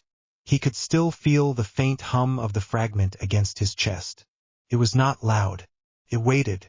Silas had a shard tuned to his own ambition. Harry had a piece tuned to his stubborn sense of responsibility. The next moves would not be made in foreign temples. They would be made back in Britain, where whoever had set this race up in the first place was waiting. Harry closed his eyes. His body ached. His mind was tired. But beneath that, under the worry and the anger and the fear, There was a small, steady thread of certainty. He had stepped into a place built to judge hearts and had not been thrown out. Silas had tricks and stolen scripts and a shard that would help him move through the remaining pattern. Harry had his own piece, Bill at his side, Hermione's brain waiting in London, and Ginny's voice in his mirror telling him to rest. The road ahead was not going to get easier. It was going to get narrower, steeper, and stranger. He could live with that. He let the sound of the wind outside the tent lull him. For the first time since the jungle, sleep came without a rush of accusing whispers. Grimmauld Place smelled like dust, ink, and tea. Harry stood in the doorway of the old dining room and watched the way the light from the chandelier fell across the table. The table itself was almost invisible under the mess. Maps, runes, parchment with cramped notes in Hermione's neat hand, a battered leather folder with the Gringotts crest on the front, an empty biscuit plate that once belonged to Mrs. Weasley. Hermione sat at the far end with her sleeves rolled up, quill moving fast. Bill leaned over her shoulder on one side, pointing at a hand-drawn circle on a piece of parchment. The circle looked simple until Harry noticed the smaller rings inside it, all linked by thin lines. The war room, Hermione had called it. Kreacher had sniffed and muttered about noisy blood traders invading his mistress's house, but even he had started leaving tea on the sideboard without being asked. Hermione looked up first. Her hair was pulled back into a rough knot, but curls had escaped everywhere. Ink stained the side of her hand. "You are late," she said. Her voice was sharp, but her eyes ran over him in a quick check. "How is the shoulder?" "Sore," Harry said. He stepped into the room and shut the door behind him. The healer said no heavy casting for a day. "You can pretend to listen to that if it makes you feel better." Bill snorted. He straightened up and rubbed the back of his neck. He ignored the healer in the tent about 20 minutes after she left, Bill said. He tried to pick up the kettle with his bad arm. Nearly dropped it. "It was the other arm," Harry protested. "The arm that is connected to the shoulder you nearly tore open," Bill said. "Sit." Harry sat. The chair creaked under him. Someone, probably Hermione, had cleared a space for him in front of a smaller copy of the world map he had seen at Bill's kitchen table months ago. The same rings and marks, now with new red lines drawn across Asia. "So," Harry drew in a breath. "The mountain did not fall down. Silas took a shard and ran. I kept the bigger piece. The monks are alive. The Nexus is stable. The healer told me for the 5th time that I need to stop letting ancient magic use me as a relay." Hermione closed her eyes for a second, then opened them again. "I am glad," she said, "about the monks and the mountain. Not thrilled about the new scar tally." She reached for a fresh parchment and tapped it with her quill. "Tell us everything from the moment you felt the Nexus wake up," she said. "Exact phrases, sensations, any words the monks used, all of it. I know you already told Bill in the field report, but this is for the pattern." Harry knew better than to argue. He pulled the memory back up step by step. The feel of the floor under his boots. The roar in his head when he put his hand in the fire. The way the temple had listened. The way it had tugged at his honesty and his fear. As he talked, Hermione's quill scratched across the parchment. She made diagrams, drew lines between words, wrote notes in the margins. Bill added the odd quiet comment about Chinese geomancy, dragon lines, and balance. When Harry reached the part where the Nexus had judged his offer, he slowed. The echo of it still sat under his skin. "I told it I did not want to die," he said. "That I still wanted Ginny and Ron and Hermione. That I was still willing to pay if it came to it." Felt like it pressed on that. Then it steadied. "I did not feel clean or anything noble. I felt tired and a bit sick. But it accepted that." Hermione chewed the end of her quill. "You did not pretend to be some shining hero," she said. "You told it the truth." "That is the part that interests me," Bill added. He moved around the table and set a finger on the circle map. "Every site we have seen so far measures something. The Balkans curse watched greed. The jungle maze fed on guilt. The Asian Nexus weighed honesty and responsibility. Someone designed this network as a test, not just a defense." Harry followed the line of Bill's finger around the circle. Each point was marked with small symbols and dates. Egypt, Germany, South America, Asia, all linked by faint lines to a thicker ring drawn over Britain. The ring over Britain looked wrong. Hermione had shaded it in with darker ink, then gone over it again. "This is what I wanted you back for," she said. Her voice shifted into the brisk tone she used when she had bad news and a solution at the same time. "Not just to patch you up. To show you what the pattern looks like now that we have 4 anchors mapped." She slid a piece of parchment closer. Harry leaned in. Hermione had drawn the world circle again on a fresh sheet. Each anchor point was marked with a small dot and a note. The Balkans site, the jungle maze, the Amazon ruin, the Asian temple. Lines connected them. In the center of the circle, where Britain sat in the real world, Hermione had drawn a dense knot of overlapping lines. "What is that?" Harry asked. Hermione tapped the knot with the quill. "This," she said, "is the problem, or the point, depending on how you look at it. The data from the Goblin archives and the monks, plus your field reports, plus some old Department of Mysteries notes that I am absolutely not supposed to have, all agree on one thing. The external sites are stabilizers. They bleed off excess energy, hold lines steady, that sort of thing. The core of the web sits right under Britain. More than that, it sits inside a structure that has been there longer than the Ministry." Harry felt his scar give a faint, dull pulse, the way it sometimes did when he walked past the Ministry courtrooms. "Inside what structure?" Hermione's mouth flattened. "Several," she said. "The Department of Mysteries, the old Wizengamot Chamber, the original Peveril land grants in the West Country. They overlap. Someone used them as layered rings. The core, the true heart of the web, is something called the Architect's Crown in one document and the Hollow Hall in another. The names are poetic nonsense, but the function is clear enough. It is a central control node. You stabilized the Asian nexus, which means the core is ready to be accessed again for the first time in centuries." Harry rubbed the heel of his hand over his forehead, just above the scar. "And you only have that casual tone because you have been thinking about this all night," he said. Hermione did not pretend otherwise. "I have not slept," she admitted. "Bill tried to tell me to rest. I pointed out that he is the one who went up a mountain, so he is not allowed to talk." Bill raised both hands. "Guilty," he said. "I did sit down for 20 minutes while Hermione asked the Goblin Scribe 800 questions." Harry looked between them. "So," he said slowly, "we have a global curse web. I have touched 4 of its anchors. The main knot is under Britain. It is called something dramatic, and you two are strangely calm. That means there is worse news." Hermione let out a breath through her nose. "Sometimes I hate how well you know me," she said. She picked up a thin, old-looking folder from the side and laid it in front of him. The leather was cracked. There was no seal on it, only a faded handwritten note. Harry frowned and leaned in. Old Ministry script spelled out a title. "On the nature of the Peveril Commission and subsequent ward adjustment." He glanced up. "You told me the Ministry never kept proper records on the Hallows," he said. "That they treated the tale of the 3 brothers as nonsense." "They never kept open records," Hermione said. "This was tucked into a locked drawer behind a shelf of dusty manuals about time-turners. There is no copy in the public files.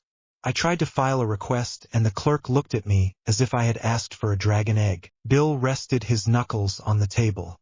"The goblins have something that lines up with it," he said. "Not this text, but a record of a deal. 3 brothers, a ward design, and a promise that certain parts of the map would never be discussed with non-family members. The dates match, so do the names." Harry's throat felt dry. He opened the folder. The parchment inside smelled of age and dust. The ink had faded, but Hermione had added small notes in the margins to translate some of the more archaic phrasing. The first paragraph spoke of a commission given to 3 exceptional wizard brothers to redesign the protective wards around Britain after a war that was only named as the last breaking.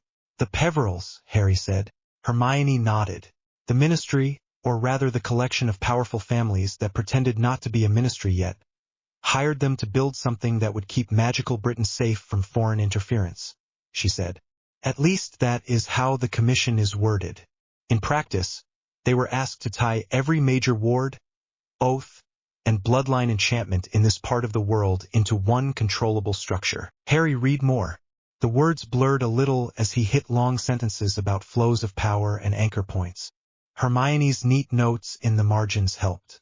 The Peverell brothers had done it.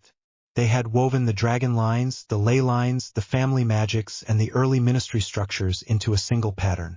At the center they had built a control point that could, in theory, be used to adjust the whole thing.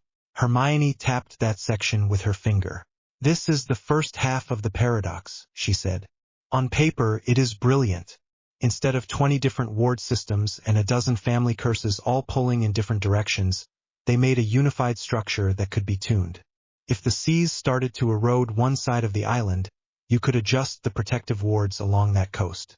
If a foreign curse seeped in through trade, you could isolate it. In theory, you save lives.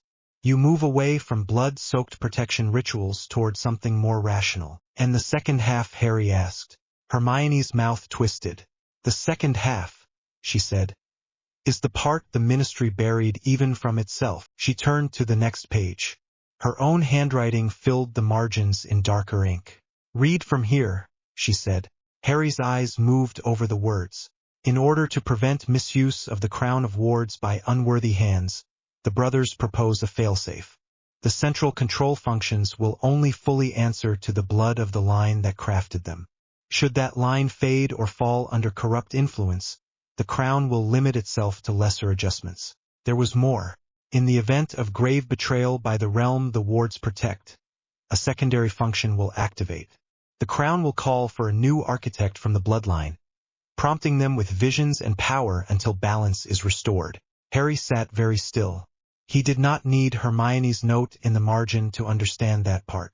The words settled on his shoulders like a physical weight. He knew his family tree better than he ever had when he was a child.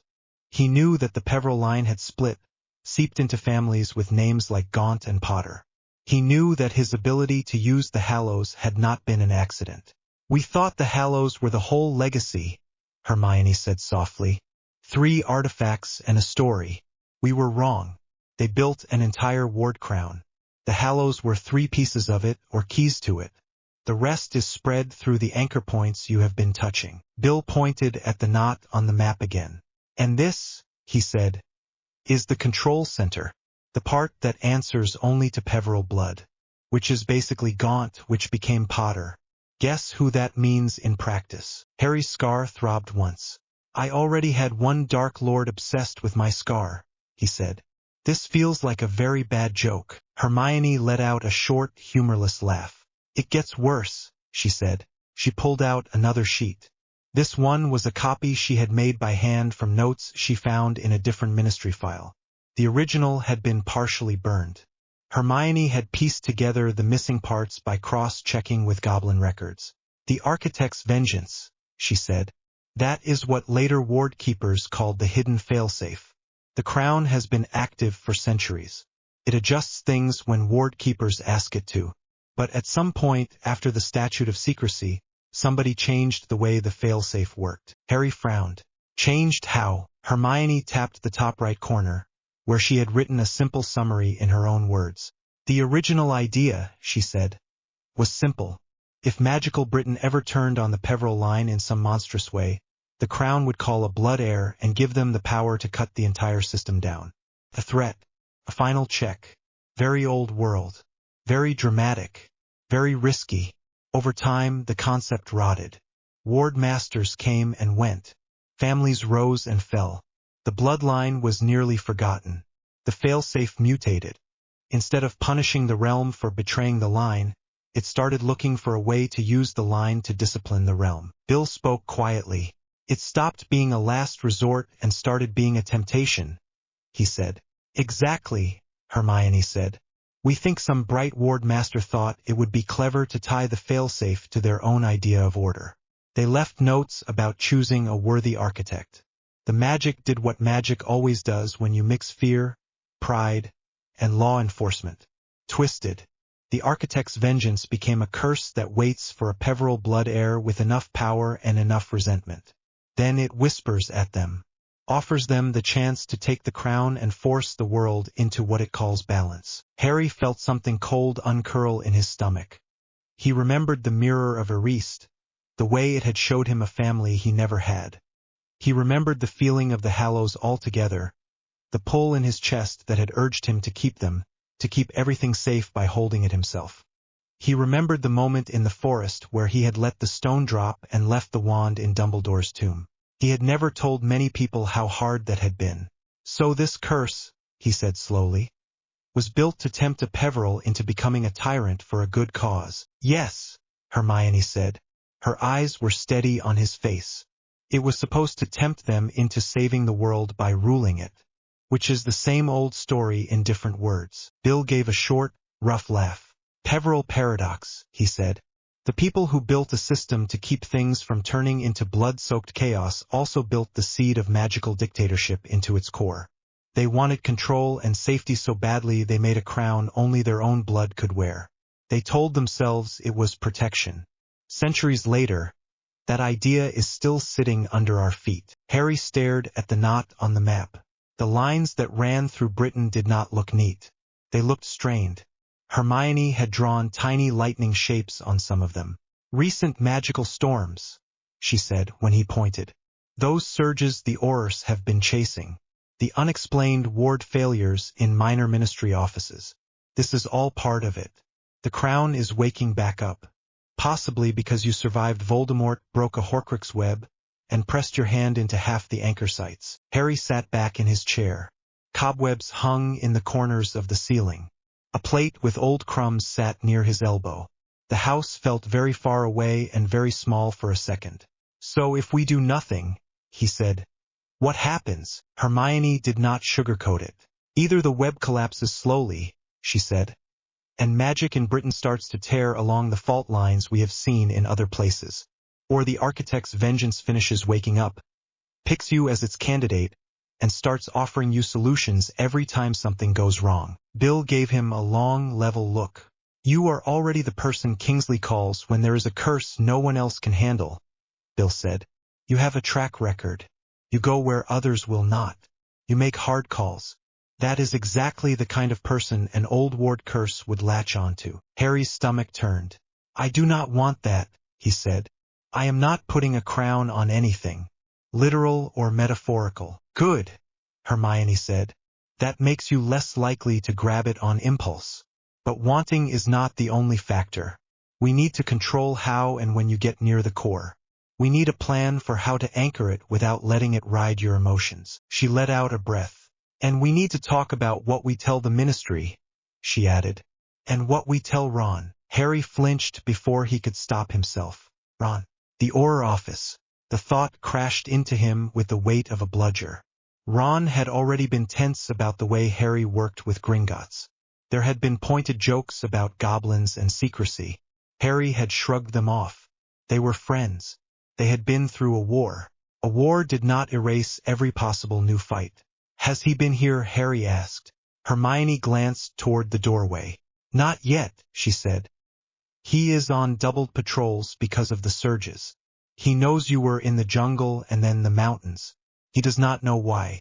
There is a difference between never telling him and telling him too much and handing the crown to the wrong people. Bill rubbed his forehead. The goblins already know parts of this map, he said. Some of their leadership see it as a matter of independence. They do not want the Ministry playing with the crown at the center. The Ministry, once it hears even a hint of this, will want control. There are old blood families who would kill for a lever this potent, even if they do not call it that. Harry thought of the heavy doors of the Department of Mysteries, the cold marble of the Wizengamot chamber, the way a handful of older witches and wizards would look at him as if he were an interesting piece on a board. I do not want any of them touching it, he said. Hermione nodded. Which is why we may need to lie by omission for a bit, she said.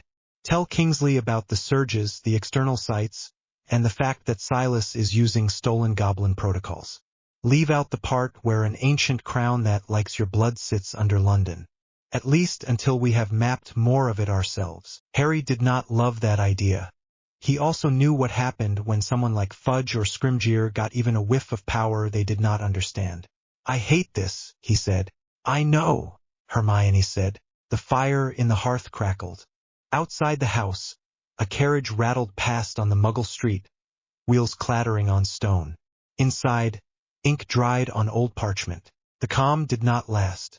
Hermione's quill had barely stopped moving when the front door slammed downstairs. Footsteps stomped along the hall. Kreacher's voice rose in a hiss, then cut off under a sharper human shout. Harry! Ron's voice carried up the stairs, loud and tight. Harry's spine went rigid. Bill muttered a word in goblin language under his breath that Harry did not need translated. Hermione set her quill down very carefully. Do we have a plan for this conversation? Harry asked. Hermione did not answer. The dining room door burst open before she could. Ron stood in the doorway, tall and solid in his Auror robes. Snow dusted his shoulders and the ends of his hair. His freckled face was flushed, whether from the cold or anger Harry could not tell. His wand hand was empty but tense. His eyes flicked over the table, took in the maps, the old folder, Bill's presents. Then they locked on Harry. You were in the mountains, Ron said. His voice was too calm. And in the jungle before that. You did not file any notice with the Auror office. You did not answer my last 2 letters. I had to ask a goblin clerk where my best friend was. Harry stood up. The chair scraped on the floor. I was on a Gringotts call-out, he said. They needed someone who had touched the earlier sites. Funny, Ron said, because Kingsley thought the Aurors needed that person too. There are magical storms over Kent and Wales and everyone is running around putting out fires. You vanish into foreign ruins with Bill and do not think to say, by the way, I am playing with the thing that is causing the storms. His gaze snapped to Bill for a moment. No offense. Some offense taken, Bill said evenly. But we can work through it. Hermione stepped around the table so she stood between Ron and the fireplace. She did not physically block him, but she placed herself in his line of sight. Ron, she said, sit down. Let us explain. He laughed once, short and breathless. Do you know how many times I have heard that in the ministry this month, he said. Sit down, Weasley. Let us explain why the wards flickered. Let us explain why another old pure-blood family somehow knew to move their valuables out of a vault before it failed. I am tired of explanations after the fact. Harry's chest tightened. I did not go off on a joyride, he said. Silas was at the Asian Nexus.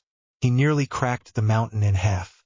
If we had waited for Auror paperwork, half the plateau would be rubble. Ron's jaw clenched. Silas, he repeated. The same curse breaker you chased in Germany. The one in the report that had half its lines blacked out when it hit my desk. The one the goblins talk around like they are at some fancy dinner. That's Silas. Yes, Harry said. And now you are telling me he was at a magic nexus that connects to the storms I am trying to contain, Ron said. Which I only learned about because Neville overheard 2 Cursed Division trainees whispering about dragon lines in a corridor. I had to pry information out of my own office like I was the enemy. Then I come here and find my best friend and my fiancé and my brother sitting in a secret war council. The word hung in the air. Hermione flushed. Ron, she began. He cut her off with a sharp movement of his hand. Save it, he said. I am not angry that you are thinking. I am angry that you did not trust me enough to think with you. I am not Fudge. I am not a random clerk. I was in that forest too. Harry's stomach twisted. Ron's eyes met his. They were bright and hurt. Tell me what is going on, Ron said. All of it. No more half-stories. Harry glanced at Hermione. She met his eyes and gave the smallest shake of her head. Not no. Not never. Just not all of it, not yet. Bill watched them both mouth a thin line. Harry swallowed. Ron, he said. Sit, please. This is not about keeping you in the dark for fun. It is about not handing a loaded wand to the wrong person. Ron hesitated, then dropped into the nearest chair with a heavy thump. He folded his arms across his chest. Talk, he said. Harry took a breath. We have found a network, he said. Old, global, built to manage magical pressure. Silas is trying to control it. Every time he hits a site too hard, something cracks and we get a storm somewhere else. The Ministry is seeing the symptoms. Gringotts has some of the original maps. Bill has been guiding me to anchor points. I have been helping stabilize them so they do not explode on top of monks or random people. That is the foreign part. That is what the jungle and the mountain were. Ron's shoulders eased a fraction. That much I figured, he said. Kingsley is not an idiot. He knows something big sits under the little failures. He just cannot get a straight answer from the goblins. They are scared, Bill said. And proud. Some of their senior vault keepers see this as old goblin work that wizards twisted. They want it fixed, but they do not want another ministry department telling them how. Ron's mouth twisted. Fine, he said. So we have an old network. We have a reckless rival cursebreaker. We have goblins and monks and foreign sites. That still does not explain why Hermione just shoved a folder under the table when I walked in. Hermione winced. She reached down, pulled the folder back up, and set it on the table again. We found something else, she said. In the ministry archives and in goblin records. About Britain. About the way our wards were built. Ron frowned. You said the surges might be tied to everything, he said. So tell me. Hermione glanced at Harry once more, then opened the folder and slid it toward Ron. These are restricted, she said. Technically. They talk about a commission given to 3 brothers named Peveril. Ron flipped the first page open. His eyes moved over the lines. His frown deepened. Ward Crown, he read aloud. Control node. Bloodline protection. What in Merlin's name is this nonsense? It is not nonsense, Hermione said softly. It is what keeps the statute of secrecy stable in this country. It is what ties ministry wards and family protections together. It is also what Silas is trying to tap into. Ron closed the file again with more force than necessary. And someone buried this in a dusty drawer, he said. Of course they did. He looked at Harry. And I am guessing, since you look like you swallowed a dragon, that this Peveril thing hits you directly. Harry laughed without humor. Indirectly, he said. Potter line, Gaunt line, Hallows. It all comes back to the same few names. The network has a core under London that is tied to that blood. Ron stared at him. So you are telling me, he said slowly, that after all the wand nonsense and Horcruxes and Hallows, there is now a ward crown under the ministry that likes your blood best. Harry spread his hands. Apparently, he said. Ron let out a long breath. For a moment he did not speak. The fire popped in the grate. The old house creaked as if it did not like the weight of their words. When he did speak again, his voice was quieter. And you did not think this was worth at least a half-finished letter, he asked. Harry closed his eyes for a second. I did, he said. I nearly wrote it 3 times. I do not want to be the person who walks into Kingsley's office and says, by the way, there is a magic crown under your chair that might hand the keys to everything to me. I do not want to be the person who tells you that and watches your aura instincts light up. I do not want to start a race between the goblins, the ministry, and Silas to grab the same thing. Ron's jaw worked.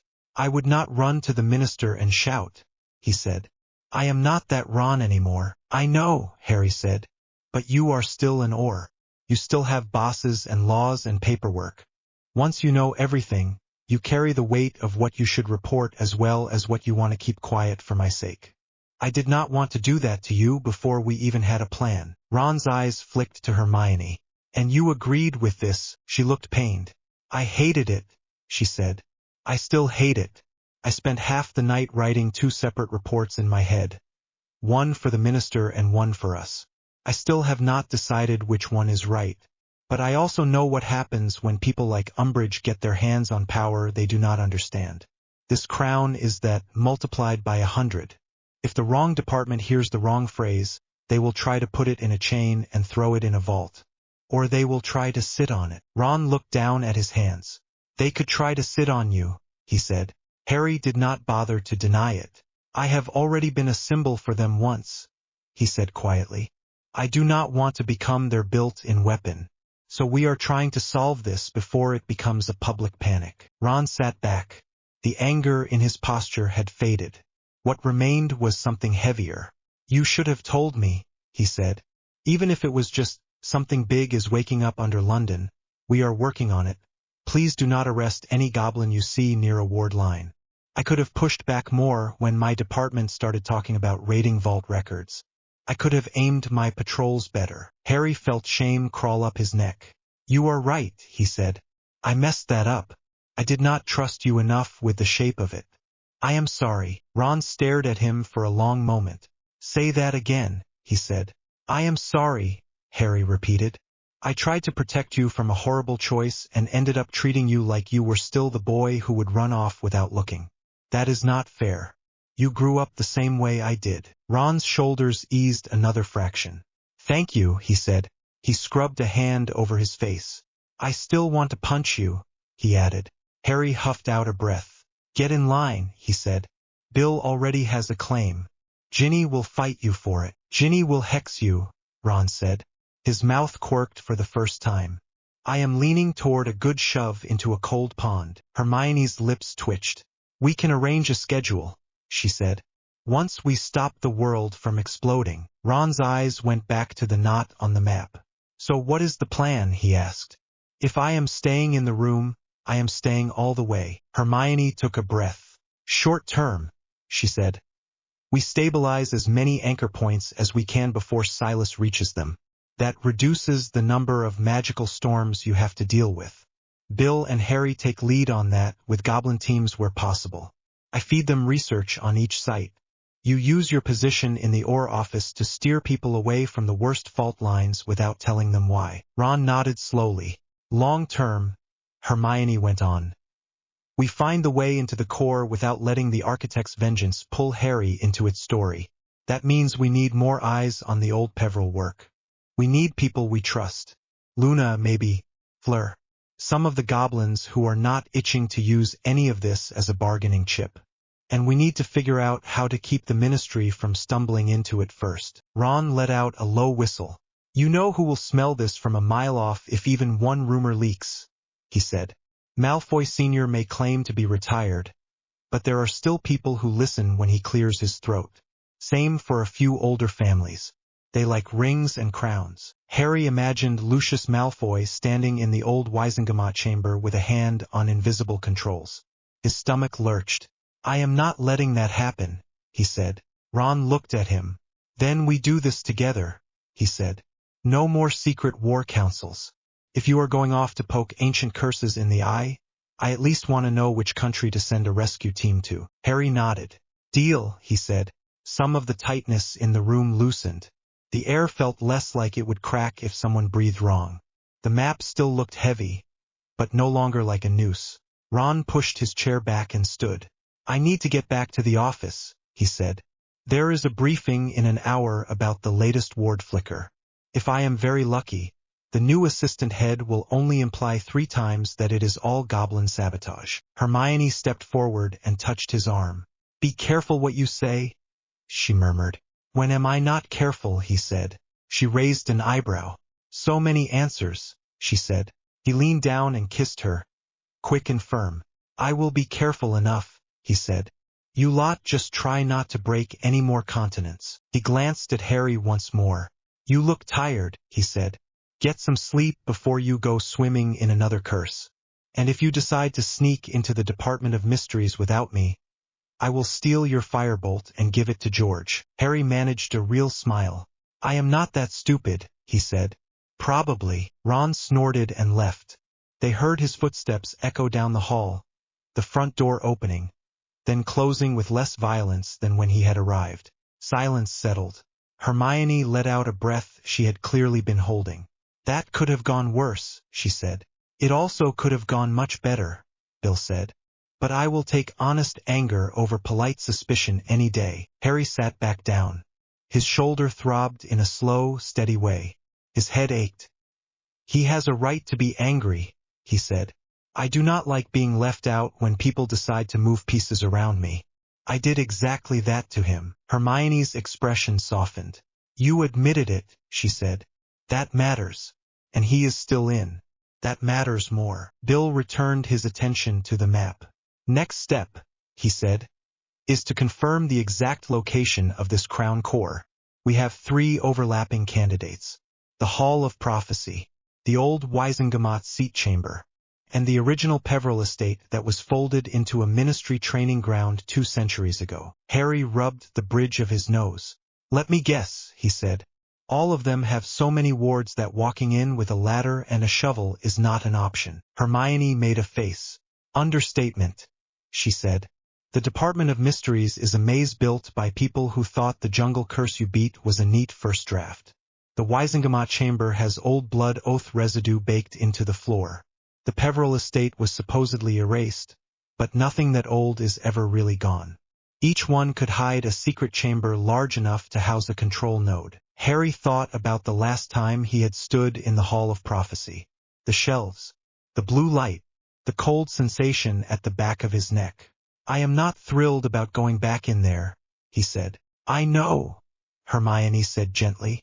We might not have to. The anchor could be under the training ground instead. We need more data. Bill tapped the copy of the shard Harry had drawn earlier. The fragment in your pocket is a key, he said. Silas has a piece too. The network will respond to both of you if you get close to an anchor. That is a risk. It is also a way to confirm locations without dragging a full team in blind. Harry touched his robe pocket. The piece of metal sat there cool and solid. It felt like a coin and a stone and a promise all at once. I hate that he has even a sliver, Harry said. Me too, Bill said. But we can use that. If we set up monitoring charms in the right places, we can track when his shard pings a nearby anchor. That tells us where he is headed next. Hermione pushed her hair back from her face. The Aurors are already complaining about an unknown traveler who pops in and out of secure zones, she said. If we combine their movement logs with Gringotts reports, we might build a picture of his path. Harry's brain felt slow. The words washed over him. He knew he needed to stay, to plan, to draw more lines. His body disagreed. Hermione noticed. Of course she did. Enough for today, she said firmly. Your magic needs time to settle.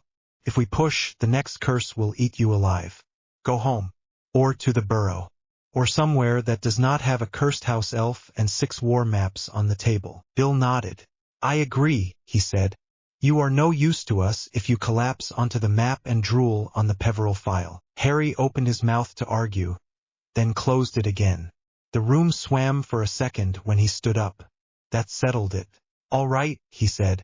But if you two find a way into the crown while I am gone, you wait. Hermione rolled her eyes. I am not dragging your unconscious body into the ministry basement, she said. Go. Harry left the dining room and made his way down the narrow hall to the flue. Kreacher lurked near the umbrella stand, muttering about bad-tempered red-haired intruders. Going out, Master Harry, Kreacher asked in a grumble. For a bit, Harry said. Try not to let anyone burn the house down. Kreacher sniffed. House has seen worse, he said. House will survive foolish wizards talking over old tables. That is the spirit, Harry said. He stepped into the fireplace, took a pinch of powder and called out the burrow. The spinning ended in warmth and noise. The burrow's kitchen looked exactly as it always did. A pot simmered on the stove. A pile of washing hovered near the sink, trying to stack itself. A Weasley clock on the wall pointed many hands toward various states of busy. Ginny sat at the table with a Quidditch training manual open in front of her. Her hair was pulled up. She wore an old sweater of Fred's that hung off one shoulder. She looked up as he stumbled out of the flames. You look like you lost a fight with a bookcase, she said. Harry laughed under his breath. Close, he said. Hermione, Bill, and Ron. All at once, her eyes widened. Ron came to Grimmauld, burst in like an angry storm, Harry said. We had it out. He knows about the network now. Not the crown, not all the details, but enough to not feel like we are hiding everything. Ginny closed the manual and pushed it aside. Come here, she said. He crossed the kitchen. The smell of stew and old wood and something sweet filled his nose. Ginny reached up and touched his hurt shoulder with gentle fingers. Still hurts, she asked. Less, he said. The healer fixed the worst of it. It is more tired now than anything. She leaned in and kissed him once, soft and steady. The knot in his chest loosened a little. You keep collecting scars, she murmured against his mouth. I am starting to lose count. You keep track, he said. You are the only one who can tell them apart. She pulled back a little and studied his face. There is something else, she said. Something heavier than a fight with Ron. Harry hesitated.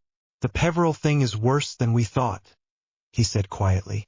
The wards around Britain have a crown at their center. It responds to my blood. There is a failsafe that now acts like a curse. It wants to push me into using the crown to fix things whether anyone asked or not. Ginny's eyes sharpened at once. You are not doing that, she said. I know, he said. I do not want it. That does not stop it from trying. The next time I am near the core, it might start pushing images at me. Promises. Easy fixes. That kind of thing. She grabbed the front of his robes and tugged him down slightly so their foreheads touched. Listen to me, she said. You are allowed to be tired. You are allowed to be angry at the Ministry and goblins and Silas and whoever built this mess. You are not allowed to decide the entire shape of the world by yourself because some smug ward spell whispers in your ear. If it starts offering you crowns, you tell me and Hermione. We will tell it to shove off. Harry huffed out a laugh. Very strong words for an ancient curse, he said. Ancient curses have never met a Weasley with a bat bogey hex, she said. We will manage. He slid his arms around her and held on. For a few minutes he let the warmth and the ordinary noises of the house sink in. The distant sound of chickens outside. The creak of the floor as someone moved upstairs. The low murmur of the wireless in the living room. You will have to go back in, Ginny said eventually. Into the department. Into the ground. You always do. You never leave things half done. I know, he said. When you do, remember this, she said. You are not doing it to rule anyone. You are doing it so the rest of us can live normal lives. That matters. That difference will matter to whatever old logic still sits in that crown. Harry closed his eyes for a second. Thank you, he murmured. She kissed him again, quicker this time, then pushed him toward the stairs. Go lie down before Mum sees you and decides you need feeding before sleep, she said. You will never escape if she starts. He wanted to argue that he would not mind being force-fed stew and treacle tart, but his body gave a loud yawn at the thought of a bed. He climbed the familiar stairs to the small room he borrowed when he stayed. The posters on the wall moved as he passed. A tiny keeper on a broom waved lazily. Harry lay down on the bed without taking his boots off. He stared at the ceiling. The events of the last days flickered behind his eyes. Jungle blood, whispering curses, mountain halls, Nexus fire, Ron's hurt face, Hermione's tired eyes, Bill's steady hands on the map, Ginny's firm fingers on his shoulder. Under all of it, like a slow drum, he could feel the faint hum of the web. The worldwide pattern he had stepped into without meaning to. The crown under London that had noticed him. The shard in his pocket that had marked him. Not a crown, he muttered to himself. Just a knot to untie. His eyes slid shut. Sleep took him, not with voices or visions, but with the simple weight of exhaustion. For now, the architect's vengeance remained a distant pressure, waiting. The next move would come soon enough. Cold hit Harry the instant his boot crossed the invisible line. Not the normal Highland chill, not wind and mist. This was a flat, dead cold that swallowed warmth and sound at the same time, like someone had thrown a blanket over the world. His wand grew heavy in his hand. The faint hum he always felt at the edge of his awareness dulled until it was barely there. Bill stepped across beside him, jaw tight, red hair tied back under his hood, so it would not whip into his eyes. The lamplight from behind them stopped at the boundary, smearing against the air as if it had hit glass. The tunnel beyond was lit only by a faint gray glow that seemed to come from the stone itself. Feel that drop? Bill asked quietly. Harry swallowed. Even his own voice sounded wrong. It did not carry. It just dropped to the ground in front of him. Feels like someone sucked all the magic out of the air, he said. That is the idea, Bill muttered. Arcane nullity. Old curse. Very clever. Very smug. He lifted his own wand and flicked it at the rock wall. The tip brightened. A spray of sparks leapt toward the stone, then winked out as though they had fallen into water. No scorch mark. No scent of ozone. Nothing. Bill lowered his wand again. There you go, he said. Standard charms inside this zone keep maybe 10% of their punch on a good day, and that is when the curse is sleeping. Which it is not. You sound oddly cheerful, Harry said. I am not cheerful. I am resigned. Bill gave him a sideways look. You ready? Harry flexed his fingers around his wand. The scar on his forehead was a constant, low throb. It had started the moment Hermione finished her explanation of the architect curse back at Grimmauld Place. It had not stopped since. He could still hear Ron shouting in that kitchen, voice rough with betrayal. You think you can just decide which laws matter, do you? Harry shoved the memory down. Not gone. Just off to the side. Ready, he said. Right, Bill said. Roster check. You and me. No one else. No goblins. No backup. Silas somewhere ahead with a shiny stolen toy. The curse everywhere.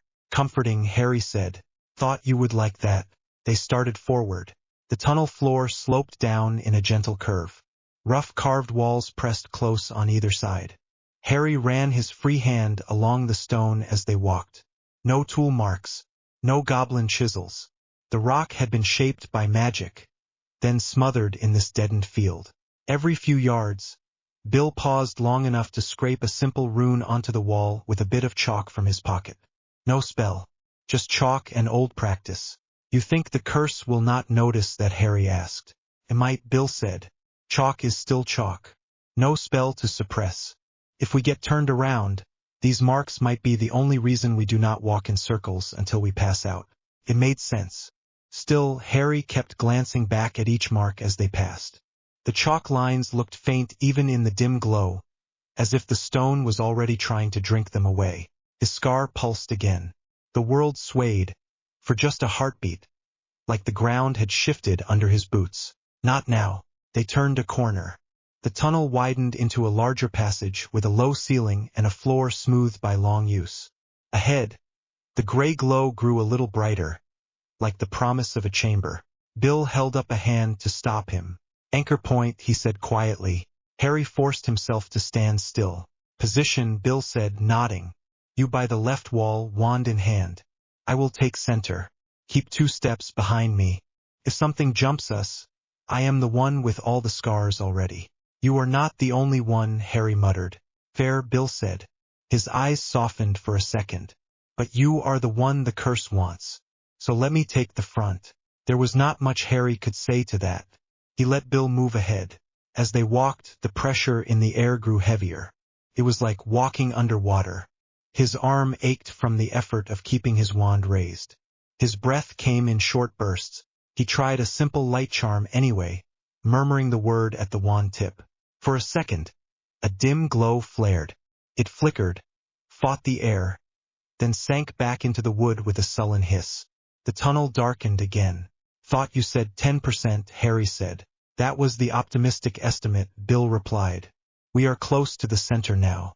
It gets worse the deeper we go. That is the point of this thing. The closer you get to the heart, the more naked you are. Great. On the bright side, Silas will be feeling it too, Bill said. Harry frowned. Unless the relic shields him, he said. Bill grimaced. Unless that, he agreed. The passage opened into a wide cavern. Harry stopped dead. The ceiling arched high above, lost in shadow. The floor dropped into terraces that curved around a central pit. Faint silver lines traced along the stone like veins, converging in the middle of the pit where a tall obelisk of black stone rose from the earth. Even from here, Harry could feel the pull. It was not visual, not like staring at the mirror of Ariste. It was pressure, like his scar pulling toward the obelisk, like something under his skin recognized it. The heart of Britannia. He did not need Hermione to point it out. Bill, he said softly. I know, Bill answered. His voice was tight. Stay sharp. They stepped out onto the first terrace. The air felt heavier here than in the tunnel. The dull ache in his scar sharpened into a steady burn. The obelisk seemed to pulse with the same rhythm as his heartbeat. Another step. The gray glow in the stone brightened in a sudden flash. Harry flinched, hand flying to his scar. Then the burn settled. In its place, he felt something else. An awareness. The sense you get when you walk into a room and realize you are not alone. Not the sense of a person exactly, but something vast and coiled and patient. Harry swallowed. You feel that, he whispered. Yes, Bill said. That will be the architect curse. Say hello. Harry did not laugh. He took another step down. The glow along the floor shifted. Just a little, like the stone was drawing breath. A voice came from the far side of the cavern. Well, it drawled. Look who finally caught up. Harry spun, wand up on pure reflex.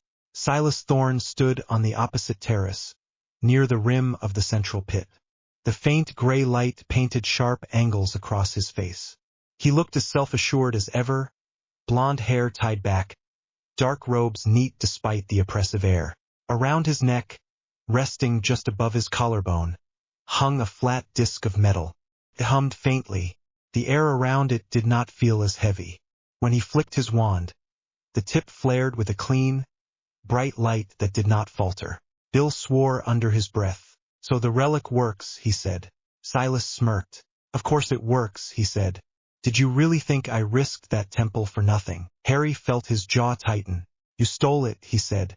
I liberated it from incompetence, Silas answered. His eyes flicked over Harry, dismissive and cool. You look terrible, Potter. Trouble sleeping. I suppose the weight of unexamined power will do that to a man. You are the one playing with relics you do not understand, Harry said. Silas gave a small, amused huff. You are still clinging to that naive idea that magic cares how you feel about it, he said. It does not.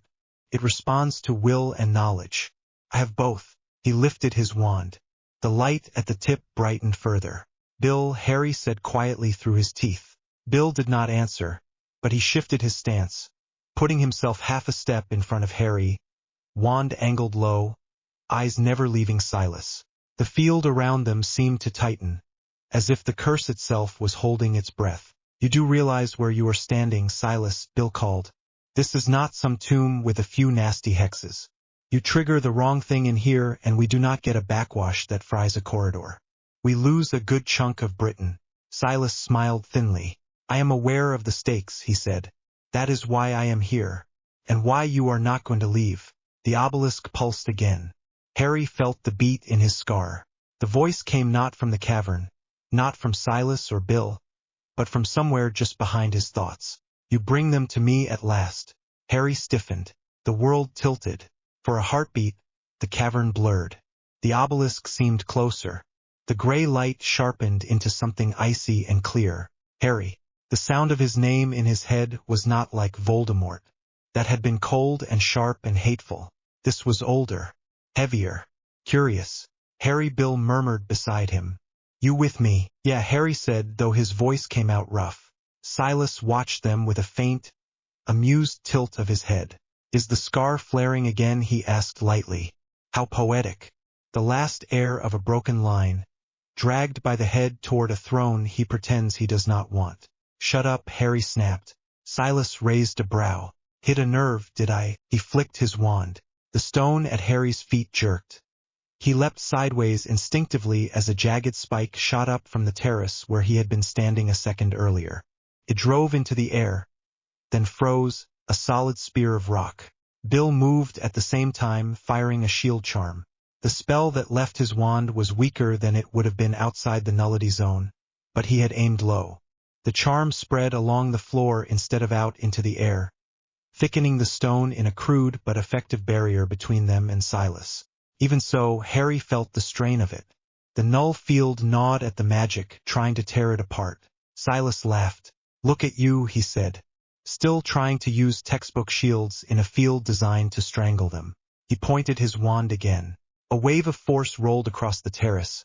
Not light, not visible magic, just a sudden shove in the air that tore at Harry's balance. He dropped to one knee, hand slamming against cold stone. Bill staggered, teeth clenched, but stayed upright. Harry, remember what we practiced, he rasped. Anchor the magic in the stone, not the air. Harry sucked in a breath. Right. He shifted his grip on his wand, pressed the tip against the floor, and focused not on building a shell around himself, but on thickening the rock under his knees. He muttered the shield charm again, almost under his breath. The magic crawled through the stone. The terrace under him steadied. Silas's next push hit like a gale. Bill slid a few inches, boots scraping. Harry held his ground. Better, Bill called. Thank Hermione later, Harry said through his teeth. Silas narrowed his eyes. Stubborn, he said. I suppose that was always your greatest strength. He slashed his wand through the air. This time, the stone to Harry's left twisted. A narrow trench opened, cutting across the terrace. It was not deep, but it broke the line of the floor, forcing Harry and Bill to step back or risk a turned ankle.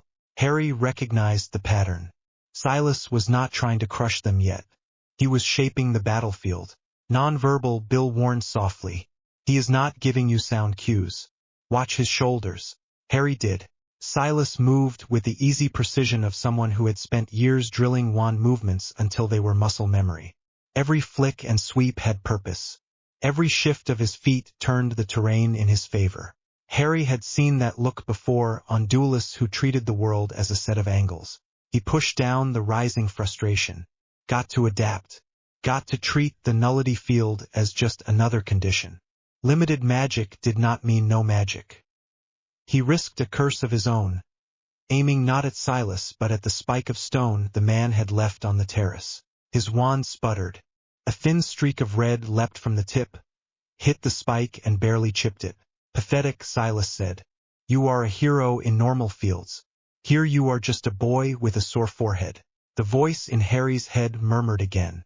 He is noisy. Harry swallowed hard. Bill, he said quietly. The curse is talking. Of course it is, Bill said. You are its blood. That is the point. Keep your feet under you. We knew this was coming. You are not just his, the voice mused. You carry more than one line. Harry gritted his teeth. I did not come here to serve you, he said under his breath. Talking to yourself already, Silas called. That was faster than I expected.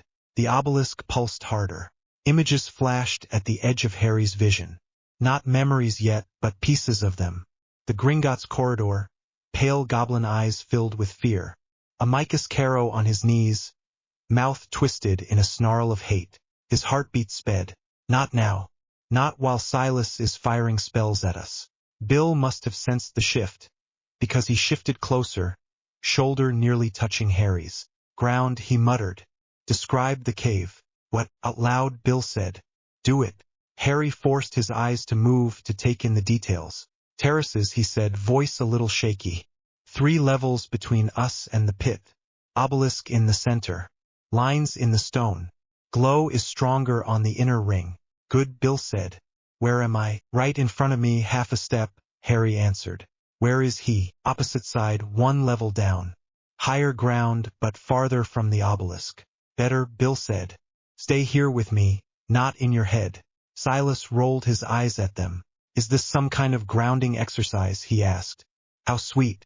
Running little therapy sessions in the middle of a relic chamber. You would benefit from one, Bill called back. You and your enormous ego. Silas smiled thinly.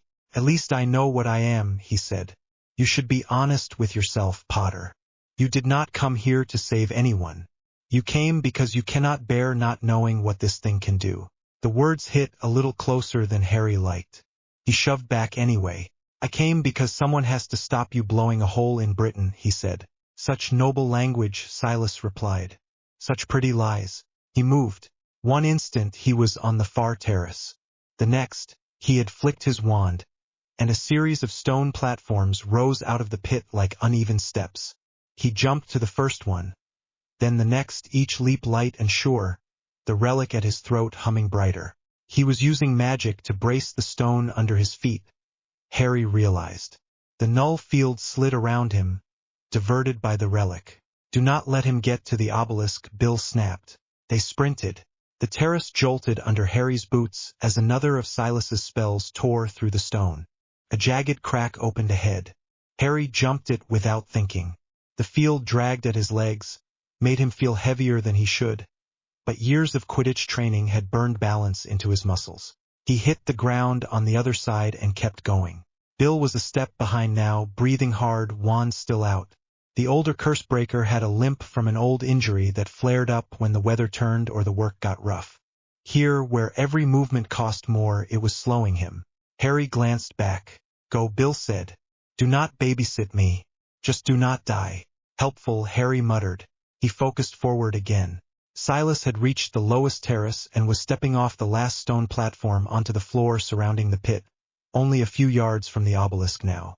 In the strange half-light, the disk at his throat seemed brighter than anything else in the cavern.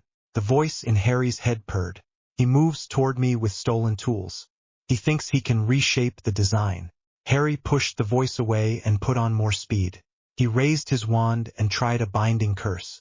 The magic staggered out of the tip like a drunk, thinned by the null field. It reached Silas as a faint thread of light. Silas flicked his wand without even looking. The thread broke. You really do not know when to stop, do you? He said over his shoulder. He pointed his wand at the stone floor between them. This time the transfiguration was brutal.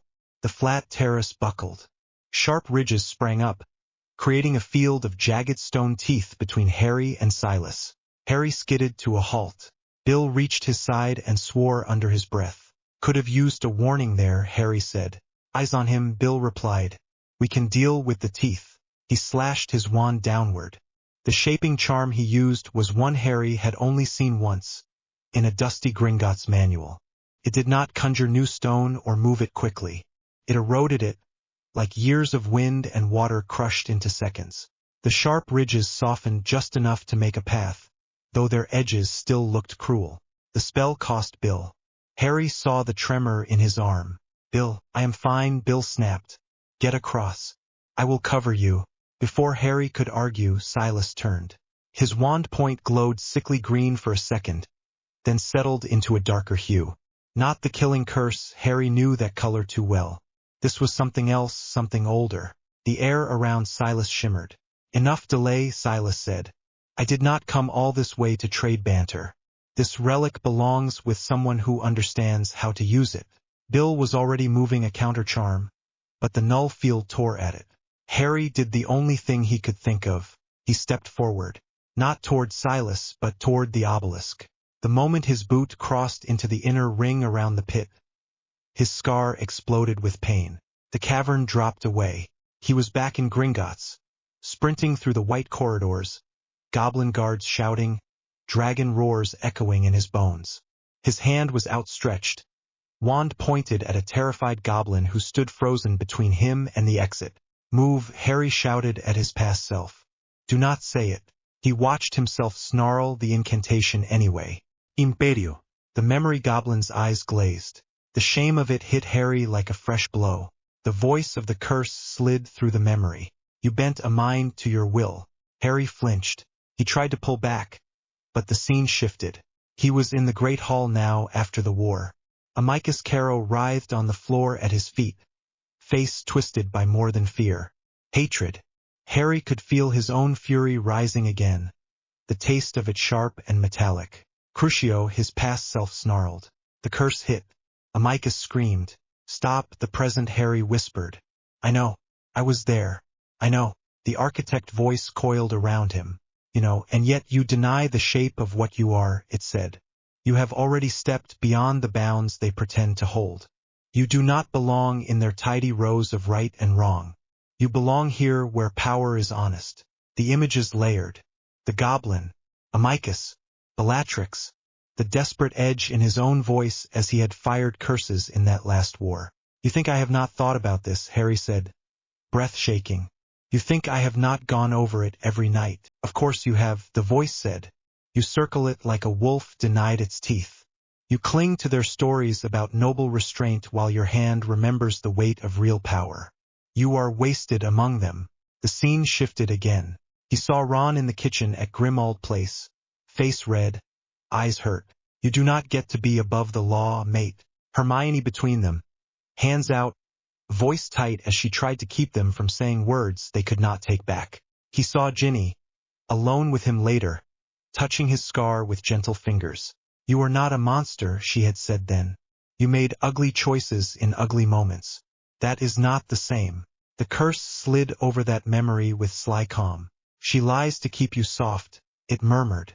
She fears what you could become if you stop pretending. Harry felt anger stir, but this time it was not at himself. Do not talk about her, he snapped.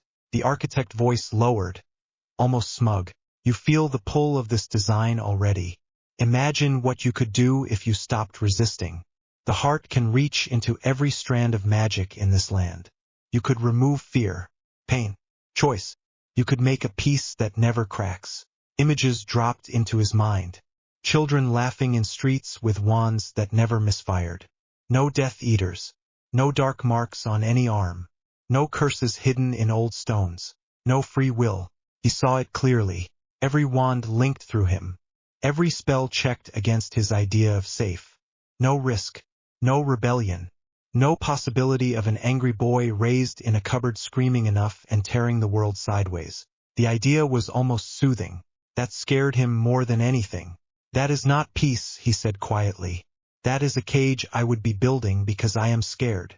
You are already caged, the voice replied. They cage you with guilt. They wring you out with praise until you are hollow. You do not know them, Harry said. You do not know me. But you want this, the architect insisted. You want control. You want to make sure no child ever feels what you felt. Harry closed his eyes. He thought of the cupboard, of Dudley's fists, of the cold, of Petunia's hand gripping his arm a little too tight when she dragged him away from anything that looked like attention. He thought of the first time he had held a wand and the world had opened. He thought of Hagrid saying, with simple sincerity, that he was a wizard. He thought of the look on Ginny's face when he had told her about Silas, about the relic, about the risk. You want to make the world safe by turning it into something that is barely alive, he said. You call it peace. It is just control. He opened his eyes. The cavern snapped back into focus. Time had barely moved. Bill was still behind him, wand raised, teeth bared in effort as he held some sort of crude shield over them. Silas stood on the far side of the pit, wand aimed at Harry now, not the obelisk, eyes blazing with an odd mix of fury and delight. The air around Silas vibrated with contained power. The relic at his throat burned bright silver. You all right, Bill rasped. Harry took a breath. He still felt the guilt. He always would. The goblin, Amicus, every choice he had made in that war. But the guilt sat differently now. Not as a weight that proved he was a monster. As a reminder that he had made those choices to save people and that he had hated them even while he had done them. I am here, Harry said.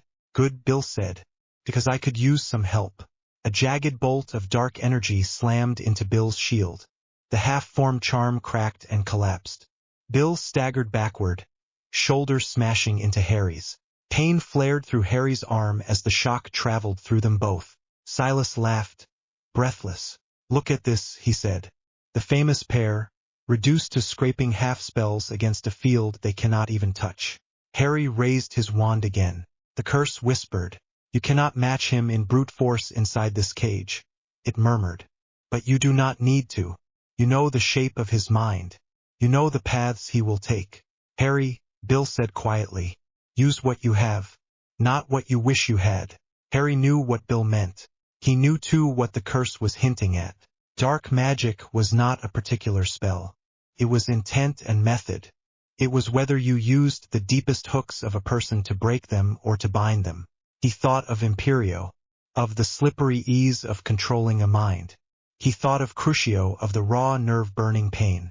Then he thought of the body-bind curse he had used countless times, the clean, simple efficiency of it.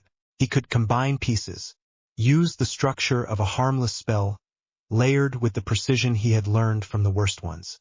A binding that did not just freeze limbs, but reached into the nerves themselves and held them, without tearing them apart. It would not be pure. It would be built from toolkits the Ministry liked to pretend no one should touch. It would still be better than letting Silas trigger something that killed all of them and half the country. You sure about this? Bill asked. He must have seen the shift in Harry's face. No, Harry said. But I know the alternative. Silas lifted his wand again, muttering under his breath. The air around him thickened, dark light gathering at the tip. The obelisk pulsed in answer, as if the whole chamber was drawing breath. Now the architect whispered. Harry raised his wand. He did not speak the spell name aloud. There was power in naming something like this. Better to let it stay his own, at least for now. He shaped the magic inside his mind instead. He built it like a lattice, joints and crossings, using the pattern of Petrificus as the frame. Then he threaded through it the calm, focused intent of Imperio, not to control thought, but to make the nerves listen. He added a thin strand of pain, just enough to force the body to stop fighting, borrowed from what he remembered of Crucio without giving in to the urge to hurt. He aimed all of it at Silas, and he aimed it with surgical care. Not at Silas's heart, not at his mind, at his spine. For a moment, the nullity field shoved back, trying to dissolve the weave before it left the wand. Harry dug his mental heels in. He used the same stubborn refusal he had used against occlumency lessons, against Voldemort slipping into his head. You do not get to have this, he told the field. This is mine. The spell left his wand in a narrow line of dull gold. Silas saw it coming. He tried to twist aside, relic flaring as he pulled power to shore up the air around him. The line of gold ignored the shield, slid through not as force but as intention. It wrapped around Silas's spine like a chain. For a second, nothing happened. Then Silas froze. His wand arm locked mid-movement. His shoulders went rigid. His eyes widened, fury snapping into shock. He tried to speak. His jaw clenched, then stopped. The relic at his throat flared wildly, pulse skipping. Harry felt the spell strain.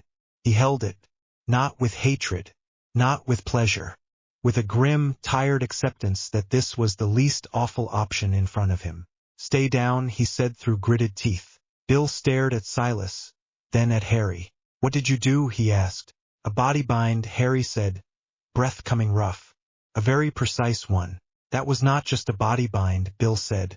I know, Harry said quietly. He did not look away from Silas. You can feel it, though. I did not break anything. Silas's eyes were blazing. He could not move, but he could still glare. You think this makes you better than me, he managed. His voice came out hoarse, forced through half-frozen muscles. You used the same tools. You just wrapped them in nicer words. Harry took a slow breath. Maybe, he said. Difference is that I know I crossed a line and I will carry that. You would cross it and call it progress. The architect voice hummed with interest. You used my depths without surrendering to them, it said. Curious. Harry did not answer it. He stepped around the still frozen spikes and cracks in the stone, moving toward Silas and the obelisk. Bill limped beside him, wand still out, eyes sharp despite the lines of strain on his face. How long does that hold? Bill asked. As long as I can manage, Harry said. The field does not like it. It is trying to chew through the edges. Then we work fast, Bill said. They reached the inner ring at last. Up close, the obelisk towered over them. Its surface so dark it seemed to pull in what little light there was. Faint lines of runes ran up the sides, but they were almost impossible to read. They shifted when he looked at them, never quite settling into a language Harry recognized. His scar burned. The architect spoke again, close as his own thoughts. You stand at the axis. Take it. Pour your will into the heart. I will do the rest. Harry raised his wand, then lowered it again. No, he said. You could end him with a thought, the curse pressed. Turn his body to ash. Seal his knowledge away. No one would question you. They already fear him. They would call it justice. Harry looked at Silas, hanging in the grip of his spell. The other man's eyes were still bright with fury, but under it, Harry saw something else now. Terror. Silas had thought he understood every path in this chamber. He was used to being the one who saw 10 steps ahead. Now he was stuck, not because someone had outpowered him, but because someone had outthought him. Harry knew that feeling. He had lived his whole school life under the weight of others seeing more than he did. Dumbledore, Snape, Voldemort. He could kill Silas. He could let the architect use him as an example. The curse waited, amused. Harry lowered his wand completely. I am not your hand, he said to the obelisk. He turned to Bill. We need a way to move him without breaking the bind, he said. Do you still have that old goblin harness in your kit? Bill blinked, surprised, then nodded slowly. Yeah, he said. The winch rig for hauling artifacts when magic is spotty. Good, Harry said. We use it on him. Silas made a muffled sound that might have been an insult. You are not leaving me like this, he forced out. Oh, we are absolutely leaving you like this for a while, Bill said briskly. You are dangerous with full motor control. Harry, Silas rasped. Listen to it. You feel it too. You and I are not so different. Harry let out a short, humorless laugh. I know, he said. That is why I am terrified. That is why I am not going to let you near that heart again. Bill dug into his enchanted bag, fingers closing around leather and metal. He pulled out the harness, all straps and buckles, no spells. Simple, physical restraint. The fact that they had brought it at all told Harry how much Bill had expected this to go wrong. Help me get this on him, Bill said. They worked fast and clumsy, hands shaking, breath fogging in the cold air. The null field bit at the edges of Harry's binding spell, gnawing like slow acid.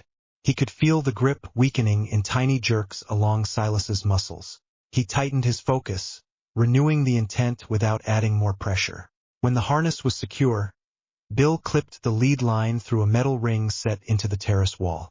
It was part of the ancient design, probably meant for hauling up offerings to the heart. Now it would hold one bound cursebreaker instead. Silas sagged in the straps, still frozen. Bill stepped back, panting. Right, he said. One arrogant idiot lashed to the wall. The architect muttering in your skull. A world-ending relic in the center of the room. No pressure. Harry wiped a shaking hand over his face. Feels like an ordinary day, he said. Bill huffed something that was almost a laugh. Spoken like a man who should have retired to a small bookshop years ago, he said. The moment of humor steadied Harry more than any spell. He turned back to the obelisk. The runes flickered again. Now that he was closer, he could see patterns in them, echoes of scripts he knew. A Peveril family mark there, twisted into something more complex. A rune Hermione had pointed out back at Grimmauld Place, sign for binding and division both. The architect watched him. You think you can dismantle a design laid by your own forebears, it murmured. You would undo their work, their claim, their right. I already did that once, Harry said softly, when I broke Voldemort's link to this world. You are not the first ghost of a dead family who tried to live through me. You misjudge, the curse replied. I am not a ghost. I am architecture. I am the framework that holds their power in place. Without me, the line withers. Harry felt a bitter smile tug at his mouth. News for you, he said. That line has already withered. I am what is left, and I am tired of being used as a conduit for other people's plans. Behind him, he heard Bill shift his weight, grounding himself again. You feel up to a preliminary inspection, Bill asked. We are not dismantling this today without a plan. Today is recon and survival. Reassuring, Harry said. Honest, Bill replied. Harry took one more step toward the obelisk. The floor under his boot thrummed in answer, like a heartbeat. The architect pushed again, this time harder. It forced him back into memory, ripping past his attempt to brace. He was in the Forbidden Forest now, walking to his death with the resurrection stone cold in his palm. His parents at his side. Sirius. Remus. He remembered the numb calm of that march. The acceptance. The way he had walked not because he wanted to die, but because there had been no other path that did not lead to everyone else suffering for him. You have always been willing to give yourself, the architect said. Give yourself to me now, and I will give back tenfold. A world without fear. A world without him. It threw an image at him.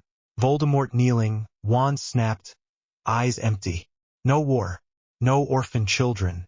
No curses shattering lives. All of it rewound, rewritten. This time Harry did not argue. He just stood in that old memory, felt the weight of the stone in his hand, the way he had let it fall from his fingers before he met his death. I had the chance to cling to them, he said quietly, to keep pulling my parents back every time life hurt. I did not. I let them go, because it would not have been living. It would have been hiding in a wish. He looked up at the empty air, at the dim shapes of his parents walking with him. You are not offering anything new, he told the curse. Just a more complicated wish. He opened his hand again in the memory, and the stone fell. In the cavern, his scar cooled by a fraction. The architect voice dropped from coaxing to cold. You will fail without me, it said. You will misjudge the strain. You will tear the lattice and flood this island with raw magic. Your friends will die screaming. Their deaths will lie entirely on you. Harry's stomach clenched. That was the real fear. not him dying. He had made his peace with that years ago, hurting people again by thinking he knew better. He thought of Ron in that kitchen, furious and scared, of Hermione's tired, determined face as she had traced patterns on parchment, of Ginny's steady hand on his shoulder when he had woken from another nightmare. He thought of the children in that Balkan village whose curse had sent him down this path at all. Children who could not sleep without hearing whispers. If I walk away because I am scared, he said, they still die. You keep grinding them into the ground. You keep warping magic under their feet. He set his jaw. I will not let you turn me into a tyrant, he said, and I will not let you keep doing this. He opened his eyes again. The cavern settled around him, heavy and cold. The obelisk still pulsed. Silas still hung in the harness, breathing hard through clenched teeth. Bill still stood close, wand low now, watching Harry with a look that mixed worry and grudging respect. You told it no, Bill said. I told it to do its worst, Harry said shakily. Hope that is not inviting something stupid. It was already doing its worst, Bill replied. Now it knows you are not an easy mark. Harry half laughed, half sighed. That is me, he said. Annoyingly stubborn. One of your better qualities, Bill said. He clapped a hand on Harry's shoulder. The touch was solid, grounding. Listen, Bill said. We are both nearly spent. The field is chewing every spark we throw. Silas is bound. But that relic is still humming and this curse is awake. If we push for a full dismantle now, we will make mistakes. And if we leave it, Harry said, voice low, it keeps whispering. Keeps pulling on people like me. We are not leaving it, Bill said firmly. We are stepping back to plan. There is a difference. The architect hissed in the back of Harry's mind, displeased. You think time is your ally. It is mine. Harry ignored it. Say we get out, he said. You trust the goblins not to seal this place and throw away the map. Bill snorted. They might want to, he said. But you think Hermione will let them. You think you will. Harry looked at the obelisk again. He hated stepping away from a fight before it was finished. Every instinct in him wanted to keep pushing until something gave way. But he had learned, slowly and painfully, that charging ahead without a plan was just another way to get people killed. We mark the path, he said. We reinforce the chalk on the way out.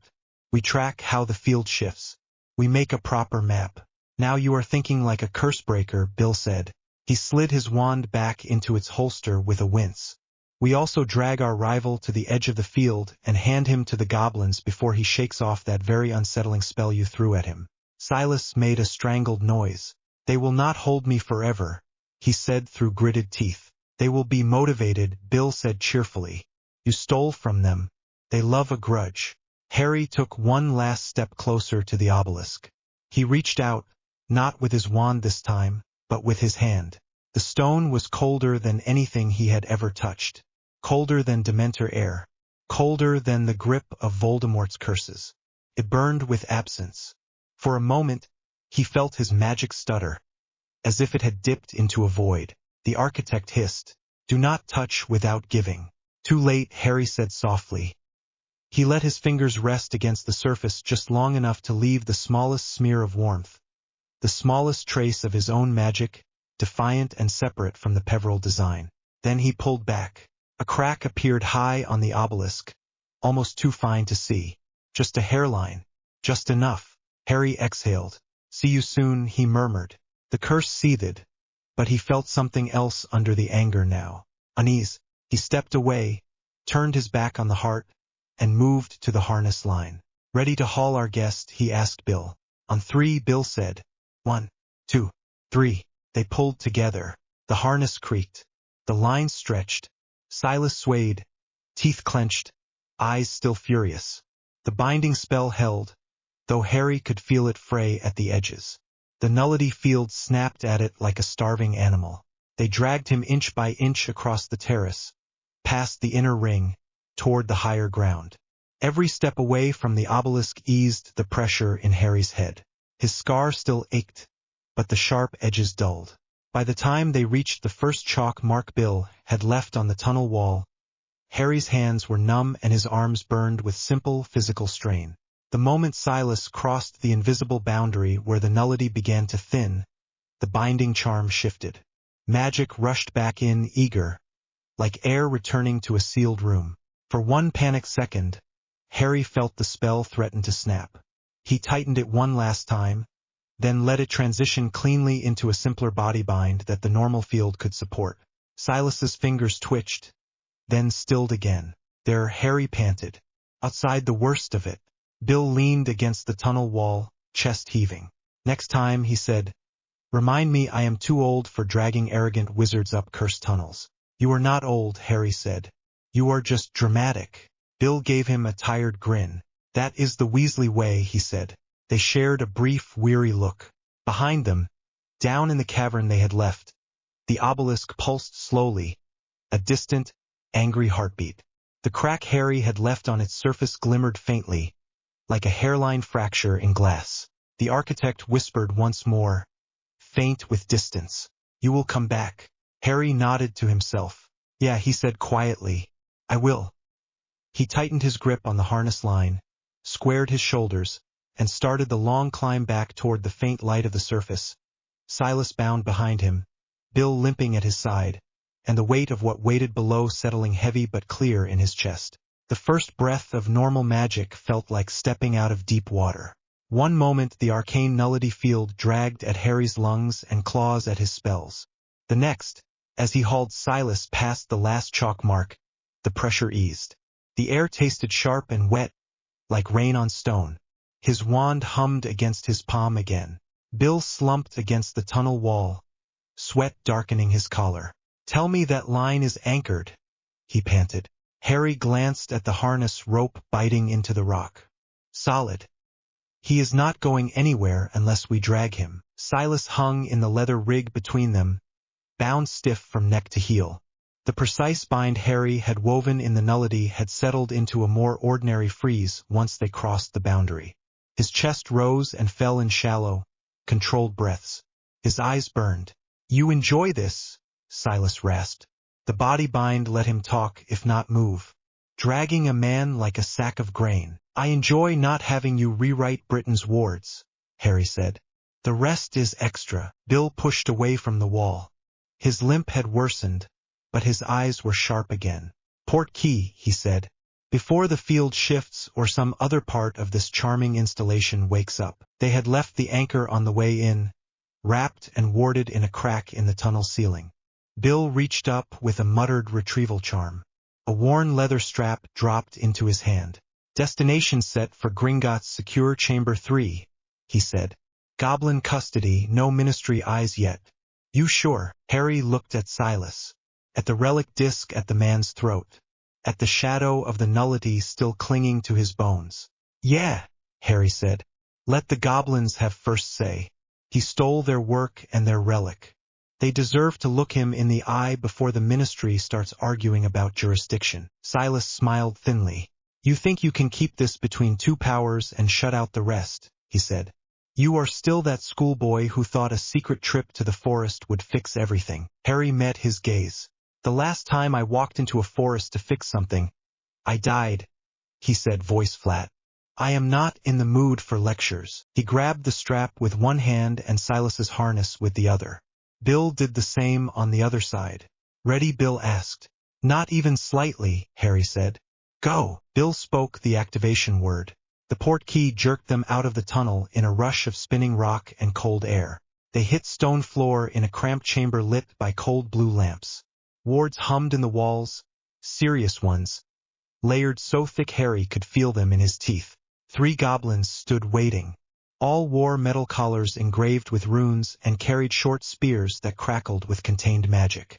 The one in front had a scar running from his jaw to his pointed ear. Harry recognized him. "Sharpclaw," he said. "Potter," the goblin replied. His black eyes flicked from Harry to Silas, taking in the harness, the relic, the bind. His lip curled. "You bring us a thief." Bill straightened as much as his tired body allowed. "And a traitor," he said. "He used stolen goblin protocols in foreign sites. He nearly cracked 3 anchor nexuses. He took your relic from the temple." Sharpclaw stepped closer. He reached out with one long finger and touched the disc at Silas's throat. It hissed faintly, then went still. I feel the temple's imprint, he said softly. You stripped it without right. Silas's jaw clenched. I used what your forebears abandoned, he said. The words came stiff from the bind. You allowed that power to sleep while the world tore itself apart above. I have no patience for your traditions. Sharpclaw's eyes went very cold. You confuse patience with weakness, he said. A common wizard mistake. He turned to Harry and Bill. You expect gratitude, Sharpclaw said, for bringing us the man who spat on our work and stole our property. No, Harry said. I expect a conversation. Sharpclaw's brows rose. Bold, he said. You stand in a Gringotts cell with torn robes and blood on your collar. You are barely upright. Yet you want terms. Harry took a slow breath. Silas is a threat to more than goblin pride, he said. He wants the heart under Britain, the Peveril crown. You know about it.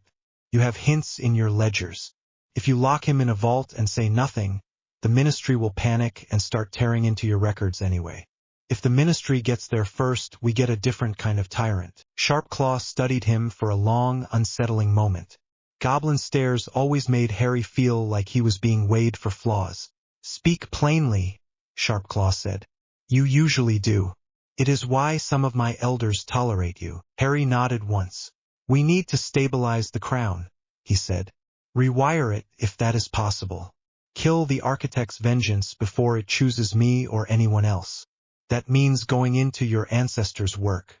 The ministry cannot do it alone. Gringotts cannot do it alone. I definitely cannot do it alone. We either share just enough truth to fix this, or we fight each other while the crown cracks on its own. Bill shifted beside him. You saw the global reports, he said. Storms, surges, vault failures. It gets worse every month. The temple shard he stole woke the heart faster. Sharpclaw bared his teeth, which might have been a smile and might have been anger. The elders argued about you, he said to Harry, ignoring Bill. They said you would draw trouble to us. That if we dealt with you, we would invite wizard storms into goblin halls. Hard to argue with that today, Harry said dryly.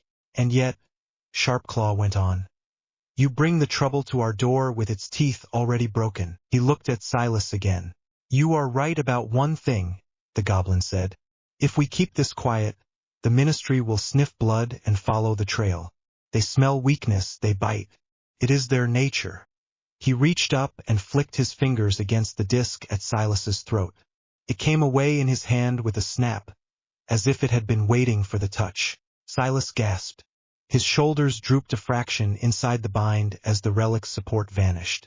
You will not be using goblin craft here again, Sharpclaw said to Silas. He turned back to Harry. You ask for partnership, he said, on something that goes to the root of our shared land. This is not a request I can grant in a corridor. I am not going anywhere, Harry said. He looked down at his own trembling hands. Not until I sleep for about 10 hours at least. Bill snorted. Sharpclaw gave the smallest nod. Very well, he said. We will put your thief in a deep cell and bind his magic with earth rites. You may attend the first hearing as you brought him. After that we will see. He gestured. The goblin guards moved forward, unhooked Silas's harness line from Harry's hand, and hauled the bound man toward a side door. Silas strained against the bind, muscles trembling, but Harry's spell held. As the door shut behind them with a heavy grind of stone, Harry felt something odd. Not joy, not triumph, a strange, quiet emptiness. The chase that had dragged him through jungles and mountains and graves was over. For now.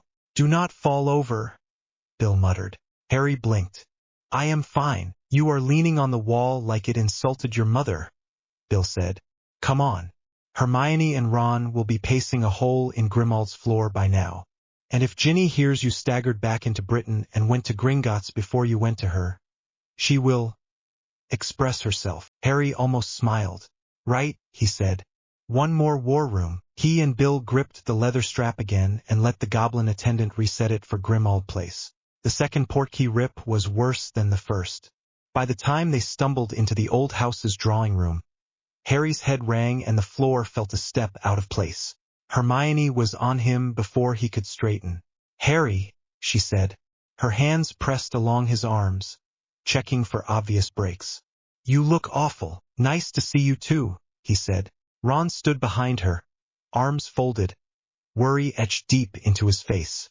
Ginny hovered by the fireplace, eyes sharp and bright, a streak of soot across her cheek. "You are late," Ginny said. Harry let his eyes travel over her, alive and whole, and something in his chest unclenched.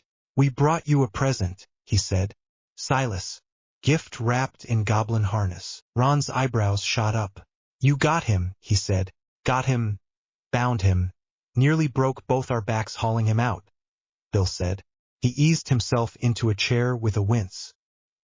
"He is in a Gringotts cell now." Hermione exhaled hard. "Good," she said. "That buys us time." Ginny crossed the room in 3 quick steps and stopped in front of Harry. "Does anything hurt so much you are going to faint?" she asked. "Everything hurts," he said honestly. "But not faint level." "Good." She punched him once in the shoulder, careful of the healed wound, then grabbed the front of his robes and kissed him hard. Ron made a muffled noise that might have been a complaint or encouragement. Hermione swatted his arm without looking. When Ginny pulled back, her eyes were fierce. "Do not scare me like that again," she said. "At least not without a proper goodbye." "I will schedule my next brush with a world-ending curse," Harry said. "Do that," she answered. Hermione cleared her throat. "As much as I would like to insist on bed rest," she said, "we cannot wait. The surges are getting worse." Kingsley called. "He is coming here." Harry blinked. "Here?" "Yes," Ron said. "He is done with half reports. He wants to hear from all of us at once. Somewhere the walls do not listen for him." Grimmauld Place's ancient wards creaked in the corners, as if in response. "Fine," Harry said. "Then we tell him." "Not everything," Hermione said quickly. "Not yet. We give him the network, the surges, the existence of the heart. We leave out the part where the crown calls to your blood by name until we know what we can do with it." Ron grimaced but nodded. "Kingsley is not Umbridge," he said. "He is not going to grab the nearest shiny thing and shout about power. But he is still minister. If you tell him there is a crown under his office keyed to your blood, he will have to act. And if he acts without understanding," Hermione added, "we get another version of the same problem." Harry rubbed his scar. Still ached. The echo of the architect's voice sat in the back of his head like a bad memory. "Fine," he said. "We tell him enough to get his support. No more." Ginny moved to stand at his side, close enough that her shoulder brushed his. "And after that," she said, "we decide how to break a crown without dropping the roof on everyone." Kingsley Shacklebolt arrived with less ceremony than a minister should. No entourage, no Auror escort, just a tall, tired man in dark robes, the faint lines at the corners of his eyes deeper than Harry remembered from the war. Creature eyed him suspiciously when he stepped into the hallway. "Ministry man," the elf muttered. "Always bringing trouble." "Good to see you too," Kingsley said dryly. They gathered in the dining room again. The maps still covered the table. Hermione had added more annotations since Harry left. New red lines, fresh notes in the margins. Kingsley looked at the chaos, then at the 4 of them. "Part of me hopes this is all an elaborate joke," he said. "The other part knows you too well." "Sit," Hermione said briskly. "This will take a minute." They talked. Harry gave the bones of the story. The first cursed village. The trail of broken anchor sites across the world.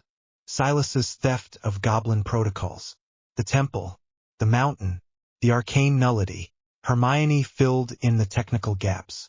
She laid out the network Hermione style, clear and sharp. How each external anchor bled off magical pressure. How the surges in Britain had started after one of the sites went unstable. Bill added the goblin context. Crisp and respectful but without flinching from their anger. Ron, to Harry's quiet relief, backed their account instead of playing ministry devil's advocate. He described the storms over Kent and the ward flickers in Wales, the way Auror teams had been running themselves ragged, plugging leaks they did not understand. Kingsley listened without interrupting. His expression shifted as they spoke, from curiosity to concern to a deep, controlled anger. When they finished, he sat back in his chair. So, he said, there is a global network of ancient ward anchors. Someone has been trying to hijack them with stolen goblin magic. You have been chasing him on Gringotts contracts while not telling your Minister of Magic that the leaks my people are dying to block are part of the same pattern. His tone was calm. That made it worse. Harry took a breath. Yes, he said. That is the shape of it. Kingsley looked from Harry to Hermione to Bill. His gaze lingered on Ron. And my Auror, he said, has been in the dark as much as I have. Ron did not flinch. Not anymore, he said. I know as much as they do now. Kingsley's mouth tightened. I trust you lot, you know that, he said. You saved this country. You saved a lot more than that. But trust does not mean you get to decide which threats to tell your government about. Hermione's shoulders went rigid. With respect, she said. Trust also does not mean handing a loaded ward crown to the first committee that sends a memo about it. Kingsley's brows rose. Ward crown. Bill shot her a quick warning look. Hermione exhaled. Bad metaphor, she said quickly. The network has a central control point. Under Britain. Connected to old ministry structures. It is sensitive. Kingsley looked at Harry. How sensitive, he asked. Harry chose his words with care. Sensitive enough that if someone hits it wrong, he said. We get more than surges. We get ward collapse. Conflicting oaths firing off at once. A lot of people hurt very fast. And you know where it is, Kingsley said. Roughly, Harry said. We have narrowed it down to a chamber under the Department of Mysteries, where Peveril work and early ministry experiments overlap. We have been there once. On the edge. Kingsley rubbed a hand over his face. I feel the headache already, he muttered. He looked at Bill. You took Potter into a central control chamber without telling me. I took my team to an anchor node, Bill said evenly. We did not touch the core. We did a recon under Gringotts' contract while the ministry shuffled papers about who owns what magic in what tunnel. Kingsley's eyes flashed. You are not wrong, he said. We have been arguing with Gringotts for weeks about access. About responsibility. Half the Wisengamot would rather accuse the goblins than admit they do not control something under their own feet. He drummed his fingers on the table. Fine, he said at last. I can wish you had told me sooner and still deal with the fact that you did not. He looked at Harry again. You chased Voldemort through my halls once already, Kingsley said. You know how fragile the department is. If you tell me you have to go under it again, I am going to be there. So will my Aurors. So will goblin representatives. This is too big for lone heroes. Harry nodded slowly. I agree, he said. I do not want this on my own shoulders. Ginny's hand brushed his under the table. He curled his fingers around hers. Kingsley's gaze softened a fraction at that. Good, he said, because I am tired of the pattern where you do something insane, die or nearly die, and leave the rest of us to tidy up. I would like to break that habit in my tenure. Ron snorted. Get in line, he said. Some of us have been trying for years. Hermione cleared her throat. Coordinated, she said. We need this to be coordinated. If the goblins and ministry come in at cross purposes, the crown will react. Crown again, Kingsley said. Hermione hesitated. She looked at Harry. He met her eyes. Tell him the shape, Harry said quietly. Not all the details. Enough. Kingsley leaned forward. What am I missing? He asked. Hermione's voice steadied. The network was designed by the Peveril brothers, she said. They built a central control node that responds to their bloodline. A failsafe, they thought. If the realm betrayed them, the crown would call a blood heir to fix it. Over the centuries, people tampered with it. Ward masters tied it to law enforcement, to their idea of order. The failsafe changed into something we are calling the Architect's Vengeance. Kingsley's eyes narrowed. A sentient curse, he said. A pattern with intentions, Hermione said carefully. It is not a ghost. It is not a person. It is architecture that pushes. It wants a Peveril heir with enough power and resentment to put on the metaphorical crown and use the network to control everything. Kingsley's gaze turned back to Harry. And your connection to this? He asked quietly. Harry did not look away. Peveril blood, he said. Potter line, Gaunt line, Hallows. It notices me. It whispers. It tried to shove visions at me in the chamber Bill took me to. It wanted me to take control and call it peace. Silence dropped over the table. Kingsley stared at him for a long time. You tell me this now, he said at last. Harry shrugged. Tired. When should I have told you? When it first whispered, Kingsley said. When you realized you were walking into another story where your blood carries a script. Harry's mouth twisted. I did not want to be your nightmare again, he said. Or your weapon. I wanted to understand it first. To see if there was a way to fix it without turning myself into some kind of living ward key. Kingsley's shoulders eased a fraction. You are not the only one who does not want that, he said. The idea of any single person holding that much influence terrifies me. Even if that person is you. Especially if that person is you. Comforting, Harry muttered. It is meant to be, Kingsley said. It means I am on your side when you say we need to dismantle this instead of using it. He looked around the table. So, he said, we are agreed. We go in together. Ministry, goblins, your merry band. We confront this architect pattern. We stop it from picking an heir. We stabilize the network before the island cracks. That is the plan, Hermione said. Do you have an actual method? Kingsley asked. Working on it, Hermione said. We know Harry can reach the core. We know his touch damaged it just a hairline crack without collapsing it. We know the curse responds to more than just him. Pushed at Bill. Probed me when I traced the runes on parchment. If we go in as a group, linked by vows, we might be able to force it to spread itself across us. If it is less focused on one heir, we can rebind it. You want to turn a single crown into a ring of keys, Bill said. Exactly, Hermione said. Many hands, many minds. No one person can hold everything. Kingsley nodded slowly. You use Harry's access to undo the bloodline lock, he said. You tie the new structure to a treaty instead of a family. Something like that, Hermione said. The details are messy. We are working them out. But conceptually, yes. We rewrite the terms. Ginny squeezed Harry's hand. And we give the crown a new story, she said. Not one angry heir. A group of stubborn idiots who refuse to be used. Kingsley's mouth twitched. I can think of worse foundations, he said. He pushed his chair back. I will speak to the goblin elders, he said. We will organize a joint team. Officially, it will be an inspection of departmental foundations. Unofficially, it will be whatever Hermione writes in her plan. You have 1 day. Sleep, eat, then we go. A day, Harry repeated. Kingsley looked at him. You look like death warmed over, he said. You survived the nullity only because you are stubborn. If I send you under the department like that, the crown will not have to work hard to crack you. Rest. That is an order. Harry opened his mouth to argue, then shut it again. Yes, Minister, he said. Kingsley nodded once and left the room, Creature trailing behind him muttering about too many tall wizards in the hallway. When the door closed, the 4 of them sat in silence for a moment. Well, Ron said at last. That went better than I feared. You expected him to yell, Ginny said. I expected more shouting and maybe a small explosion, Ron admitted. He is too calm. That always worries me. Hermione rubbed her temples.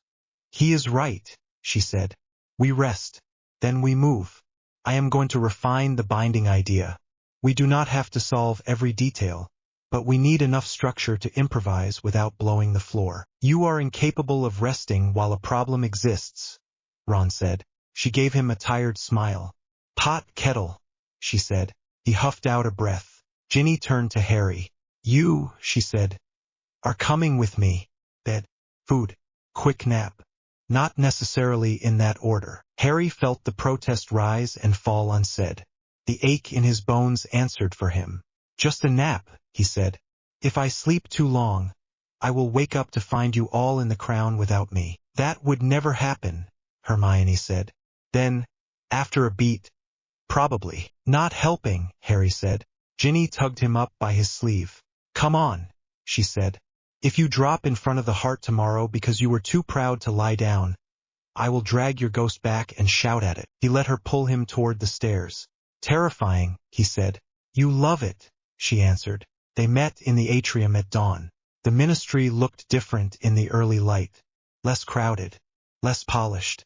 The golden fountain had been changed years ago, after the war, but in the half-empty hall, the new statues of witches, wizards, and magical creatures together looked almost vulnerable.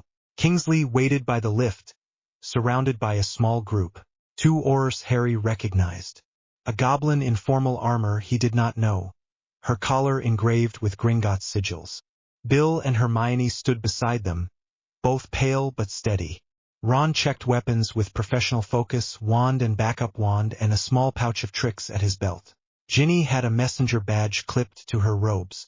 It would let her move more freely between floors if they got separated. Everyone here? Kingsley asked. Yes, Hermione said. The goblin woman stepped forward. Her eyes were the color of flint. I am Stoneshield, she said. Sharpclaw speaks for the elders, but they agreed I would be more direct. Harry had no trouble believing that. Good to have you, he said. She gave him a curt nod. I am here for my people, she said. If this crown fails wrong, Goblin halls crack as much as wizard homes. I will not have that blamed on us. Understood, Kingsley said. We go down as a joint team. According to the sign in the orlog, we are conducting a deep ward inspection in light of recent surges.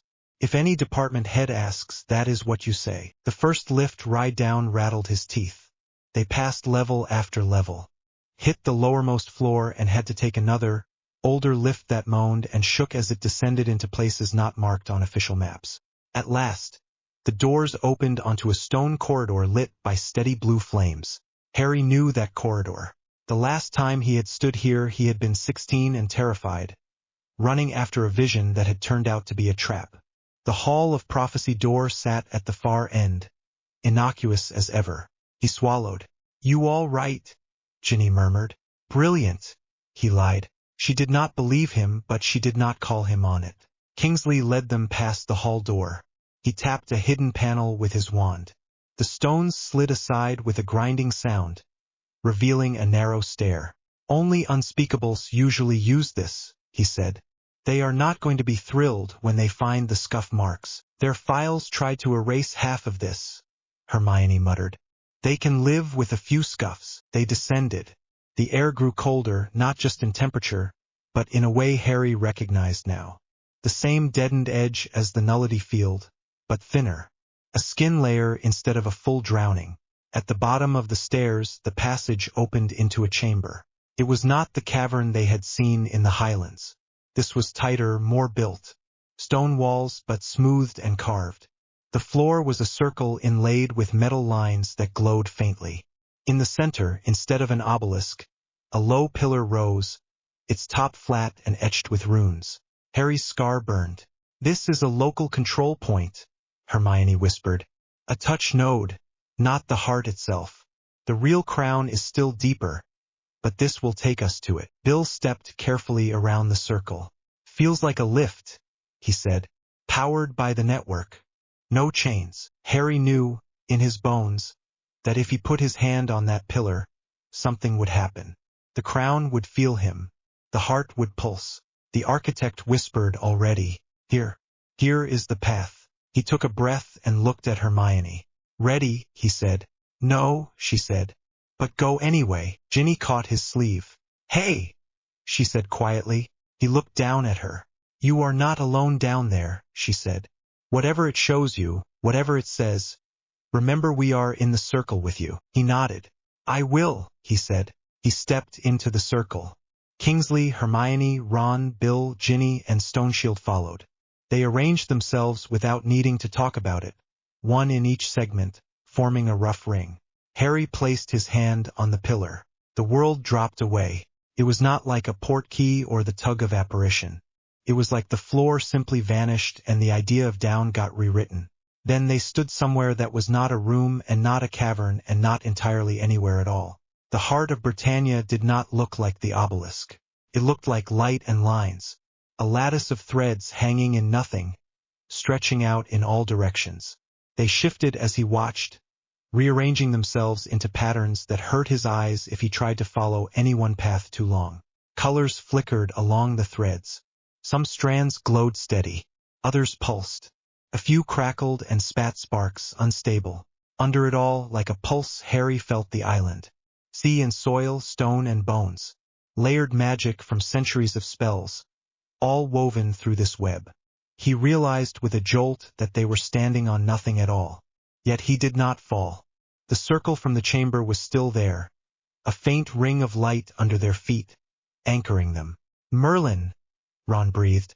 That is something. Hermione's eyes were wide, but there was a hungry kind of curiosity there too. It is a map and a machine, she whispered. All at once, the architect spoke. So you come, it said.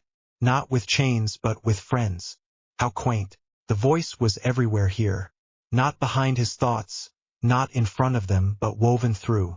Harry felt it brush against his memories. Probing. Ginny's hand found his. Even in this strange place, her grip felt like something solid. Stay out of my head, she said aloud. The threads nearest her shivered. You stand in my design, little flame, the voice said. Everything here has roots in your kind. In your laws. In your fears.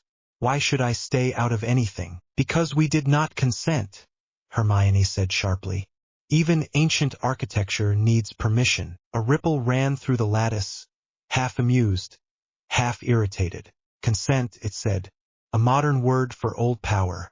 The ones who commissioned me consented on your behalf centuries ago. They promised you to me. Then they were wrong, Kingsley said calmly. His voice carried cleanly. Whatever deal they made, they did not speak for everyone alive now. Stoneshield stepped forward to the edge of the circle. My people did not sign your commission, she said. We were used and bled and then told to stay in our tunnels while you rearranged the sky. You do not hold us. You all use the shelter I provide, the architect said. You live under the statute the crown reinforces. You call on wards that tie back to me. You curse ancient founders and then kneel in the halls they built. Hypocrites. Harry's scar throbbed. He could feel the way the lattice tugged at him. Threads reaching, tasting his magic. It recognized him more clearly here than it had in the cavern. Architect, he thought, not bothering to frame it as speech. If we do nothing, what happens? The response came at once. If you do nothing, the strain grows, it said. The external anchors fray. Surges spike. Nodes fail. Magic on this island tears itself into pockets of storm and dead zones. Some are blessed with much, some starve. Chaos. And if we hand ourselves over to you, Harry said aloud, then I take full control, the voice said. I smooth the flows. I silence the errant. I bind every wand to a single rule set. No more surges. No more surprises. No more of your Voldemorts. Ginny flinched at the name. A quiet graveyard, she said. A safe one, the architect replied. Hermione's jaw tightened. You erase choice, she said. That is not safety. That is stagnation. The threads nearest her flared. Choice, the voice said. You talk of choice while your ministries legislate who may learn what spell. While your goblin banks choose who starves and who thrives. While your families pass curses to their children. You are already full of cages. I offer consistency. Harry felt the words burrow at old guilt. He had thought versions of that himself in the darkest hours. That maybe a ruthless order would be kinder than constant fear. He pulled his hand from Ginny's and stepped to the very center of the circle. The lattice bent, a little, toward him. You understand, the architect said. You walked into death once to end one man's grip. Now you balk at taking the cleaner path. Why? Because I have been that boy in the cupboard and the weapon in someone's plan, Harry said. I know what it is like to have every choice made for you. I will not do that to an entire country. I will not become another story people tell themselves so they do not have to think. You already shape them, the architect insisted. They look at you and adjust their lives. You cannot escape that. I cannot control what they think of me, Harry said. I can control whether I build a system that demands they obey me. He took a breath. You were meant to be a tool, he said. Not a king. The Peverills built you to keep people safe. Others twisted that into control. We are here to take you apart. Or rewrite you. You lack the skill, the architect said. You lack the perspective. You are a single mind. He is not alone, Hermione said. She stepped up beside Harry. Ron moved to his other side, awkward but solid. Ginny closed the ring. Bill and Stoneshield took the remaining gaps. Kingsley stood opposite Harry, the line between them cutting the circle in half. Hermione lifted her chin. This is not one heir, she said. This is a council. Wizard, goblin, law, research, lived experience. The architects of now. Arrogant, the old voice said. Confident, Hermione corrected. Kingsley spoke then, voice low but firm. You said you were architecture, he said. Framework. That means you can be rebuilt. That is what we do. We make new laws when old ones rot. We put new beams under old houses. This is not sacrilege. It is maintenance. Stoneshield bared her teeth. My craftsmen carved your first anchors, she said. My kin bled in your foundations. You think we cannot recut our own work? The threads trembled, edges sparking. Harry felt the pressure build. The architect pushed. Images hit him like hail. A child in a cottage hit by a stray duel. A witch in a village hunted by muggles when wards failed. A goblin vault flooded by uncontrolled ley surges. Every crack, every failure. The curse flung them at him as proof. See, it said. This is what your fragility brings. You demand choice and then cry when it destroys you. Harry staggered. Ginny grabbed his arm. Ron braced his shoulder. Hermione's hand pressed between his shoulder blades. Steady. You are not responsible for every broken thing, Ginny said, voice sharp. Magic is not a pet you can keep from ever biting, Ron said. People will always make bad choices. That does not mean you choke everyone so they cannot breathe. Hermione's breath was hot against his back. Remember what we talked about, she whispered. We do not chase perfection. We aim for better, safer, less prone to being hijacked by one line. Harry straightened. He looked up at the lattice. Maybe this was the best they could think of in their time, he said. Maybe it saved lives then. But the deal changed. People manipulated you. The bloodlock turned sour. I am not tearing you down because you are evil. I am tearing you down because you are out of date. Insulting, the architect hissed. Maybe, Harry said. But accurate. He raised his wand. The threads closest to him flared. You do not even know where to cut, the voice said. One wrong slice and you cross-connect a village ward with a graveyard curse. I am not cutting alone, Harry said. He held out his free hand. Hermione took it without hesitation. Ron put his hand on top of hers, rough and warm. Ginny's fingers slid in and squeezed. Bill and Stoneshield joined, completing the ring. Kingsley reached across and set his hand on top, closing the last gap. Magic hummed through the circle, not the neat, single note of a well-cast charm. A messy chord, different timbres, different histories. Harry felt Hermione's sharp, precise focus. Ron's stubborn fire. Ginny's fierce, steady courage. Bill's patient craft. Stoneshield's proud, honed resentment. Kingsley's calm, heavy authority. He let all of it flow through him, through his wand, toward the heart. We are rewriting the terms, he said. You wanted a single heir. We offer you a council instead. No one person gets full control. Any system change requires multiple hands, multiple oaths. You stay as a stabilizer, not as a kingmaker. The architect recoiled. You cannot bind me, it said. I am older than your petty ministries, but not older than the magic we draw on, Hermione said through gritted teeth. You run on the same fuel we do. If we change the way that fuel feeds you, you change too. Stoneshield spoke in gobbledygook, sharp and fast. Harry did not understand the words, but he understood the intention. A vow. The goblin's magic surged into the lattice through the parts tied to ancient vault wards. Kingsley added his own vow in clear, plain language. I will not allow this crown to be used to enforce prejudice, he said. Any law that tries to feed you control through blood purity or fear of creatures will fail. My magic will see to that. Ribbons of light wrapped around several threads. Old lines that had once favored pure blood families flickered, then dimmed. Ron coughed. I never thought I would be swearing an oath with a goblin inside a magic web, he said. But fine. Any command that tries to take people's choices away without their say, I stand against it. Even if it is my own boss. More threads shifted. Some of the darker ones sizzled and went out. Ginny squeezed his hand harder. I am tying you to one thing, she said fiercely.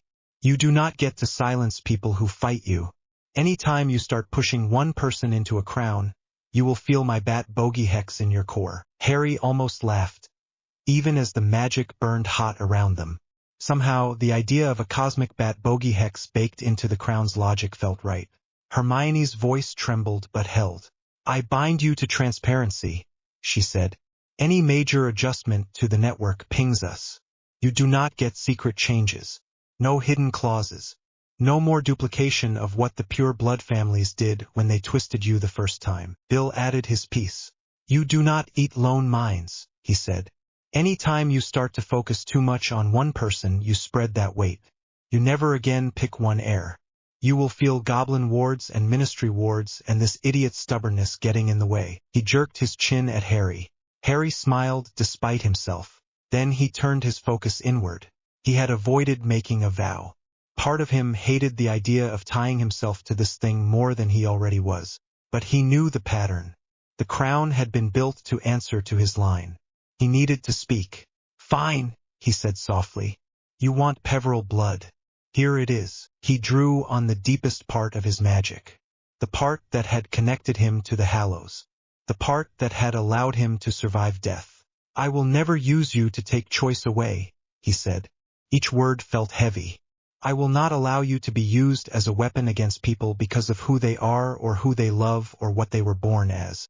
If any future heir tries to put your full weight behind one will, one vision, one line, my magic stands against it. For as long as there is a drop of my blood in this land. Pain lanced through his scar. The lattice screamed. Silently. Threads flared bright enough to blind. Harry tasted copper. His knees buckled.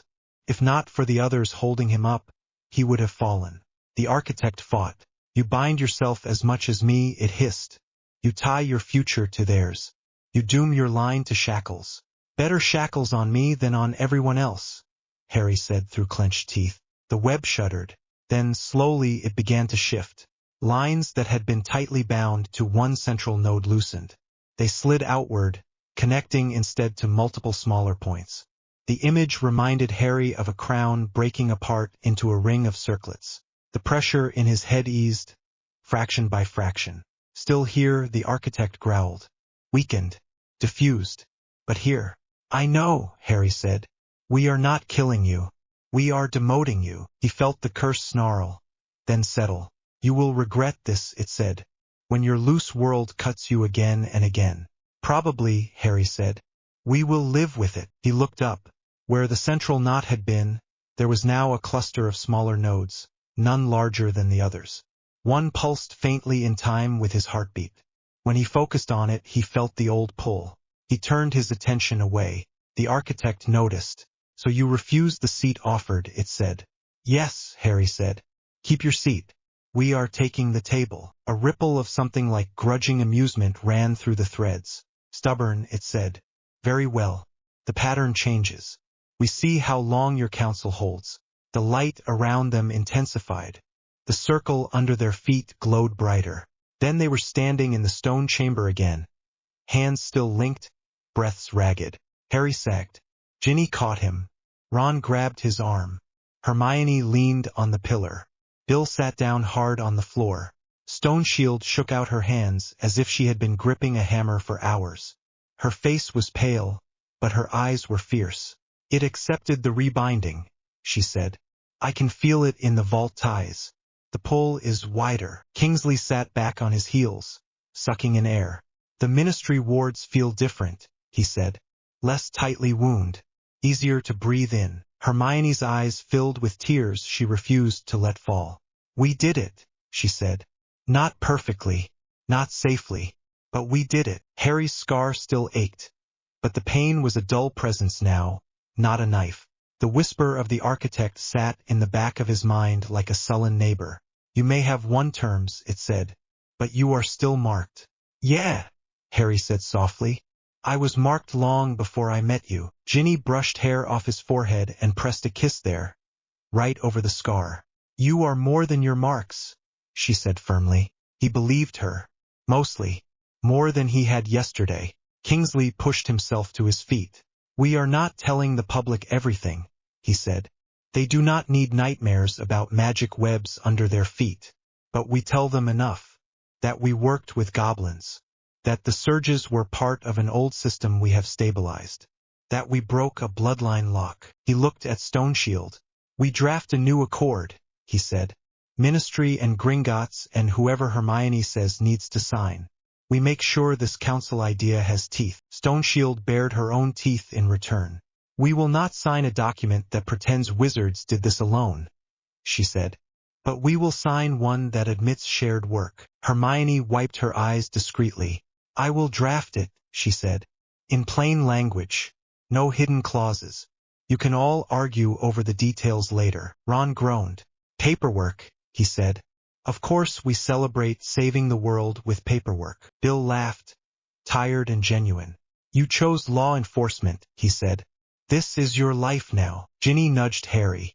And you chose curse breaking, she said. So your life is climbing into more cursed holes than anyone else. Harry huffed out a breath. Maybe I will take a holiday, he said. Liar, Ron said. He was not wrong. But for the first time since this started, Harry felt like maybe the work ahead would not be him against an endless, hungry system. They had cracked the crown. They had left something better in its place. Not spotless. Not simple. Just better. That would have to be enough. Weeks later, the world did not feel entirely new. The same old arguments flared in the Daily Prophet. Pure blood relatives still muttered in corners. Goblin clerks still watched wizards with wary eyes. But the surges stopped. No more sudden storms over Kent that smelled of raw magic. No more ward failures in Welsh villages without warning. No more whispers of vault curses waking in the dark. The first time Harry realized he had gone 3 days without his scar throbbing. He blinked and almost laughed at himself.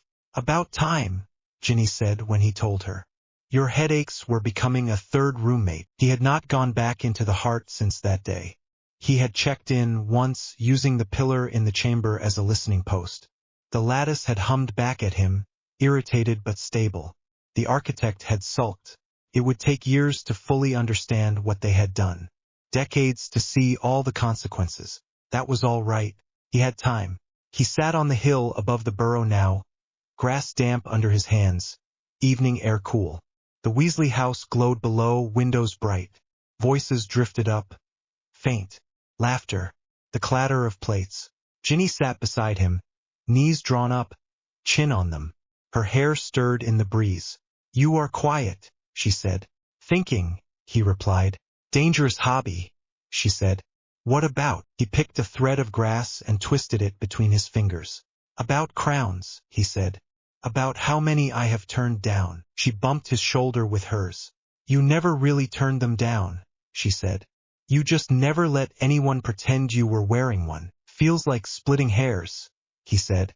Maybe, she said. But it matters. You could have kept the Elder Wand. You could have taken the Hallows and vanished. You could have let that thing under London make you the architect of everything. You did not. That means something. He thought of Silas's face when the goblins had marched him into their lower court. Silas had not broken. He had stood there, bound and stripped of his relic, and argued that he had tried to save the world better than any of them. The goblin elders had listened. They had weighed intents and harms. They had sentenced him to a very long time in a very small, very well-warded cell, with work assignments that involved no tools and no magic. Harry had visited once. Silas had sneered even then. You bound yourself as tightly as they bound me, he had said. One day you will want to use that crown, and you will find your own oath in the way. Good, Harry had replied. That is exactly what it is for. He did not know whether Silas would ever understand. That was no longer his problem. He looked now at Ginny instead. Do you ever wish we had just taken the money, bought a small cottage, and refused to touch another curse ever again, he asked. She snorted. For about 5 minutes, she said. Then I remember you. You would last a week before you started poking at the weird ward on the neighbor's shed. He smiled. Fair, he admitted. You are allowed to want peace, she said softly. You are also allowed to be a person who does not sit still when something is broken. He leaned his head against her shoulder. Do you ever get tired of being the one who reminds me I am allowed to be messy, he asked. Never, she said. Keeps me busy. Down the hill, someone shouted his name. Harry, Ron yelled. If you are not down here in 2 minutes, Mum is going to come drag you by the ear. And she will have a spoon. Ginny winced. Move, she said. I am not getting caught in the crossfire of that. They scrambled to their feet. As they headed down the slope, Harry paused for a second and looked up at the sky. The clouds moved slow and ordinary over the crooked chimney. No strange flickers. No unnatural colors. He felt, deep under his feet, the faintest hum. The crown. The heart. The architect. Felt different now. Not a hook in his chest. Not a constant whisper. A background noise. A system humming along, still opinionated, still old, but bound to more than just him. You coming? Ginny called.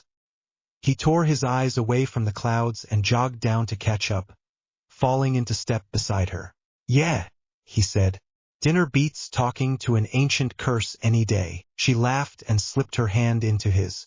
As they stepped into the warm chaos of the Burrow kitchen, voices washing over them, Harry felt the weight on his shoulders shift again. Not gone.